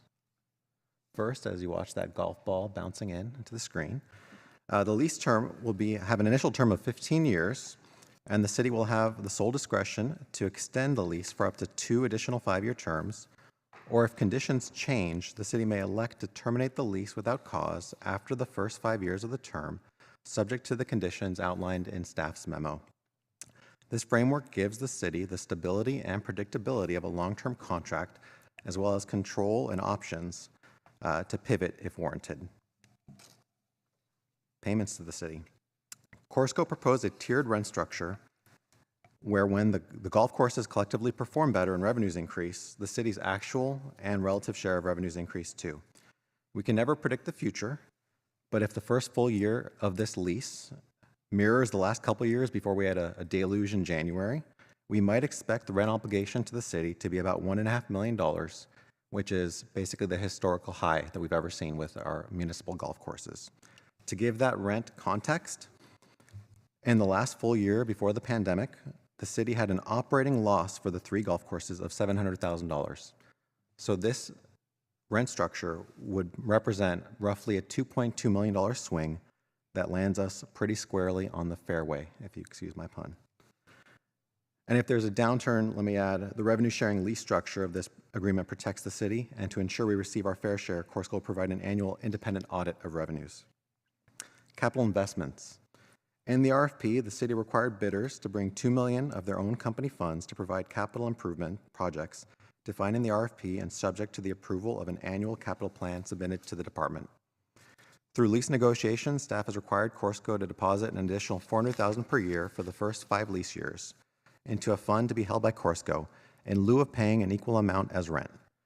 So basically, this will double the capital investment over the first 5 years to be $4 million total, and also mean that of the $1.5 million rent obligation I just mentioned, $1.1 million could be paid as rent, and the other $400,000 would be additional capital improvement. On top of that, Corsica will deposit 3% of annual revenues into a fund for projects extending the life or maintaining the condition of assets, subject to city approval. That translates to about $360,000 per year based on recent golf performance for golf maintenance projects, which is more than we've ever had before for that kind of work. Again, Corsica will provide an independent audit of annual capital improvement and maintenance funds to assure the city that required deposits and spending take place. In accordance with City Council direction, the lease will incorporate the goals of Climate Smart San Jose by maximizing the use of recycled water wherever possible and requiring environmentally sustainable maintenance practices that consider sensitive habitats and riparian corridors. Last, but certainly not least, in accordance with City Council direction, the lease ensures past community use can continue and expands access in a number of ways. The lease will ensure that golf courses continue to host non-golf community events as they have in the past, and sets a benchmark of at least 12 events per golf course per year that may include family fun nights, movie nights, concerts, nature tours, and more. The lease also ensures that high school and middle school golf teams will continue to be able to use the golf courses, and that the courses will host at least 1 event per course per year that brings in local schools for hands-on environmental and nature learning. And in accordance with council direction, the lease requires that Corsica will negotiate a use agreement with the First Tee of Silicon Valley within 90 days of contract execution. So that's how we ensure the past level of community use. The lease will also expand community use in a number of ways.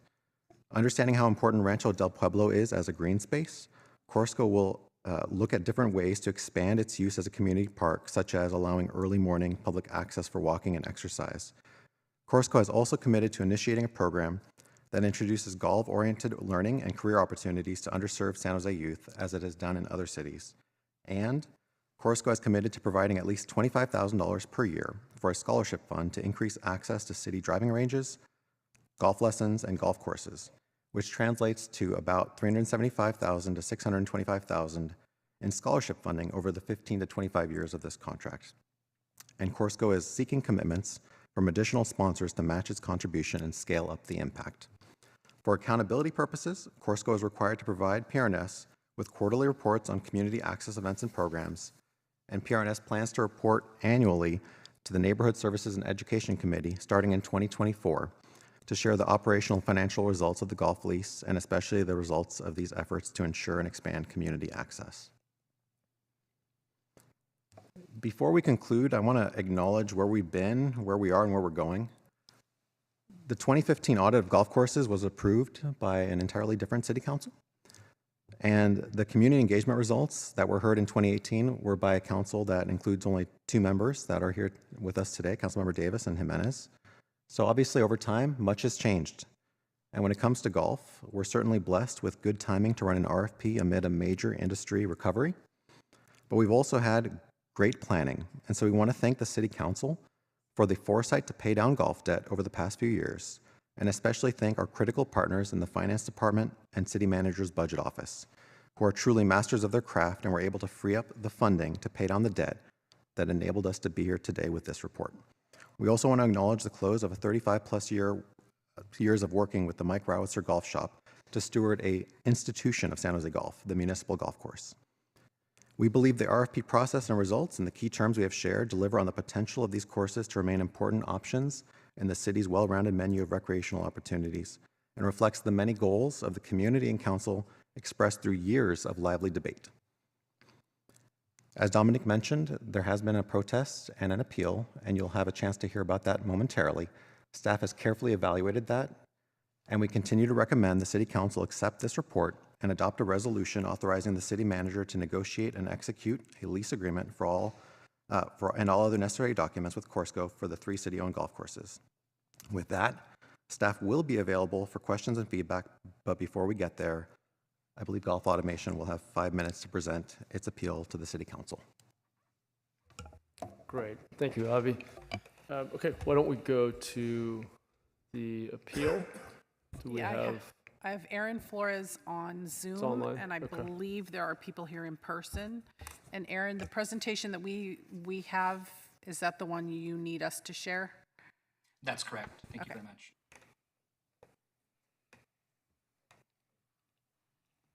Just give us a moment while we get that queued up. Thank you.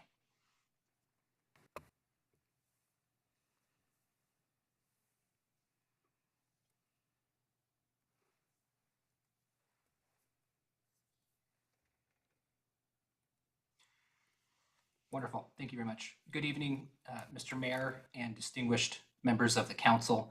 My name is Aaron Flores. I'm the attorney for Golf Automation. Golf Automation was a bidder on the long-term lease of the municipal golf courses. The lease over its lifetime with extensions is worth upwards of $300 million. Present in the chamber is Golf Automation's president, Michael Faro, as well as representatives Rod Jakar and Cindy Bland. If we could go to slide number 2, please. My client, Golf Automation, submitted a bid protest concerning the city's intent to award the long-term lease of the municipal golf courses to Corsco. And I'll represent to you that there are important legal and practical reasons why that protest was made and why this city council should grant our appeal. Unfortunately, the city incorrectly denied that protest and failed to address important issues which were raised, including issues of collusion and failures to disclose certain conflicts of interests that were had by Corsco, the intended awardee. As part of that bid protest process, we're here today to present our appeal directly to the City Council.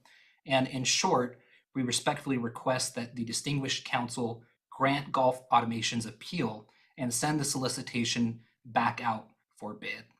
If we could go to the next slide, please. Thank you. First, there was evidence of collusion and a failure to disclose a conflict of interest by Corsco, and we believe that this violated the Municipal Code Chapter 12.21 by reference to resolution number 77135, section 7, as well as the bid document addendum at section 13, titled Grounds for Disqualification. Unfortunately, like I mentioned, the city has not yet addressed this issue, and our position is that this issue should have caused Corsco's bid to be rejected and then disqualified due to collusion and conflict of interests that were not disclosed. As you can see on the slide here, there are citations from Corsco's RFP response referring to negotiated agreements with the current operators of San Jose Municipal Golf Course. And again, you see on Form 4, page 7, referring to an agreement that was already in place with the San Jose Municipal Golf Operator. In addition to these agreements that were purportedly in place but not disclosed in the conflict of interest form, the current operator of the San Jose Municipal Golf Course also submitted a letter of recommendation. And as you heard from the Parks and Recreation Department just now, this operator is a well-known institution in the San Jose Golf Course community, and we believe that it was operating as essentially collusion and a conflict of interest which would have required a disclosure to have been made on the conflict of interest form, but it never was. If we can go to the next page, please. Thank you.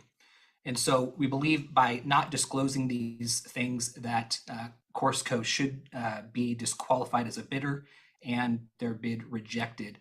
And you can see that even the appearance of a conflict of interest can be a basis for disqualification.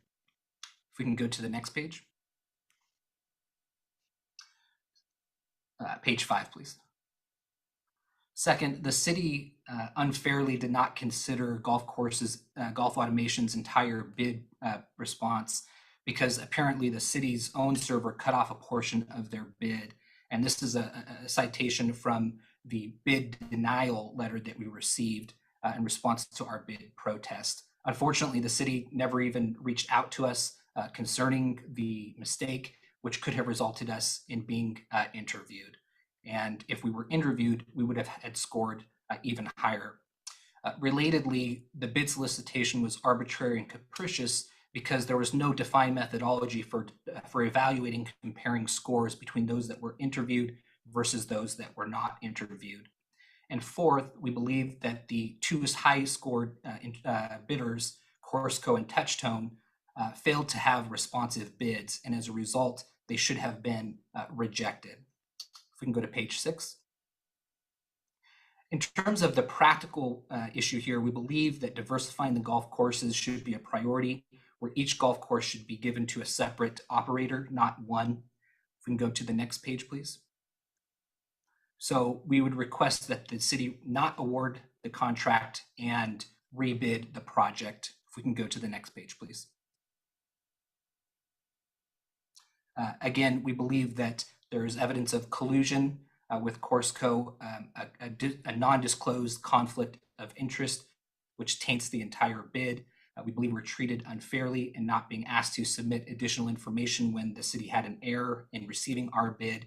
And we believe that if that was done, we would have been in a position to score as the intended awardee. But given the problems with the collusion and the bid evaluation process, we believe the best course is to reject all bids, send it out for bid, and allow the diversification of the different golf courses so we have different operators at each of these golf courses, which at the end of the day will drive competition and will create efficiency in the use of the taxpayers' dollars. Thank you very much for your time. I appreciate it. Thank you. Appreciate that readout of the appeal. Okay, Tony, I think we go to public comment next. Is that correct? Yes, I have Michael Sharp, Great. followed by Kelvin.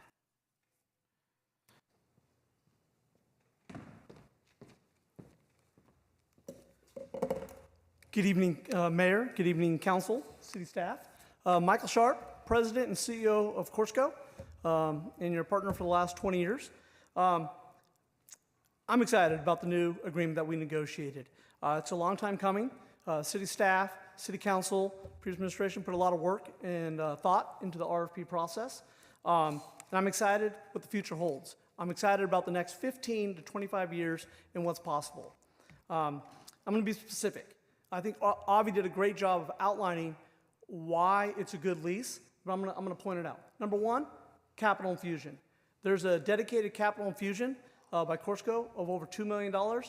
And number two, there's a financial sustainable model that's in place now for all 3 golf courses that not only provides financial stability long-term, but it also offers capital commitment each year to invest back in the property. And I think more importantly for us, though, is if you've seen our track record and know our core values of community outreach, the new agreement with the 3 golf courses allows us to extend our reach. We are currently working, it is true, with the first tee on that use agreement that was spelled out in the RFP. We're currently working on that use agreement with the first tee, not just for expanded use at the property, but also to make Rancho Pueblo a community center, an activity center. And we're working together on what that future looks like with our partner, the First Tee. Second, we're excited because we get to extend and we are committed to those community events. 12 events per year per golf course is going to allow us to reach a lot more people than we currently have been. And I think The last piece of the community outreach piece is Corsco's commitment to bring a similar program that we created in Oakland called the Oakland Turfgrass Education Initiative, which is a program typically for underserved youth in that community around that golf course to bring them out to the golf course, not to play, that's a byproduct, we hope they play, but it's really to introduce them and provide opportunities to see what it's like to work in the golf industry, food and beverage, agronomics, the golf industry. This program also provides internships, it provides scholarships. Thank you. Thank you. Excited about the future. Kelvin, followed by Bardia. Hello, good evening. Can you hear me? Yes. Okay, good evening, Mr. Mayor and the council. First, let's talk about the condition of the golf courses as they are. We saw some very pretty pictures in the beginning. I don't know when those pictures were taken, and I'm not sure if anybody in the council has been to these golf courses, but in a lot of areas, grass is not maintained properly. In some areas, there's no grass at all, and you're just playing on just dirt. There is water sitting in the middle of the course, so you have to walk through puddles and mud to hit your shot. I would like to bring my business associates to these courses, but I can't because it's embarrassing. It's the stuff that you see in a third world country. And I don't think anyone can visit these courses and says, yes, these courses are maintained well. Now the city's turning around and awarding it to the same operator for another 25 years on a contract that clearly doesn't have proper criteria to hold the operator accountable. Otherwise, the condition of these courses wouldn't be so bad. And even then, you're killing the competition with a contract that runs a quarter of a century. So, and finally, I just heard the presentation from the attorney. This seems to have all the bells and whistles of an unfair bidding practice, with one company trying to use their connections and doing back dealings with the current employees. This is not how we do things in San Jose. We have high standards. This is not how we do things in America. This is the stuff you see in China or Russia. You know, we all took the Pledge of Allegiance in the beginning of this meeting. We have to play by the rules. We have to play fair. We have to have a good operator that maintains these, and we have to have competition. And none of this seems to be happening in this contract. I would like to use these courses. I'd like to bring more people to these courses, but in the current condition, it's not possible. Thank you. Bardia. Hello, everyone. This is Bardia Tabiat Nejad from San Jose. Just wanted to express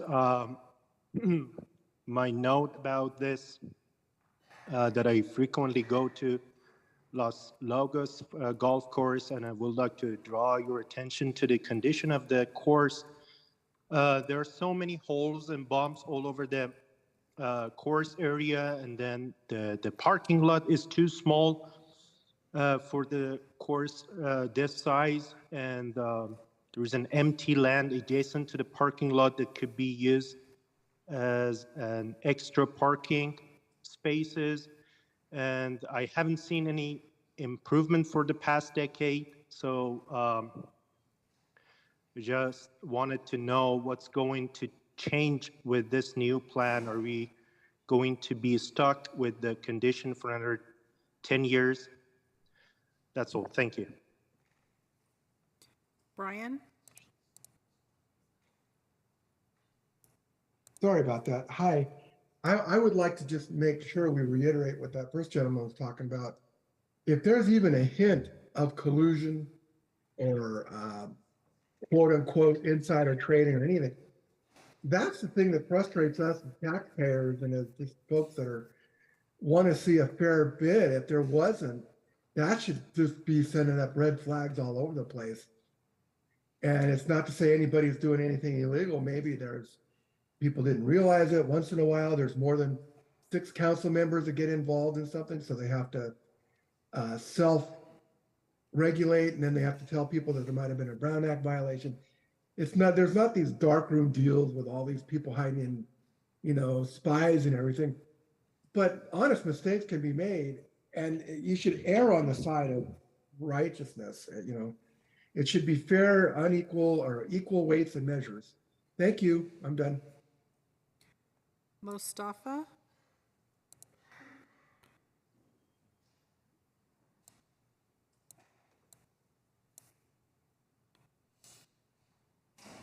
Can you hear me? Yes. Oh, thank you for giving me the opportunity.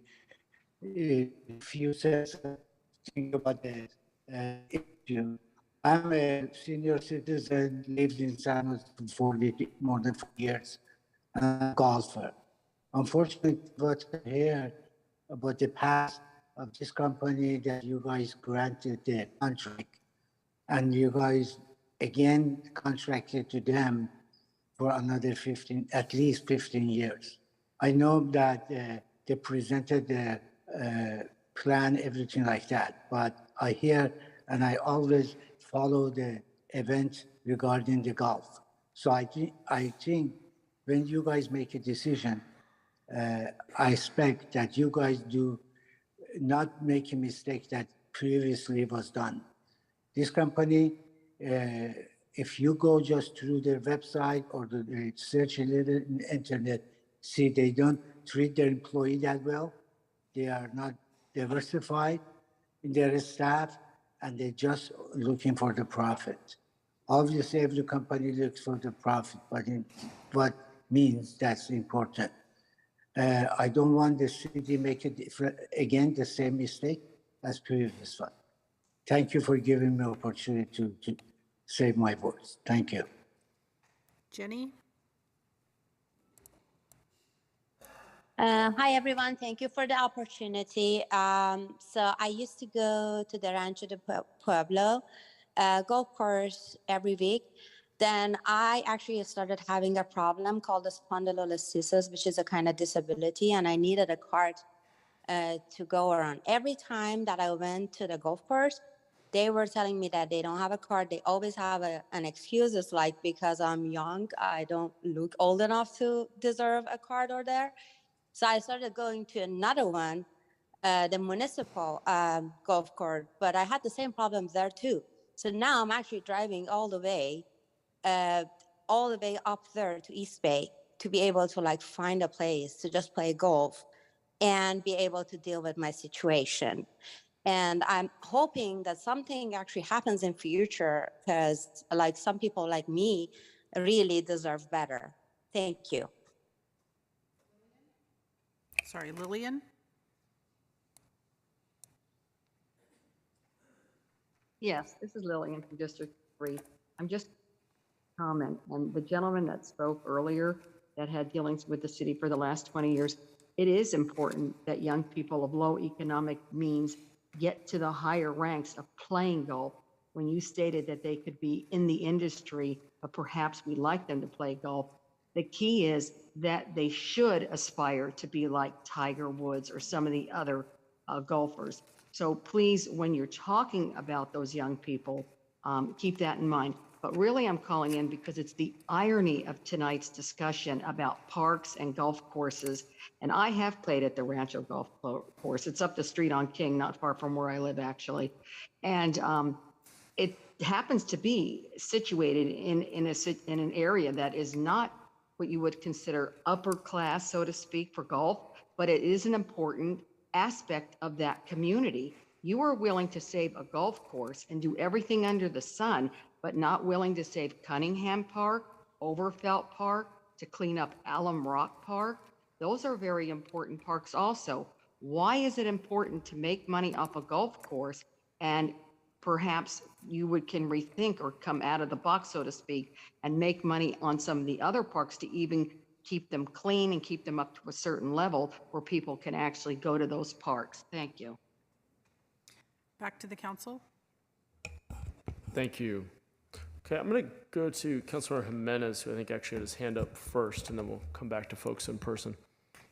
Yeah, thank you, Mayor. Appreciate it. Just a few questions.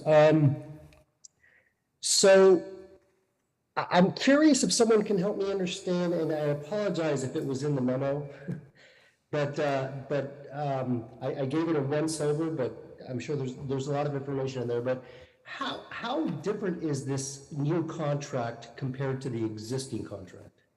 How would you sort of categorize that? Hi, Councilmember Jimenez. This is Avio Tom, Deputy Director of Parks.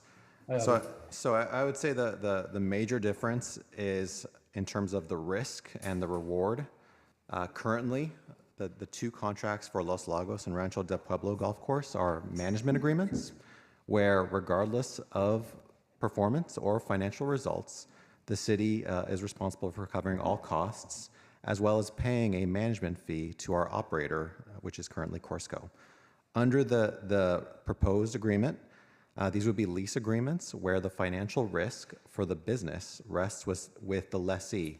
So if rounds go down, if the revenue decreases, the downside does not sit with the city. We will see less revenue in those situations, but we will not see performance losses that end up coming to us. So this model is actually what we've had in place for many years at the municipal golf course. It's been successful there. It's provided a steady stream of income and also kept the course maintained well because, again, the operator, the lessee, has a business interest to invest and market the facility. So this is an opportunity to take that success and make it system-wide. So the capital investment that's going to be required by this company that we're giving the contract to, it's uniquely different than what they've been obligated to do under the existing contract? That is correct. Under the existing contract, our operators are all required to reinvest a small percentage of revenues into course maintenance. That's been 3% at Los Lagos, 1.5% at Muni, and I think 1% at Rancho. So under this model, there would be an upfront capital investment to make improvements, and also a 3% of revenue continuing investment to support the maintenance of these assets. Okay, all right. I'm thinking back to conversations we had many years ago, and I remember, correct me if I'm wrong, but it was our thought that the model that we had at San Jose Muni was the model that we sort of wanted to tailor the other courses after, right? Correct. Okay, all right, good. The other, what do you say to the length of the contract? It does seem like a lengthy contract, and I'm curious what your sort of thoughts are on that, given that it was stated by one of the public members. Thank you, Councilmember John Cicerelli here. We're pleased with the length of the contract. We purposefully went for a length like this. It makes the most business sense to have a longer-term deal. That doesn't mean that we are obligated to fulfill all 25 years that are eligible in this, but in the early years, we did put in things to protect the operator because we were expecting them to invest capital and they need to recover that over some period of time. But we do have options along the way after the first 5 years where we can more directly look at, well, do we want to do something different here or not? But generally speaking, we want to see one operator perform well for 25 years on this site, on these 3 sites, I should say. Okay, and it is safe to say that there's an exit clause, if you will, assuming things don't go well in year 10? Yes. Okay, all right, cool. And I assume Nora and her office have looked it over. The other question I had was related to page 7. It talks about community use, which I think is very important to much of our city. And so what I'm curious about, the first bullet point, it says expanding access for residents, city driving ranges, lessons, and golf courses by allocating financial support of $25,000. Is that currently in the existing contract, or is this a new component of this new contract? Councilmember, that is a new component that was proposed by Corsco.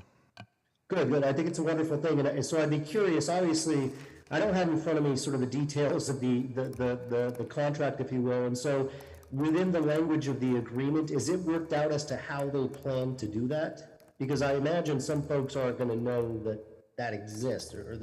Can you talk a little bit about how we expect that they're going to publicize the fact that exists?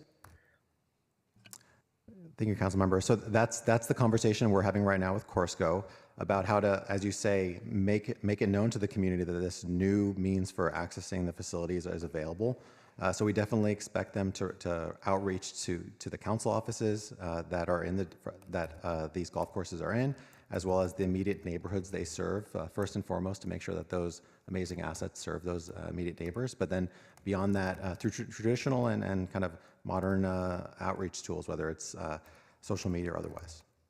Okay, very good. And then the other, along that same, like a bullet or two down from that, it says ensuring at least one first green event per year per golf course and connecting with schools. One of the things I think it'd be important to make sure that's very clear is that I think most of us know that there are actually some high schools that have golf programs, which is good for them, right? But there are oftentimes these well-to-do high schools like Valley Christian, for example, that actually has a golf program. And so my hope is that in this particular space, when they are going to be connecting with schools, it isn't necessarily those with the golf programs, right? I think that's an easy lift to bring Valley Christian in there. I just want to make sure that that diversity of sort of connection to the schools that aren't traditionally sort of involved with that get outreach. And I'm curious how we intend to make sure that's the case. Thank you, Councilmember. So again, I think this is one of those areas where we focus locally first. So I think ensuring that Los Lagos, Rancho del Pueblo, and San Jose Municipal outreach to the schools that are in their backyard. And that is an area where we've seen Corsco as our operator at Los Lagos and Rancho have some past work. So for instance, at Rancho del Pueblo, they have hosted annual events by the Allen Rock Unified School District and others. But I think, again, it's start local, focus on the immediate schools. Very good. And the last thing I would say is, probably the current operator, which is the operator we're granting this to, probably isn't going to want to hear this, but I was actually at Los Lagos yesterday. I popped by just to check it out. The conditions of the bathroom and other such facilities, it certainly left something to be desired. And I would hope is that this new contract actually elevates that. And so I just wanted to express that concern. I would also say that when I went to the counter to purchase something, I don't know the gentleman's name, but there was a person that assisted me. I inserted my credit card. The person actually reached over and signed for me. And I asked him, "Did you just sign for me?" And he says, "Yeah, it makes things quicker." And so I point that out because I think it's very important that whatever they're doing currently, they probably need to really look at and figure out how they're going to sort of sharpen the approach, because I think the way it's being handled now at Los Lagos, I haven't been to the other ones recently, need to really be addressed. And so that is just an expression of concern that I saw firsthand. And so I just wanted to lift that up for whatever that's worth. And those are all the comments and questions I have. Thank you. Yeah, thank you, Councilmember. Thanks for sharing that experience with us. I know staff will follow up. Okay, we have a few hands up. Let's go to Councilmember Ortiz next. Mayor, Oh, I'm sorry. Was Councilmember Foley also online? I apologize. Councilmember Ortiz, you mind if we let Councilmember Foley go? Go ahead, Councilmember. yes, did you think I was sleeping over here? I'm actually paying Apologies. attention. No worries. I have some questions regarding the allegations of conflict of interest and collusion. Can staff address those comments and why they are satisfied that that does not exist? And then Sure. I'd like to hear from Nora on that. Sure. Thank you, Councilmember. And we did consult with the City Attorney's Office in this process, including the responses to the appeal, or the protest, I should say. So the application of collusion here is inappropriately used in this situation. The collusion is meant to stop, the collusion that's being referred to and quoted in the ordinances is actually referred to the bidders. So this would be if, say, two of the bidders colluded with each other to somehow put one over on the city. That's what that's trying to prevent. And what this is alleging is saying because Corsco, who operates two of our courses, went to the operator of the third course and talked to them about a transition that might happen because they knew the municipal golf course operator was not going to bid, and they did not bid, then there is no collusion between them. That is perfectly acceptable behavior to go talk to the other operator and find out what's going on. Corsco was trying to sort of get ahead of what they knew would be a fast transition and trying to figure out, how do we keep and retain all the employees at that location? And that location, Muni Golf, that was such a long-term agreement that it pre-existed any requirements of living wage and things like that. So they knew they were going to have to incorporate those costs into their bids, that these people at Muni were going to get a raise up to living wage as this contract changed. So there was no collusion between them or us and them. Okay. And Nora, you're satisfied with that as well? Thank you, council member. Yes. Okay. I have some questions. Thank you. I the allegations are very serious, I believe, and I take them to heart. But more importantly, I take to heart the condition of our golf courses. And I'm particularly curious about agreeing or the recommendation to offer a 15-year lease agreement with 2 5-year terms with a golf courses that are not in very good condition.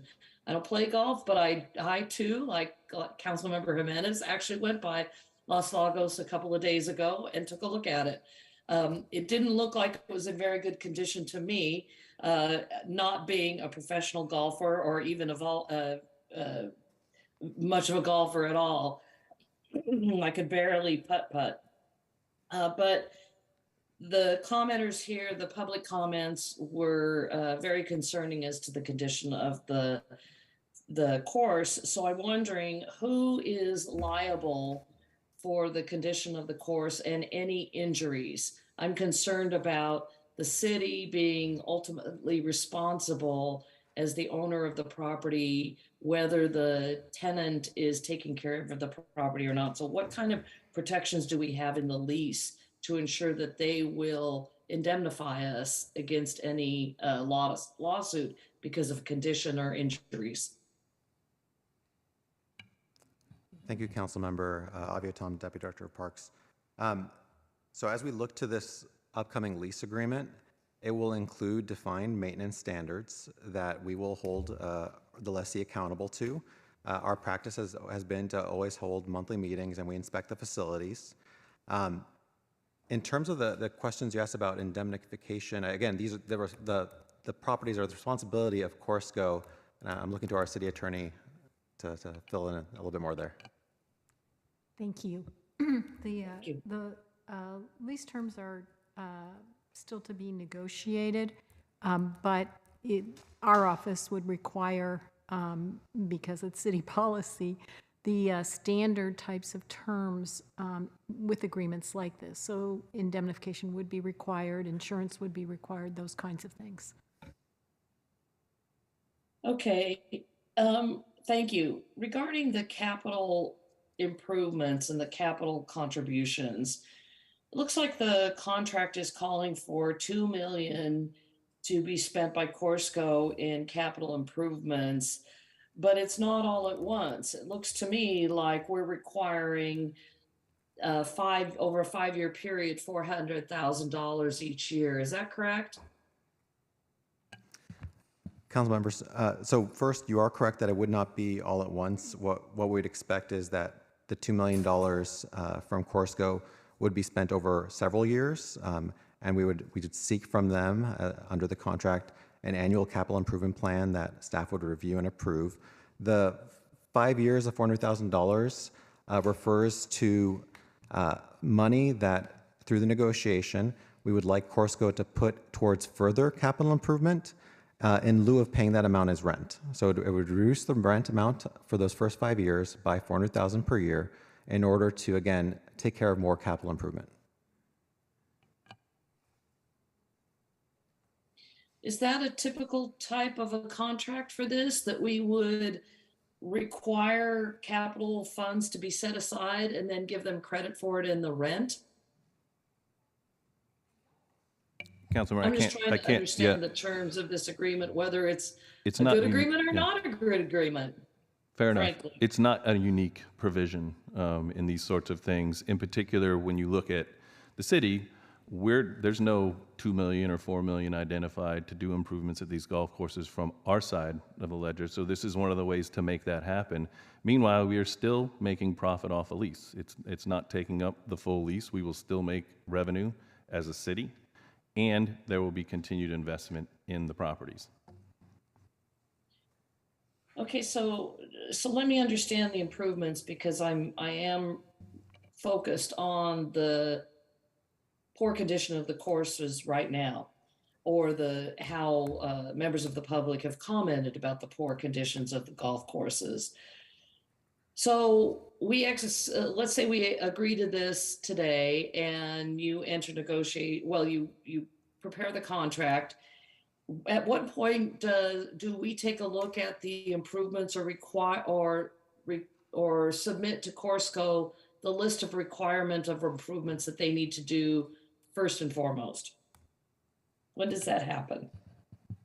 Councilmember, so we included an initial list of improvements in the RFP document itself, which include a number of things. So for instance, at Los Lagos Golf Course, we know that we have to spend quite a bit of money to repair the cart pathways. At the San Jose Municipal Golf Course, we need to improve the irrigation, the bunkers at all the facilities. So through that RFP document, we identified the initial list of capital projects that we wanted to see undertaken. And through continued negotiation and those annual capital plans that I mentioned a minute ago, we'll also bring forward other capital project ideas. Okay, so Avi, when you say we need to have these done, you really mean we need to make sure that Corsco does this under the new terms of the new lease. I'm sorry, correct. Is that correct? Okay, we're not giving them a pass on this. Finally, because I know I'm actually running up to my 10 minutes, which I can't believe, but I do have one final statement, and that is, what would be the difficulty or the concerns with rebidding this at this time? There are quite a few, not the least of which is the operator of Muni Golf Course will conclude operating at the end of this month. So that's problematic for us. But more importantly, it will take quite a bit of time. It took us, 6 months to do this procurement? So we would have to figure out how to make that work, at least for that period of time. It's not been our indication that the current operator at Muni wants to keep going in a lease. They want to be done with it. The operator himself actually lives down in Paso Robles and is on the retirement track, and he's trying to divest himself, I believe. So that would be problematic. But put all that aside, we don't believe there's any cause to rebid this. We think this RFP was clean. It was done fairly. And despite the allegations being made, none of that happened. So it is certainly not our recommendation to start over again. Okay. I appreciate that. Thank you very much. I yield the rest of my time. Thank you, Mayor. Thank you, Council Member. We're on to Council Member Ortiz. Thank you, Mayor, and thank you, John and Avi, for the report and presentation. I just want to start my comments by saying I'm excited, and I have excitement for what's in the future. To see this fantastic opportunity that carries with it financial savvy, environmental considerations, but above all, the type of engagement that creates impacts in our communities. Gifted to the city in 2000, Rancho del Pueblo provides recreational golf playing for residents in East San Jose, and they have a great partnership with our Alum Rock Unified School District, which I know a lot of the youth definitely appreciate. Now, I know that there's been a lot of controversy over the future of the golf course, ranging from rumors of it becoming affordable housing or offering a different sort of sport or recreational activity such as soccer or baseball, because I know that some members don't really see the, especially in our Latino community, that we don't have a lot of golfers in East San Jose. But the fact that golf feels so foreign to us, that's why it's important to have these spaces and opportunities for our youth to both learn and excel in this sport. And this contract ensures that our residents feel secure that the golf course will be here for several years to come. So I am supportive.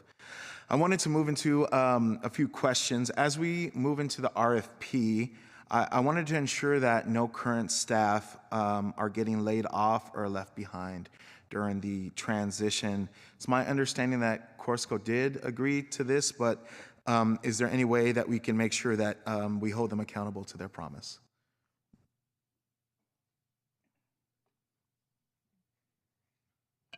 Thank you, Councilmember.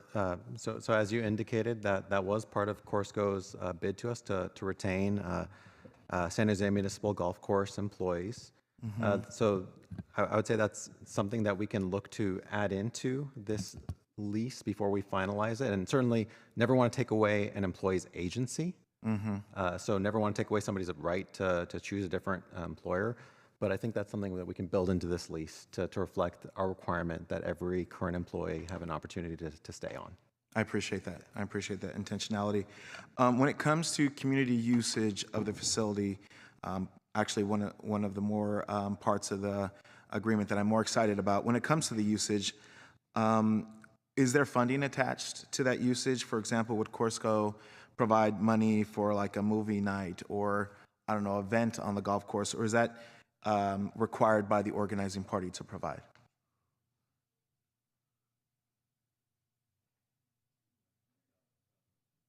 Sorry, can you repeat that? So there is the ability, they want to do more community engagement, they want to invite activities, events on the golf course. Is Corsco providing any sort of funds for that, or is that the responsibility of neighborhood associations or parties that want to work together? Correct. They provide the funds for those events. It's low to no cost for most of the events. Oh, really? Yes. Is it on occasional basis? Is there a certain amount of funds that they're providing, or? I guess it depends on the event and kind of what's required. Like if they have to rent a movie screen, for example, for the movie night, or they're doing like a paint night and they purchase the supplies for that. So it depends on the event as far as the amount. Wonderful. I appreciate that. Really excited for the possibilities in that area.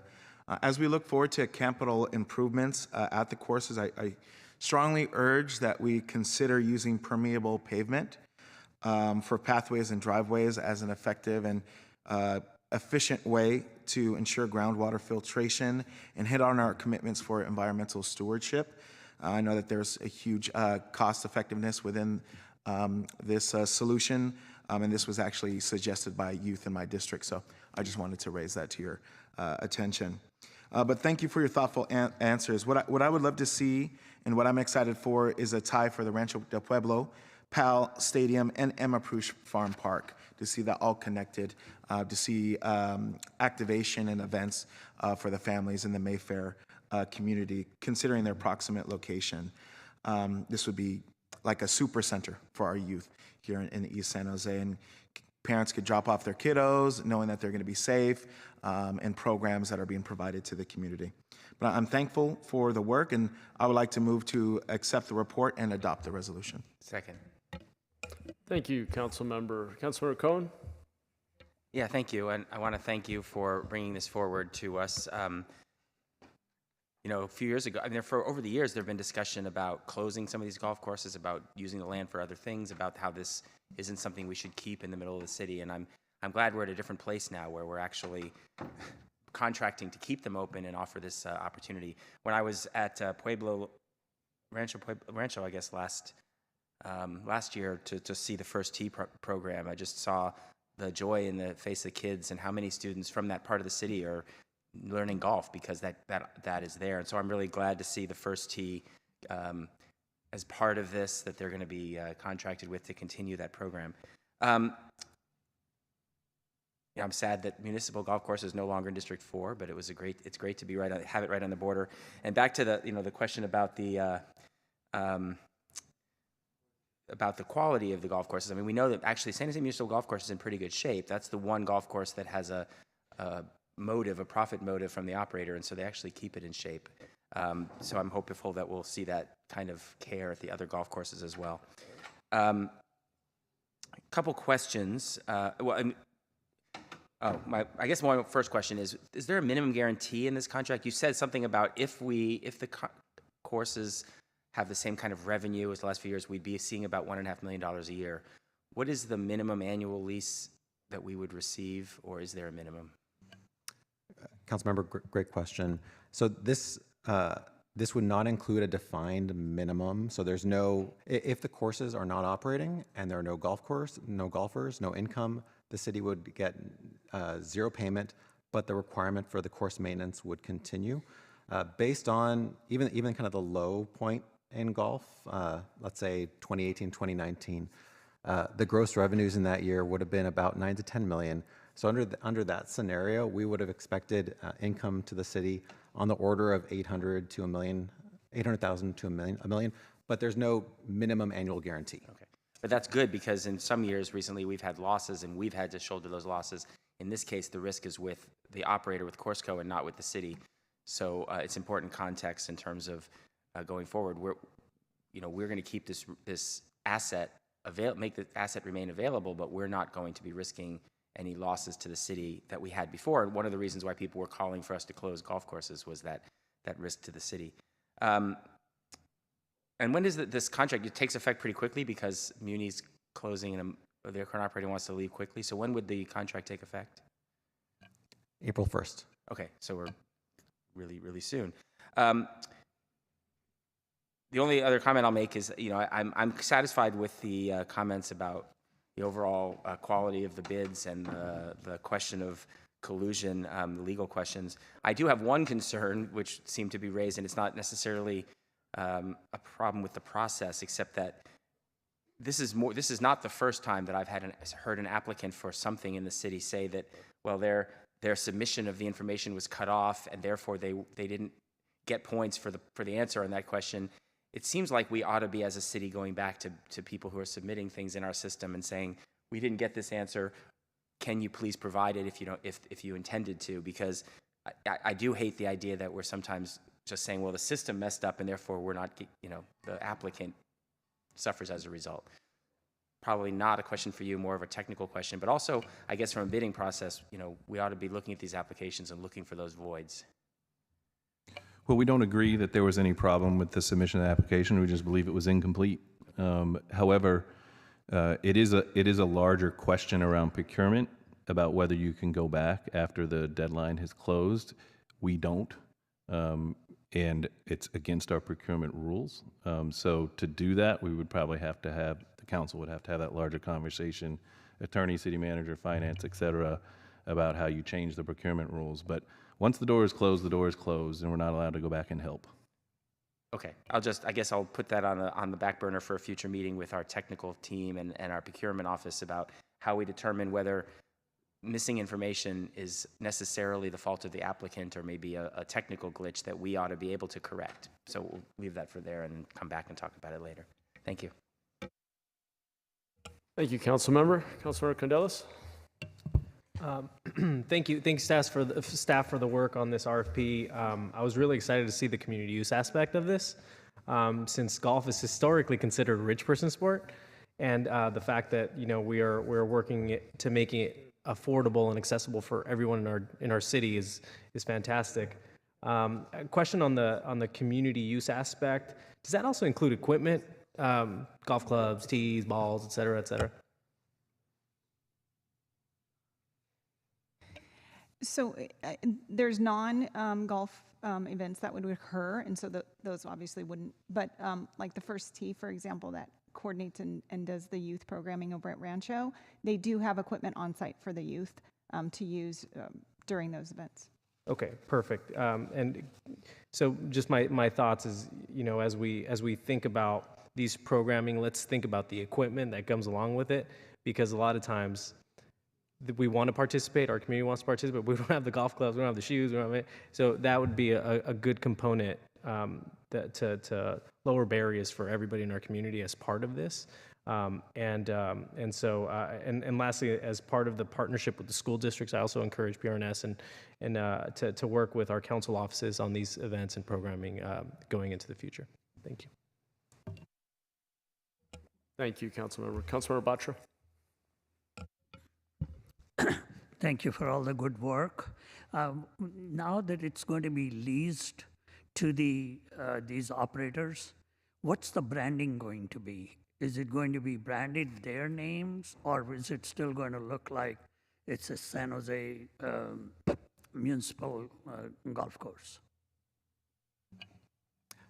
So I would definitely expect, thank you, Councilmember, for the question. I would definitely expect them to remain San Jose Municipal Golf Courses. We're not anticipating any name changes. In fact, one of the projects that Courseco has been interested in is adding better signage in multiple languages, again, in the spirit of making the spaces more inviting to all members of the community. But what we're looking at is San Jose Golf Courses. Very good. Thank you very much. Great. Good question. Thanks, Councilmember. I also want to echo the thanks of staff. Really excited about these new negotiated contracts and the potential benefits to the city. I did have one question that I hope is a short one, which has to do with water. So I'm sure our golf courses are looking pretty good right now. But as I was listening to some of the comments during public comment about the maintenance of the facility, the look and feel of the course, I was suspecting that it's probably particularly difficult during times of drought to keep the courses looking as nice as people would like. And I'm just curious, as we look ahead, we know we will once again have a drought at some point. What does that mean for both the cost, but also just the physical appearance of the golf courses? And what should we expect? Are we going to be having conversations in a few years where we're in a drought and we're suddenly looking at either costs that we didn't anticipate and that's affecting the pro forma here in some way, or just a lot of complaints from unhappy residents? Thank you, Mayor, for that question. So I'll start at that last part in terms of cost, which again is the benefit of this lease model where the maintenance responsibility is the lessee's, and the costs are not directed to the city. In terms of our sustainability, that is a topic that's front of mind for us. So through the expansion of the city's recycled water network, the Purple Pipe Network, already the San Jose Municipal Golf Course and Los Lagos are served primarily by recycled water. And there are discussions about expanding that network, and our department has very much advocated going straight down King Road. You hit so many great parks, as Councilmember Ortiz mentioned, whether it's Rancho del Pueblo, Pal, Emma Prush Farm Park, Plaza Arroyo Park, and more. Yeah, that makes a lot of sense. Just on your first point, though, is there an objective measure of quality when it comes to quality of the turf and how green things are?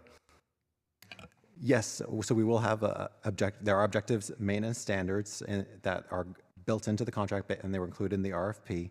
Similar to how we do park condition assessment scores for our own parks. We judge the color, the fill, and so on. What is the number they have to stay above? Is it scaled to our 100-point scale? So we aren't scaling it the same way. Okay. Although frankly, historically, I would have put these close to 100. If not 100, just that's based good on to hear. Yeah. Okay, great. All right. Unless there's anything else, let's vote. Jimenez, Yes. Torres, Yes. Cohen, Aye. Ortiz, Aye. Davis, Doan, Aye. Candelas, Aye. Foley, Aye. Batra, Aye. Kamei, Aye. Mahan. Aye. Thank you. Thank you. Now, let me just confer with my colleagues. We have one agendized item left. I would like to push through, if that's okay. There is some food in the back for folks who need it, but may we proceed? Is that okay with everybody? Okay, great. Thank you. Why don't we move then to item 8.1. We have a presentation. This is on the actions related to the loan commitment and land purchase for 797 Almaden, an affordable housing development. And staff can begin whenever ready.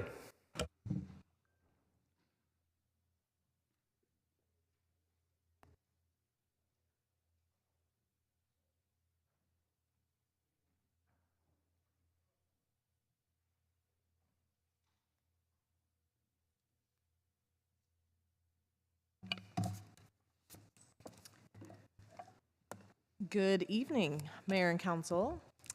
My name is Rachel Vanderveen, and I'm the Assistant Director of the Housing Department.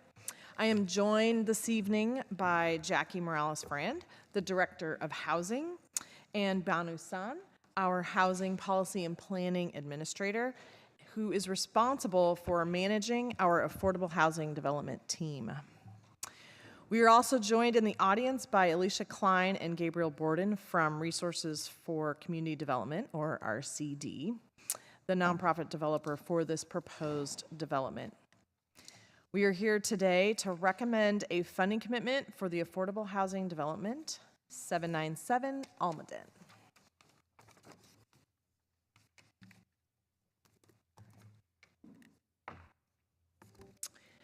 This affordable housing development is located on South Almaden Avenue and will create 98 new affordable homes for low and extremely low income families. The Almaden development also includes 25 permanent supportive housing units, creating homes for our homeless residents. This proposed development will serve families. Nearly half of the homes are 2 and 3 bedroom apartments.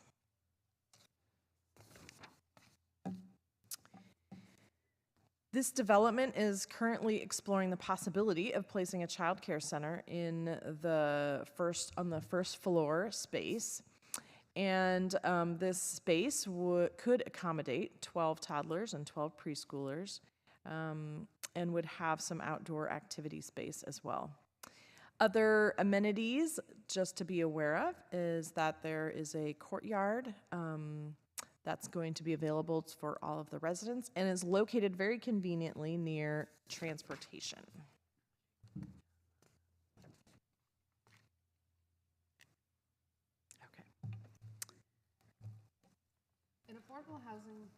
An affordable housing development generally requires multiple funding sources that includes both private and public financing.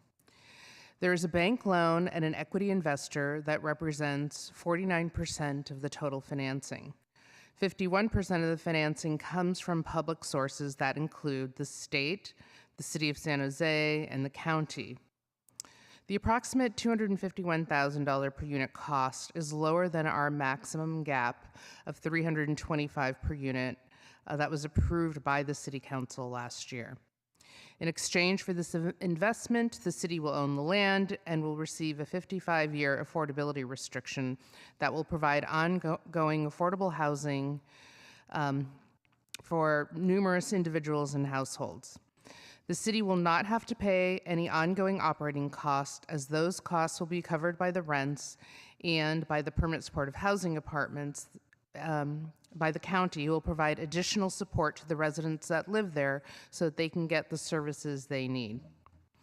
In addition, 94% of the financing is structured as a loan and will be repaid over time or when the development is refinanced. I've heard again today the concern that while the city isn't paying all of the public subsidy, there is still $55 million of public subsidy or taxpayer dollars. In 2020, the federal government provided $80 billion in housing tax benefits, according to the Joint Committee on Taxation.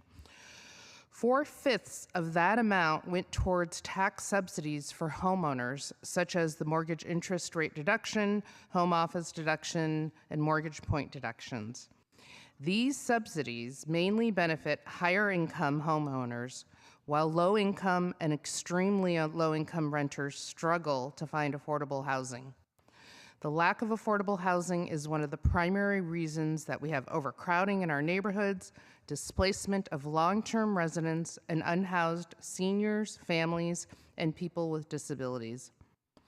Public subsidy or taxpayer dollars support all types of housing. Public subsidies are especially needed because the market cannot, on its own, produce this housing at the cost required to house our most vulnerable residents. I'm going to turn it back to Rachel to share what changed in the market that has resulted in a higher cost per unit. Thank you, Jackie. So there are two primary factors, environmental factors, that have caused an increase in the cost for this specific development. The first is related to inflation, but is really tied to increased construction cost. So what we learned through this development is that material and labor costs increased from $50 to $60 million over a 1-year period of trying to gather the estimates and getting ready for this. So the latest numbers came from January 2023 at $60 million, which was a 19.8% increase. This was something that was not contemplated when the original request came to our department, but now is something that we need to understand in order for the project to be able to move forward. Additionally, the banks have required higher contingencies in order to buffer increased costs that are coming up, because essentially as costs are rising this rapidly, the lenders are requiring higher contingencies to make sure that even through the construction period, that there's allowances to cover additional increased costs. Secondly, interest rates have increased. So we are all aware of this, but it's really interesting to look at it on a project basis. And so what has happened for this development is that quotes for interest rates for the construction loan from early 2022 were sitting right around 4%, and in early 2023 have moved to 8%. Rates on the permanent loan are very similar and have also moved up to over 7%. So again, the costs related to moving forward at this time have risen significantly.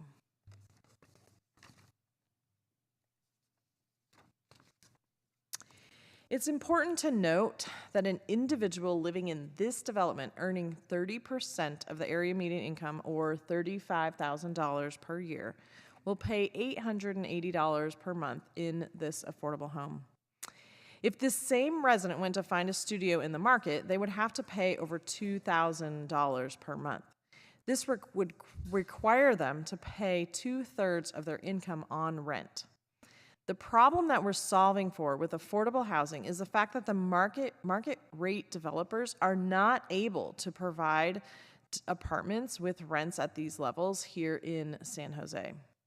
If we want to solve homelessness, we have to build housing for extremely low income households.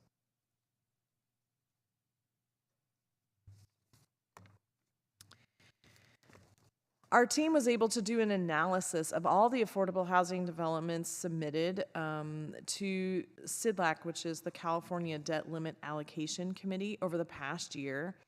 And what was really interesting is that you can see right where the yellow bar is here for 797 Almaden. And what that shows you is the average area median income served by this development. So what you can see is even across the state, this income level is not being met. The needs of these families are not being met because there continues to be a push to provide housing at higher incomes. And so this positions our community for this development to actually be meeting the needs of the hardest to serve in our community. Now, also, we took a look at the relationship between the area median income served and the cost of development. And it is clear that as you provide housing for the hardest to serve, there is increased costs. Now, I want to take a moment to highlight specific actions taken by RCD to reduce the cost for this development. So first, they decreased their developer fee by $500,000. Second, they value engineered the development to reduce hard costs by $600,000. So actions have been made to try and take controls in this specific situation. But we wanted to talk tonight about the broader issue that this development raises, which is that the cost of affordable housing development is very challenging. So moving forward, we recognize that the cost for affordable housing development must be reduced. We are setting a goal to reduce this cost by 15% over the coming 3 years. And we have 3 strategies to move forward this goal. First, we need to explore modular options to find out if there's any way to save time or money, or both.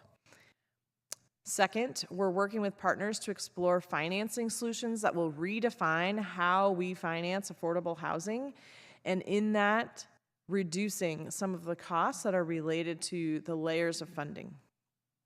And third, we will consider options for consolidating funding applications that will help to reduce the cost of having the multiple layers of financing in affordable housing. And finally, we're going to take the work that has already been completed. This past fall, we came to council and provided a full report on both the cost of market and affordable housing development. And what we intend to do is to revisit that work, take a look at that, and and identify the causes and the differences between market rate and affordable housing and start tackling them one by one.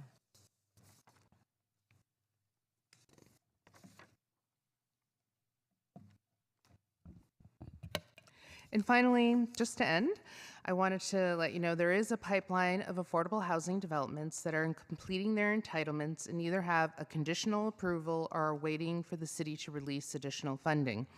We have 4 remaining developments that have conditional approvals from our 2021 NOFA.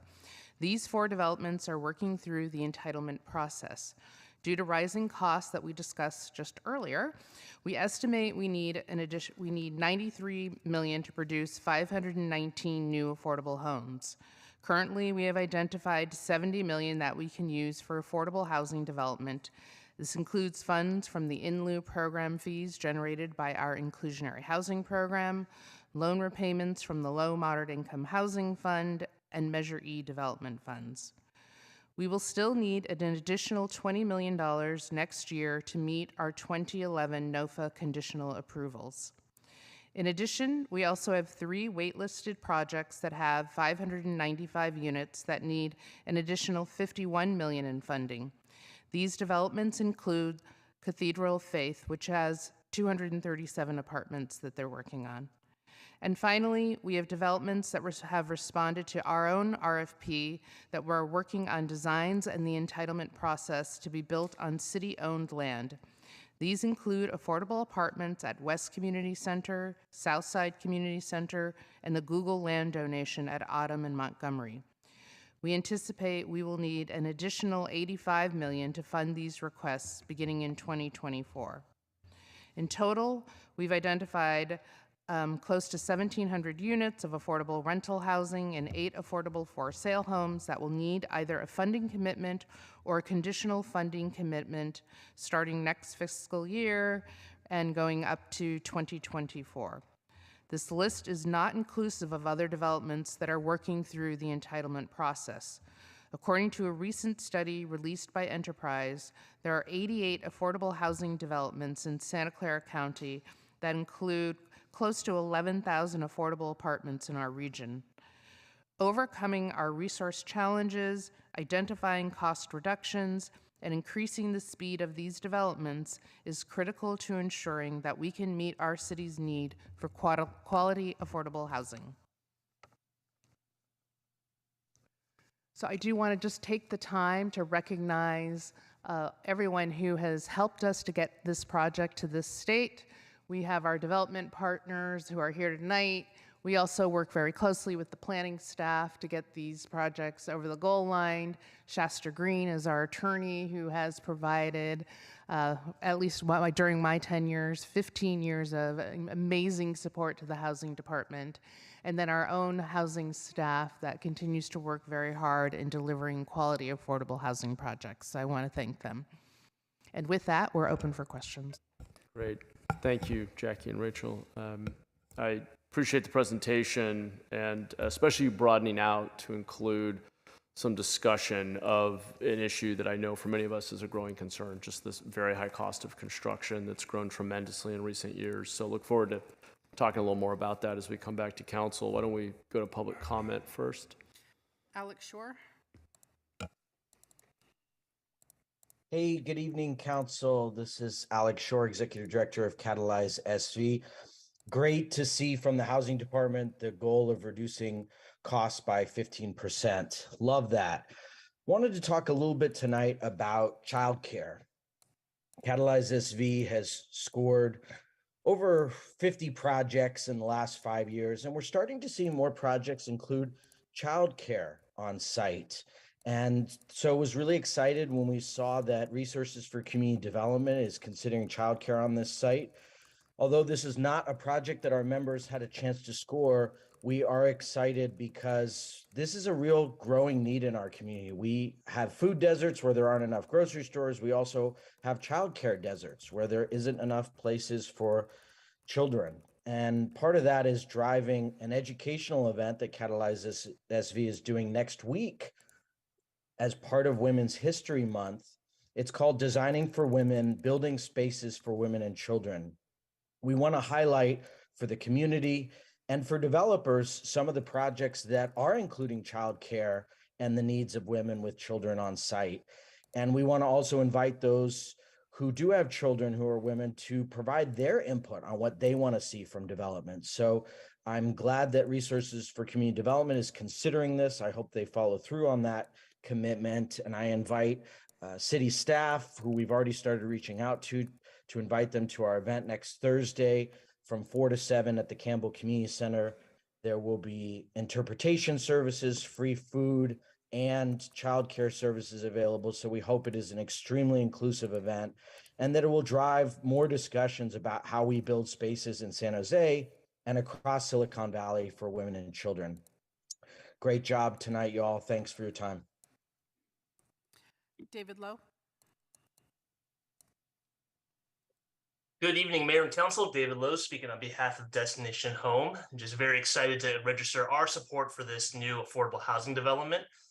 As you heard, this is precisely what we need to address our severe housing and homelessness crisis.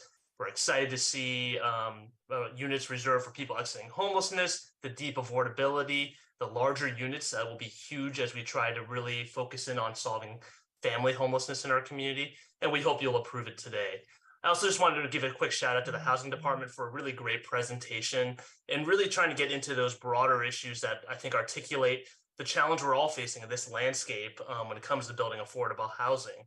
And even as we're all looking at ways that we try to address these cost and time issues, showing how that the city's investment in these affordable housing developments really leverages other dollars and just brings so many different benefits to the community. So we thank you for all of your work on this and hope you'll approve it today.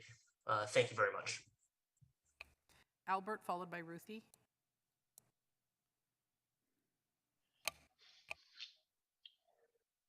Good evening, City Council. My name is Albert Lucio with the Northern California Carpenters Local Union 405. It's great to see that we have a project that promotes housing in our community in San Jose, but we often forget to think about the workforce that's going to build a project and the need of a responsible contractor that promotes area labor standards in our community. The importance of having a livable wage is because it helps our community, our working men and women be able to balance wages with the current inflation rate that has skyrocketed in the last 2 years. To be able to afford rent in our community and provide basic needs for our family, we need a livable wage. Since healthcare is a necessity for all humans, we cannot have our members of our community not seek medical attention because their employer does not provide any healthcare benefits. Instead, they become a burden to the system. Apprenticeship programs, it provides a pathway for minorities, women, at-risk youth into the construction industry, and it gives the working class citizens the skills and craftsmanship to build the projects, and it also a shot to the American dream. By hiring locally, ensure their citizens have more time to spend with their families, get involved in their communities, and instead of spending time on the road trying to make ends meet.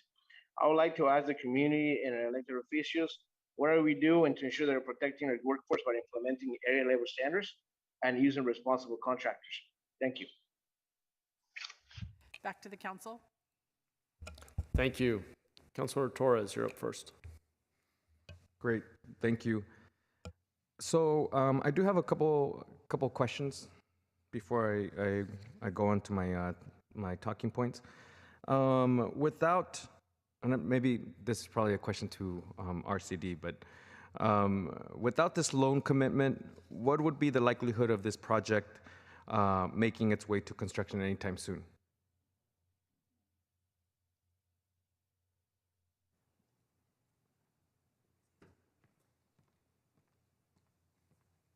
Hello. Hello, good Hi. evening, Councilmember Torres and Hi. other mayor and council members. Alicia Klein again from RCD. And this is an instrumental investment for the development.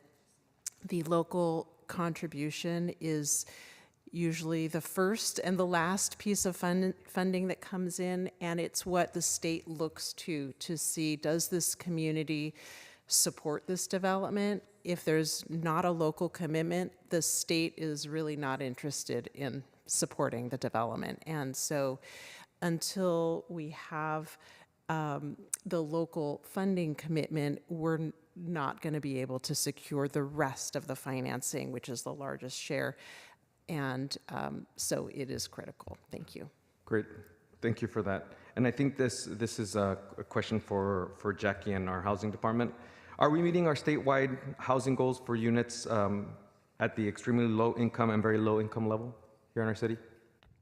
We are not. You will see when we return either next week or the following on the housing element, while we were able to exceed our market rate development goals for the housing element, we did not come close to meeting the affordable housing goals.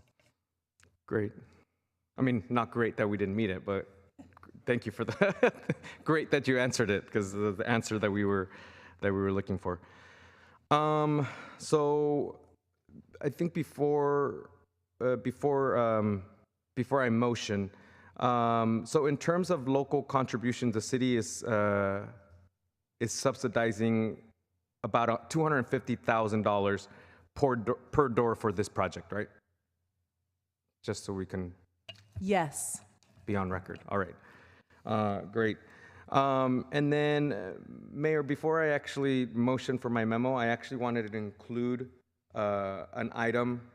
I wanted to include a second portion, because if we can go back to slide 10 or 11, sorry, 10.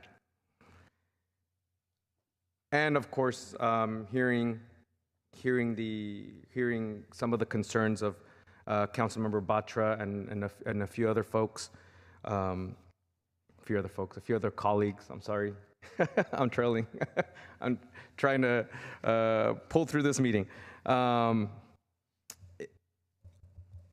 So the concern obviously is that it's unfortunately that building affordable housing or permanent supportive housing is getting expensive, and we know that, right? Multiple things that are doing that. Okay, so I want to add, after recommending for this project, I want to add directing staff to conduct an official cost analysis and report to the council with a difference in cost over time, including operating and construction cost when it comes to affordable housing, or what we have here, modular prefab construction and all that good stuff. Because I think we need to start having that discussion, because we know that these projects are getting expensive, but I know that our contribution is low, but with the intricate funding of affordable housing, I know that at the ground surface, at the 30,000 bird's eye view, it's $1 million per door, but ours for this one is particularly low. But I really want to have a robust discussion when it comes to this. So can I add that?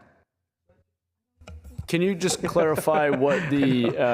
I don't think we have a motion yet, but it sounds like if we were to move the staff rec, what is it that you would want to add? I'm adding. So I'm going to recommend my memo, but I want to add this to my memo: the directing staff to conduct an official cost analysis and report to council with a difference of cost over time.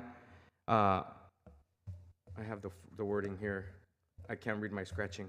I might suggest, if we can go back to staff for just a moment, I heard in the presentation something I thought was aligned with that and very intriguing. Yes. We did a cost of construction study, we completed it just last year, had a very robust presentation and a lot of research that was done. I'm wondering if staff wants to bring that back with some additional analysis that was aligned with what I think I heard Jackie say, or maybe it was Rachel, sorry, but it was, one of you mentioned the idea of kind of analyzing the drivers of increase, what's in the cost stack, and where there might be opportunities to bring down costs. And so I think that's very aligned with what you're asking for. Yeah. Is that, first of all, let me ask Jackie, is that accurate? Is that what you were describing? That is accurate, and we would be happy to find some time to do that.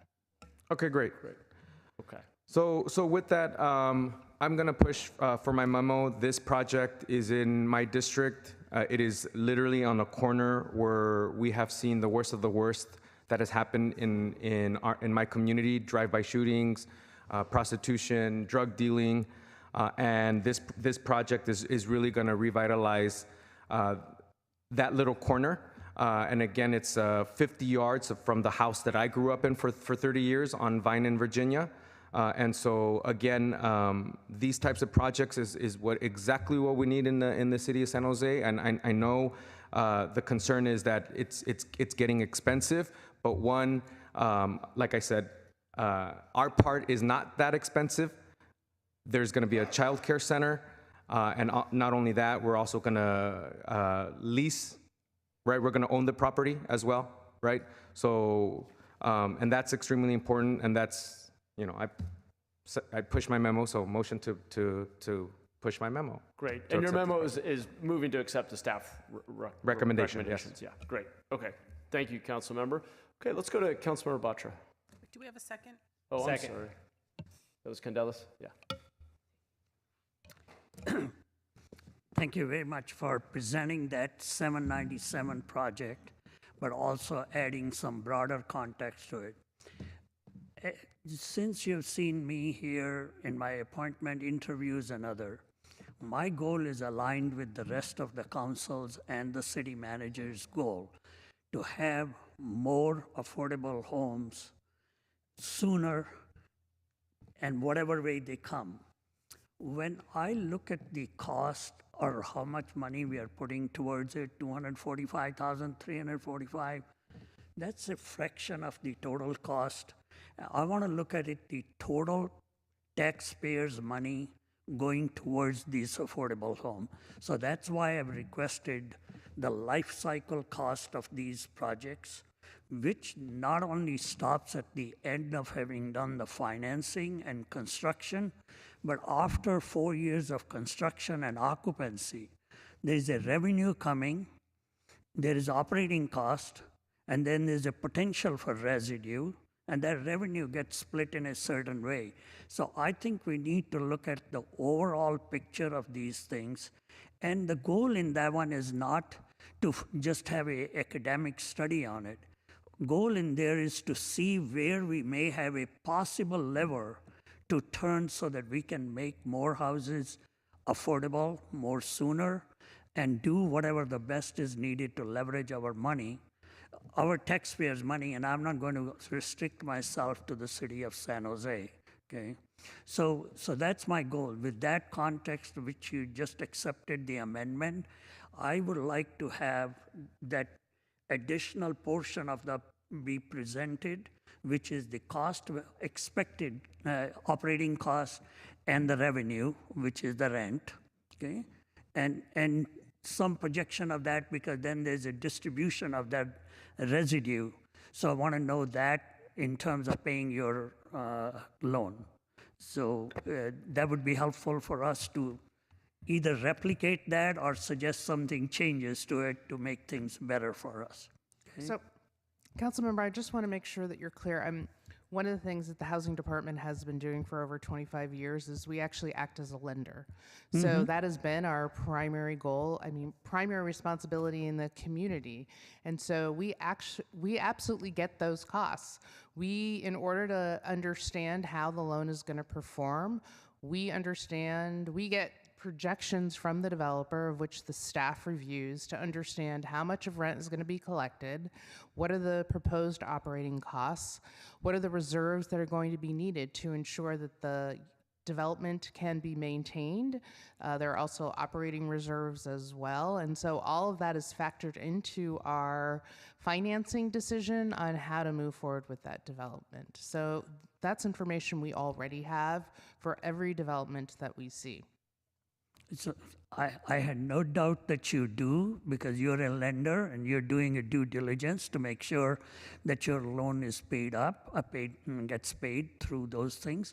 But we'd like to see that to understand if there's something we can learn from it to make things happen, okay? So that would be the goal for us, being able to see it. You have it, so that's easier to even get it back, okay? So the other comment I had is that one more comment about the child care. Is that going to be at a cost, or you're doing this childcare facility is being built for the residents of that city only, of that building? I can address that question. So the concept with the child care center is that the developer would partner with a child care provider, and they would provide child care services to families living in the development, but also in the community. So it would be broader than just those living in the development. So it's not a freebie service. It will be whoever uses the childcare facility would be paying for the childcare facility. Yeah, it's very likely that it would be a nonprofit provider who is trying to provide services to low-income families. So it's very likely that it could be a program that that may be low cost to families, but it would still be something where people are paying for childcare. Okay. So hopefully the last question. Okay, you were able to, you came with the recommendation today to double the amount of funding you were committing to these people. Did you have that money left over from your NOFA, which you issued in 2021, or is it an additional funding you found from somewhere? Because that's a substantial amount. You went from 12 million to adding another 15 million to it.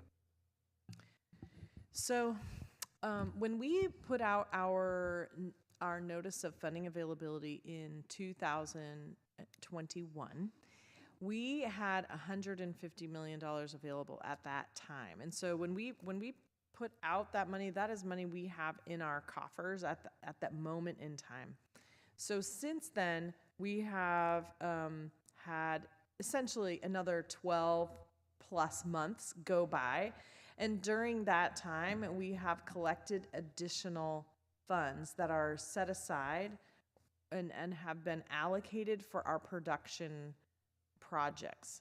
So what we have done is taken the $150 million that we had available, and then we have added the additional revenue that's been collected in the last 12 months in order to fund the whole request that it is going to take in order to move this development forward. So your 150 million is totally committed, right? Yes, we have conditional commitments for 150 million. Okay, and this, you were fortunate that you had that additional revenue, which you are able to handle this request. Correct. Okay, we don't have the luxury of another request of this kind coming and be able to accommodate it. Correct, although, you know, in my last slide, I did indicate that we anticipate, because we can see the trend that's happening with this development, we have additional developments that are going to be coming forward from that 2021 NOFA. Given the cost increases that we've seen that really have nothing to do with the developer and what they've done, they have to do with our interest rate environments and the rising cost of supplies. And so I'm anticipating, just to continue to fund the last four developments, we are going to need additional funding, of which we should have next year. Okay, so the last question, last comment, not a question. The cost of this apartments, each apartment is estimated to be 1.145 million, okay, without the cost of the land in there. I can walk up to South San Jose, and this is the revised cost which you presented to me in our briefing. I can go to South San Jose today, and for 1.145 million, I can buy a 3-bedroom house with 6,000 square feet of land underneath. What am I missing here? Well, you would only buy 24 homes, right? Because the city is putting in 24 million. No, I'm not asking the city to buy anything. I'm asking is the developer is coming up with a projection of 1.145 million for each apartment, which does not include the cost of the land. how come it is available to me that I can go and buy a 3-bedroom house with 6,000 square feet for the same kind of a price? Oh. So why is the apartment costing me the same what a 3-bedroom home costs me? That's what I'm trying to understand, because there's something in my head is telling me what am I missing? My math is not working here. So help me get there, okay?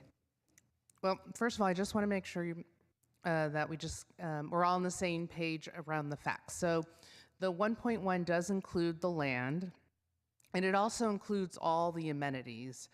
So while it's a 1.1 for each unit, that unit comes with all of that additional space that's part of the development. So my guess is the house that you're talking about, when was it built? Oh, there are many of those homes available. Built in 1960s, 1970s for $20,000? No.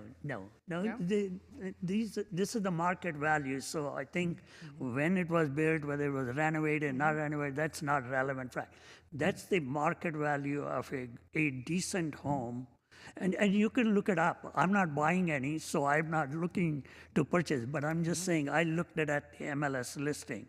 Their homes for 1.145 million, 6,000 square feet home, some remodeled yesterday, glamorous, whatever.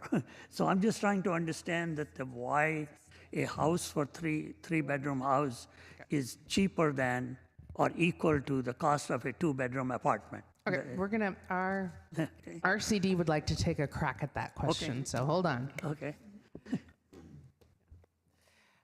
That is a great question, and there are several elements that contribute to that.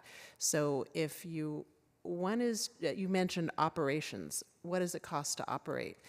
Operating a scattered site development is a completely different,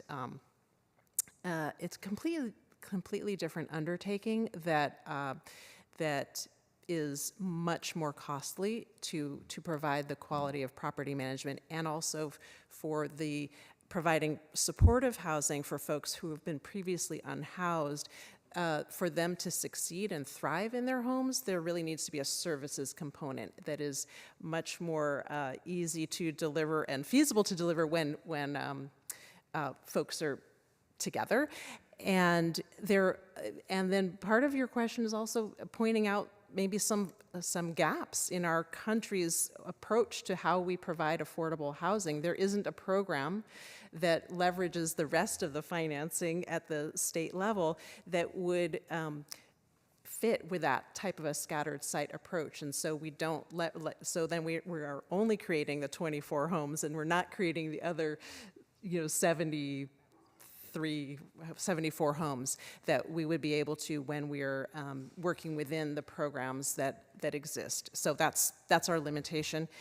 The other thing that we're able to do in a new construction development is that, yes, the costs are high, but the value that we're delivering is high. It is, we wish it cost less, but we're delivering homes that are accessible. They are environmentally planned, and so there's a good indoor air quality that a lot of homes on the open market, is kind of a fixer, like, oh, did you see the pest report? Is there mold? And how many steps to get in the front door? We have to create a ramp so that my disabled family member can get inside and use it. And so that's some of the trade-offs with building a new home in an apartment setting where we can bring the services and the property management and those efficiencies of scale. That is the trade-off of, you could go out and buy 24 homes, but you're not going to build the 99 homes that have the amenities that we want to bring to have healthy, durable homes for our lower income community members. Mayor, do I have the permission to ask? Here's what we're going to do. You're going to have the opportunity to have a second round, but we're way past the 10 minutes. Fine. And I want to be fair to our colleagues. I so understand. I appreciate the line of questioning, but we're going to go to Vice Mayor now. Thank you so much. I had a clarifying question. I understand that it's going to contain 23 100 square feet of community-facing commercial space. Is that where the childcare center is going to be? Great. So that I just That's want, correct. yeah, I just want to know if that was that. So first of all, I want to say that yes, in fact, I recognize that, you know, the costs have gone up. It's very expensive. I will disagree with my colleague, Councilmember Torres, that we're only, you know, providing $250,000. It's a lot of money. It's a lot of money. It's twice of what we thought. But I will say that this is an opportunity to leverage the funds with other sources of funding in an area that we desperately need. You know, the fact that it's not just affordable at one level, but affordable through several levels, I think is incredible. So I think that having services and what's needed for the supportive housing is, it's great to be able to support. But I will say that as we, and I recognize that costs are only going to go up. I mean, I keep having this illusion that, oh no, it's going to come down, or oh no, you know, it's going to get better next year. It doesn't. It seems to like keep going higher and higher. So I think that as we move forward, you know, I'm glad that there's a strategy to kind of look at costs, but I also think that, you know, there are these other projects in the pipeline that are, you know, equally, you know, important. And, you know, I just worry that we might not be able to build our way out of everything that we need, right? But I'm glad that we're at least trying to leverage, that we're trying to add to the housing stock, which, you know, we need. And it's something that I think is critically important for the community. So I will be supporting the motion, and I really think that we may want to think about how else might we be able to help in housing, because I think that the costs are just not going to get better. So, thank you. Thanks, Vice Mayor. Appreciate those comments. Councilmember Ortiz. Thank you, Mayor. Thank you so much, staff, for stopping by my office and providing a briefing, which I think is really important so that we're prepared for when these items come before us on the dais, and shining a light on this whole investment process, which really, to my understanding, is a loan, right? We will be getting these dollars back. Okay, good. Just what I thought. But I'm in support of the staff recommendation. Our city needs to aggressively work with other you know, municipal and county agencies to reach our housing goals and our arena goals. Funding affordable housing development is a good use, a strategic use of limited city funds. Despite the higher overall cost per unit, the city's investment is much more limited. For every affordable apartment, the city is investing $250,000, but it's not going to be an ongoing investment, and we're going to be getting our money back. So for me, I see that as a good deal in comparison to other funding mechanisms. In many ways, affordable housing is much more cost-effective system than I believe in interim housing. While interim housing has lower overall capital cost, the city is bearing the entire cost, and millions annually for ongoing service and operations for each location. And in addition, the city investment into permanent housing is made as a loan, as I mentioned, meaning we would get a significant portion of those funds returned back to the city. Though let me be clear, we must continue investing in both interim and permanent housing in order to solve this crisis, this affordability crisis and the houseless crisis. As we build more interim housing, you know, we're going to need more affordable housing options to ensure folks have a pathway to permanent housing, especially for our homeless population, and ensuring those interim sites can assist as many people as possible. The only reason the city's interim housing sites have good permanent housing outcomes, I believe, is because we have invested in affordable housing units that can serve as a destination for folks temporarily placed in interim housing. But if we stop investing in housing altogether, we'll see people stuck in interim locations for, I believe, decades.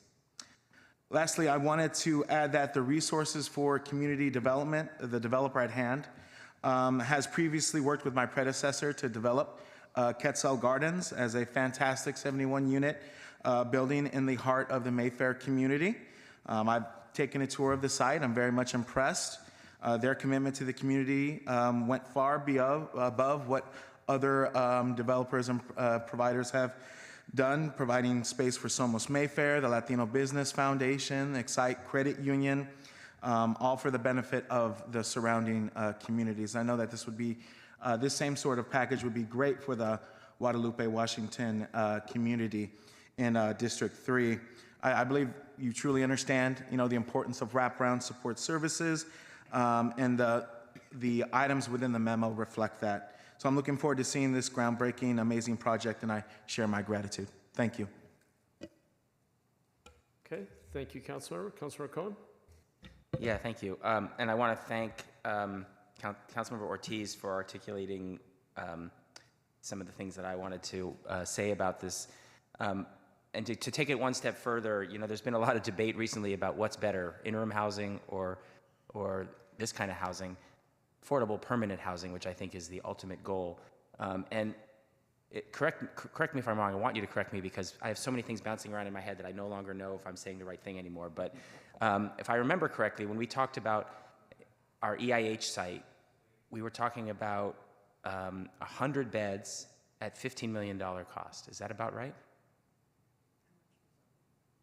And that, well, okay, I don't need to know the exact answer, but a ballpark. I mean, I'm just... So that includes operation, that includes building. I think there was some.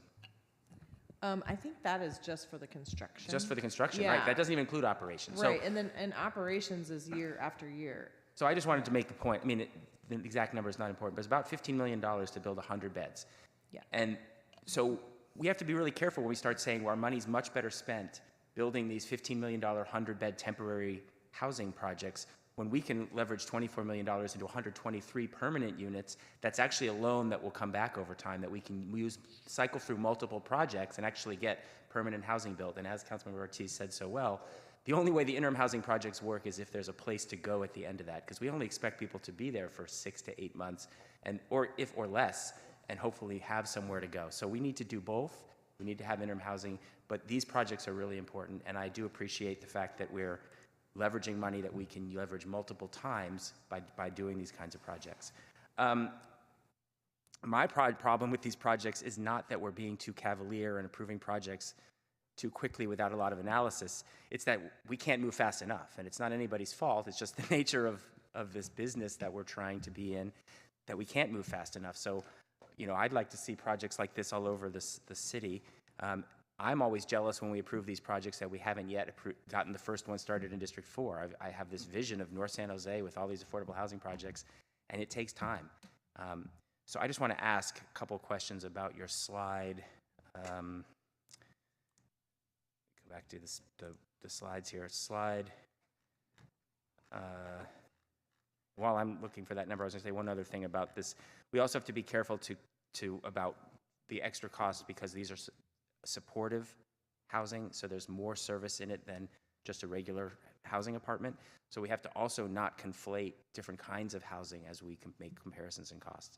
So slide 11 had those bubbles on it that show what we need for future projects in the pipeline. Just want to ask a few questions about that. I was intrigued by some of your dollar amounts, and as I did the quick math, it looks like the 4 remaining developments that need $93 million, because they're large and they have over 500 units, we're talking about only about $180,000 per door on the city commitment side. And the one that said 3 waitlisted projects at $50 million, 595 homes, we're talking about $85,000 per door. Is this correct? Is there something different about these than the ones that we're doing now? I do want to note that on the wait list specifically, we have not refreshed their request for funding because we haven't been in conversation with them because we've just told them you're on the wait list. So what we're actively doing is working with all the developments that are remaining to fully understand what the cost is, knowing that those costs have changed over time. So So anyway, but I do also want to say that on the wait list, we do have large developments that are very dense, and are a couple of them are really trying to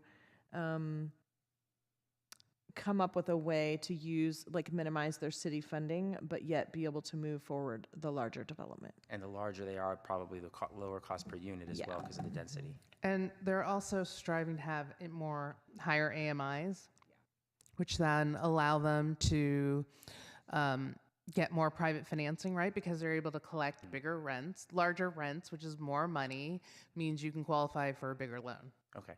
I'm going to ask specifically just about whether any of these 7 include the 2 projects that are coming in District 4. One is the Vista Montana project. Is that already funded, or is that's not yet on one of these 7? That's not, it's not even on the list yet. And they were talking about coming out for funding this fall around October, November. Is that still correct? Most likely. The other project that was on that timeline was the affirmed housing project at the BART station. Is that VTA project, is that something that they're going to come to the city for funding as well? That's another example of a pipeline project that's not represented here. And that's over 500 units on Yeah. one site. So, I mean, those 2 projects excite me a lot, and I hope that we're going to figure out ways to make those happen. Okay, thank you very much. Thanks, Councilmember. Let's go to Councilmember Dawn. Thank you, Mayor. Thank you, Jackie, and your team for working on getting more affordable housing onto the much-needed community here. I think we all know that $1.1 million per door is quite expensive. The question is it sustainable? And I think we all know the answer is unsustainable. It doesn't mean that we don't look at many different ways to build cheaper and more quickly, building that can house people quickly. My question to you is, what sorts of funding of ongoing services, like maintenance and many other services, 5, 10, or 15, 20 years from now? So those costs are borne by the development. So as we look at what are the rents and the increases they can take on rents and the costs, they project all of that out. They have operating reserves. And so just like any other rental housing development, it is something that's built into the development budget. But in addition, because these units have permanent supportive housing in them, there is a county commitment to provide additional funding. And I'm going to check, is it between $10,000 or $12,000 per unit that the county provides for each permanent supportive housing unit to support the additional services that are needed to help stabilize and provide additional services for people who are coming off the streets. So with the total services per apartment or per person, would run 15,000, or is it 15 to 30,000 per person? I'm going to ask RCD if they want to address the operating budget for this project.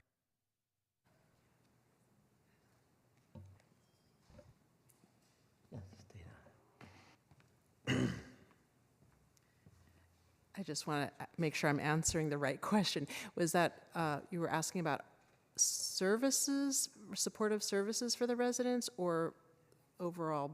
Well, let's do supportive services first, and then overall services for the residents. Yeah. So the services plan, our RCD provides often provides services, and when in buildings where we have a previously unhoused or a special population that might have additional needs, we'll partner with a local specialized service provider. So in this case, we are partnering with Abode Services, which we love partnering with them. We've done it many times before. And so we are designing a services plan together with Abode and with the county who's going to be funding it. That's going to have kind of 2 components. One is focus a deeper services, like you mentioned, somebody mentioned wraparound services for those previously unhoused households. and that will have that additional county support for those folks. And then there's going to be kind of a more general level of services that for everybody in the whole community, that is more like community building and adult education and health and wellness and kind of economic empowerment, and that's going to be available for everybody. And so those services, I believe the budget is about $200,000 a year, and that's just the resident services plan, which actually part of the Affordable Housing and Supportive Communities funding that we're applying for in a month, fingers crossed, it will fund the first few years of those services while people get kind of stabilized in their homes coming in from being previously unhoused. Now to the broader operating budget, I actually have it here. Let's see if I can pull that out and read the tiny font on the fly. But we pride ourselves in our asset management, that our Resources for Community Development does, and how we approach our developments. We want to be a great place to live, and we want to be a great neighbor for the long term. And so we're really looking at what is it. We don't want to shortchange our operations. We don't want to gold plate anything. We want it to be durable and practical, and we want it to last for a long time, for the physical and financial health. So, pulled out the wrong page. The total operating cost per year is $1.45 million.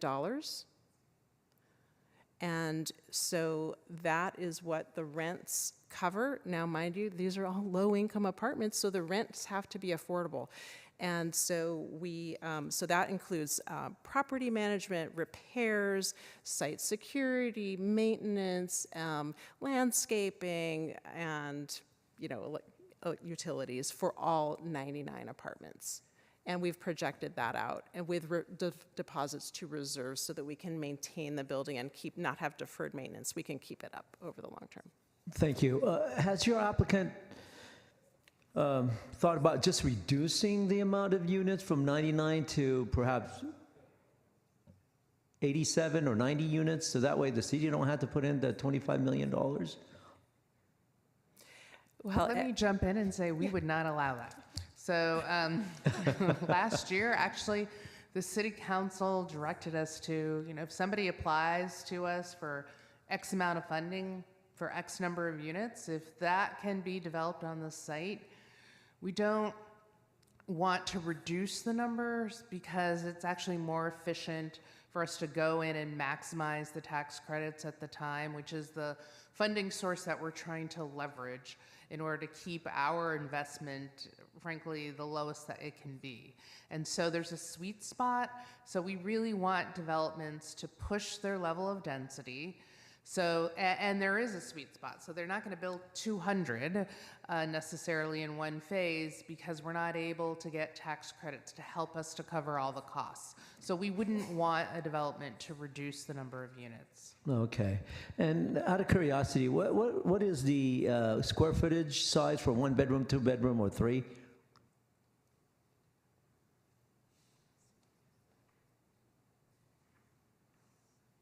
If so, yes, I'd like to get that number, and then we'll go on to the next question quickly. Okay, this sheet has the even tinier font. Okay, let's see. For the studios, those are in about just under 400 square feet, so those are small. For the 1 bedrooms, they're averaging about 500 square feet. The 2 bedrooms are about 800 square feet, and the 3 bedrooms are about 1,300 square feet. Well, my thought process is we can always try to reduce the amount of square footage on each unit and use that to maximize the 99 units, right? The smaller you build, then the more units you can add on. And that's just my thought. So anyway, thank you very much for your answer. Thank you, Councilmember. Appreciate the conversation. I'm glad that we are talking about cost of construction. As you all know, I've personally been very concerned about the growing cost per unit. We've seen in just the last few years a cost escalation of anywhere from 50 to 100,000 a year, it seems, per unit in general in housing construction. And it is concerning to me that when we are publicly subsidizing and building affordable for those who need it most, it seems to be costing us more than it's costing market rate developers to build comparable product. So that was part of my interest in really us having follow-up conversations and having our housing department dive deeper into the cost stack and where there may be levers. I would suggest on the slide that pointed to the goal of reducing costs. I'm glad that we're setting a target and going to be looking at levers. I'd suggest that we, obviously here you have things like modular prefab construction and innovative financing and things that we may have more control over, which is, I think, the right starting place. I hope we'll also look at other broader drivers and how we can be advocates in Sacramento and Washington for the policy change that we need. My sense is that without other tools like CEQA streamlining or more flexibility around other kinds of regulation, some of these costs are going to be hard to bring down. So I just, I think I'm looking forward to having that conversation. I want to also just caution my colleagues in setting up this. I think it's kind of a false choice between permanent supportive and emergency interim housing. I do think we need both, but I heard some assumptions made that I'm not sure are true. I think we're really seeing kind of a blurring in the marketplace and quite a bit of diversity of product type. We're seeing kitchenettes go into modular units. We're seeing movement in the state now talking about potentially applying vouchers to interim units and longer stays. I also don't think it's necessarily accurate, or that I would have to do some data analysis, that the only place people go when they exit interim housing is into a permanent supportive housing site that we've built. There are a lot of different things that can happen when someone gets stabilized, and this is a longer conversation that we'll pick up next week, but argue that we have a moral responsibility to really think about relieving the greatest amount of suffering. I think we know that the longer someone languishes in unmanaged, unsheltered conditions, the harder it is for them to regain self-sufficiency. So I think there's a lot of complexity to these issues. I think it's great that just within the category of these kinds of projects that which we will continue to build, that we're going to look at finding every lever we can to bring down cost per unit so that we can stretch our dollars further and build more units for those for whom the market would otherwise fail to produce affordable housing. I think there's a lot of questions about our role in that market and how much we turn the dial toward different levels of affordability. There's a lot of components and a lot of complexity. So look forward to us coming back. I will restate that I am very concerned that as costs go up, the cost we never talk about, by the way, is when we pass $1 billion bond. That is a meaningful cost for our working families as well. So there are costs all around, and we've got a responsibility to stretch these dollars as far as we possibly can to help the most people we can. And I don't want to oversimplify the issue. So I look forward to further conversation. I do really appreciate the housing department integrating that broader context, because I think it's an important conversation for us to be having as policymakers. That being said, I will support the motion, and I think we are ready. No, we are not. Every time I talk, more hands go up. I should just learn my lesson. Okay, we're close to being done. Councilor, if you want to have the final word. I have a question. I just have a question. The conversation that we want to have, which is extremely important, Mr. Mayor. Comparing the cost between interim and permanent supportive housing when it comes to construction and services, is that going to be had here or at a committee, or when another project comes before us? Because I know you mentioned that there was already a conversation, and well, half of us weren't here and that last go around. So I think it's just very important that we do address the concerns of my colleagues, but also I know folks in the community who also have those concerns. Yeah, great question. So if I could suggest a couple things, and then maybe hear from our city manager or Jackie on this. One is if staff's willing, if we could just circulate the cost of construction study and the video from the study session, I think they are well worth everyone's time. I'd actually like to go back because they were pretty dense. I think that would be helpful. I think having a study session at some point could be helpful. We could start if there's some analysis that comes back later in the year and staff wants to first take that to a committee to get some initial feedback and questions. I mean, I'll maybe ask staff what they prefer. But I think this is one of those key questions for us to be grappling with, and we need to not just have the conversation every year or two when we have a big study done. We need to bake in opportunities along the way, because I really think, particularly in the space of the continuum of interim to permanent affordable, there's actually a lot of different flavors and there's a lot of fluidity right now in the policymaking space. It's not a binary choice between just option A and B. There's actually many flavors of these product types and a lot changing in Sacramento right now. So anyway, sorry, Jennifer. So Jackie, do you want to respond? Sure. I think, us coming back with directly to the council with some information regarding I think you've hit it right. Like the space of what you can do in interim. As you know, we've done tents now, all the way to kitchenettes. Right, kitchenettes, right? We started with cabins that had no bathrooms that we built that were probably $20,000 a unit. We're doing modular prefab now that we can do faster, frankly, than the cabins took us, right? Because it's built off site, we just drop it in. So we have been iterating on the product, on what it is we can be producing. And I think the biggest challenges on the interim housing piece of it is the fact that we need land. We need opportunities of where to build it. Yep. And the level of community objection that we get to that compared to an apartment building, that people understand what it is, it looks like, it feels familiar, and not that we don't get objections, but this council room is not filled with an audience with signs saying, don't build this here, because we've done a lot of great homework with our partners, including the county, Destination Home, Housing Authority, and all the nonprofits who've been kind of rowing in that direction.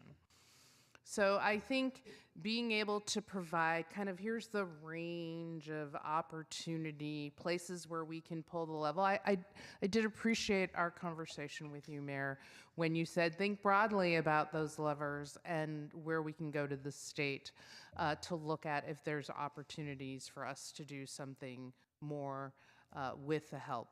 And so we are committed to doing that, and I think we can come back with that kind of greater piece of work. Great. And would that come to count? I guess we can take it. We can defer to you to decide. Yeah, if we'll that probably comes come to the full council, right, full given council. the broad interest in the subject. Yeah. So Jackie, what time frame do you think would that be?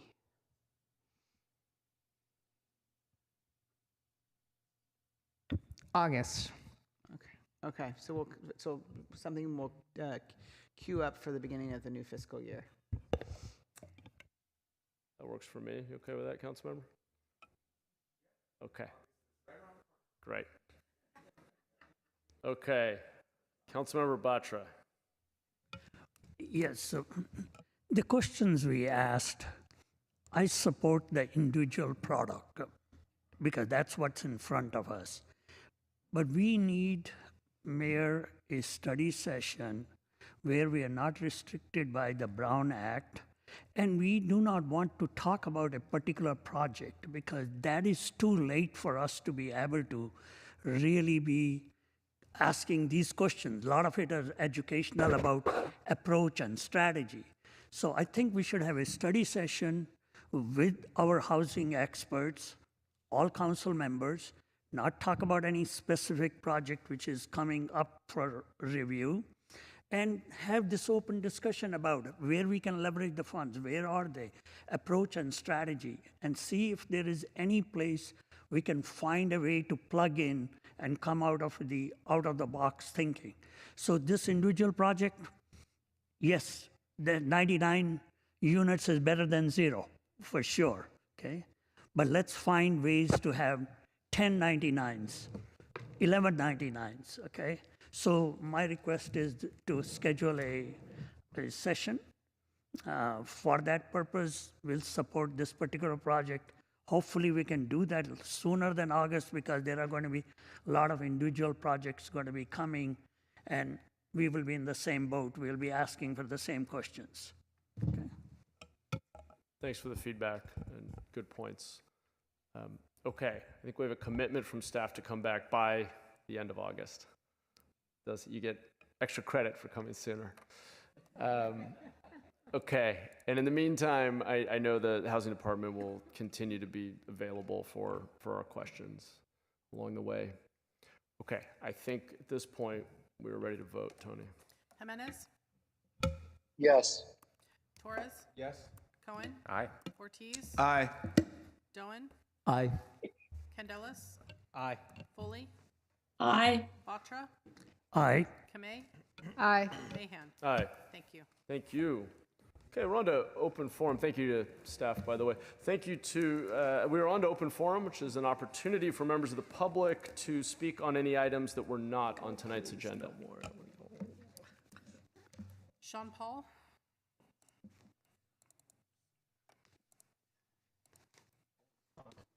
Good afternoon, Honorable Mayor and City Council. I just thought that I ought to reach out to thank you for the foresight when it comes to investing in our communities. I have faith in our community, I have faith in our city, and I have faith in our country, just like many others. Likewise, faith without works is dead, which is why I commend you for yours, and also don't despise the days of small beginnings, for the Lord rejoices to see the work begin. Because although things might not move as fast or go the ways that we might want them to, we still continue to have much more power than we tend to give ourselves credit for. We do what we must by doing what we can, and nobody can ask for more than that, because in the process, we all continue to get better.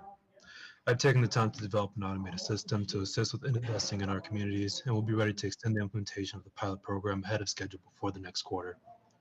The best way to protect the future is to create it, and it is easier to create strong children than to repair broken adults. So, sorry, what was that? nothing. I think that the microphone just picked up some background noise. Oh, got it. Well, yeah, basically it's a substantive solution that can help to, where was I saying?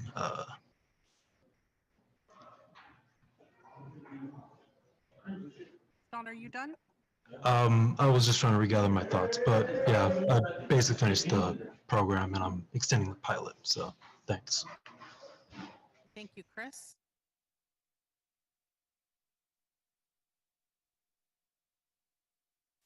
Hello, can you hear me? Yes, I can hear you. Okay. Hi, my name is Chris Martinez. I'm a field rep with the Northern California Carpenters Union. I'm just here to talk to you guys tonight about carpenter area wages and benefits standards.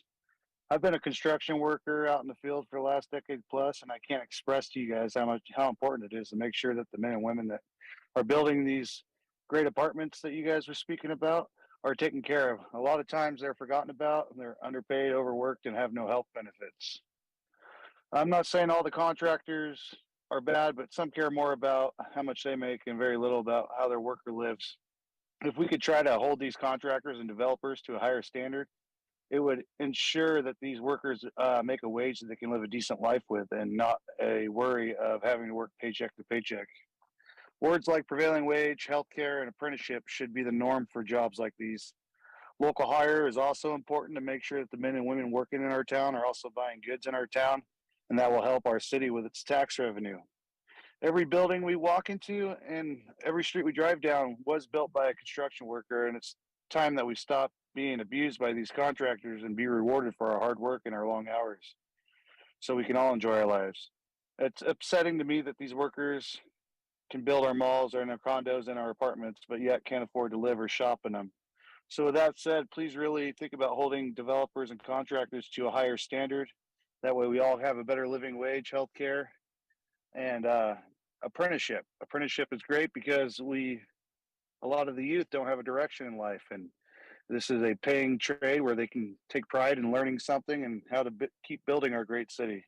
So with all that, please consider holding these contractors and developers to a higher standard. Thank you. Back to the council. Thank you. We're adjourned. Have a great evening, everyone.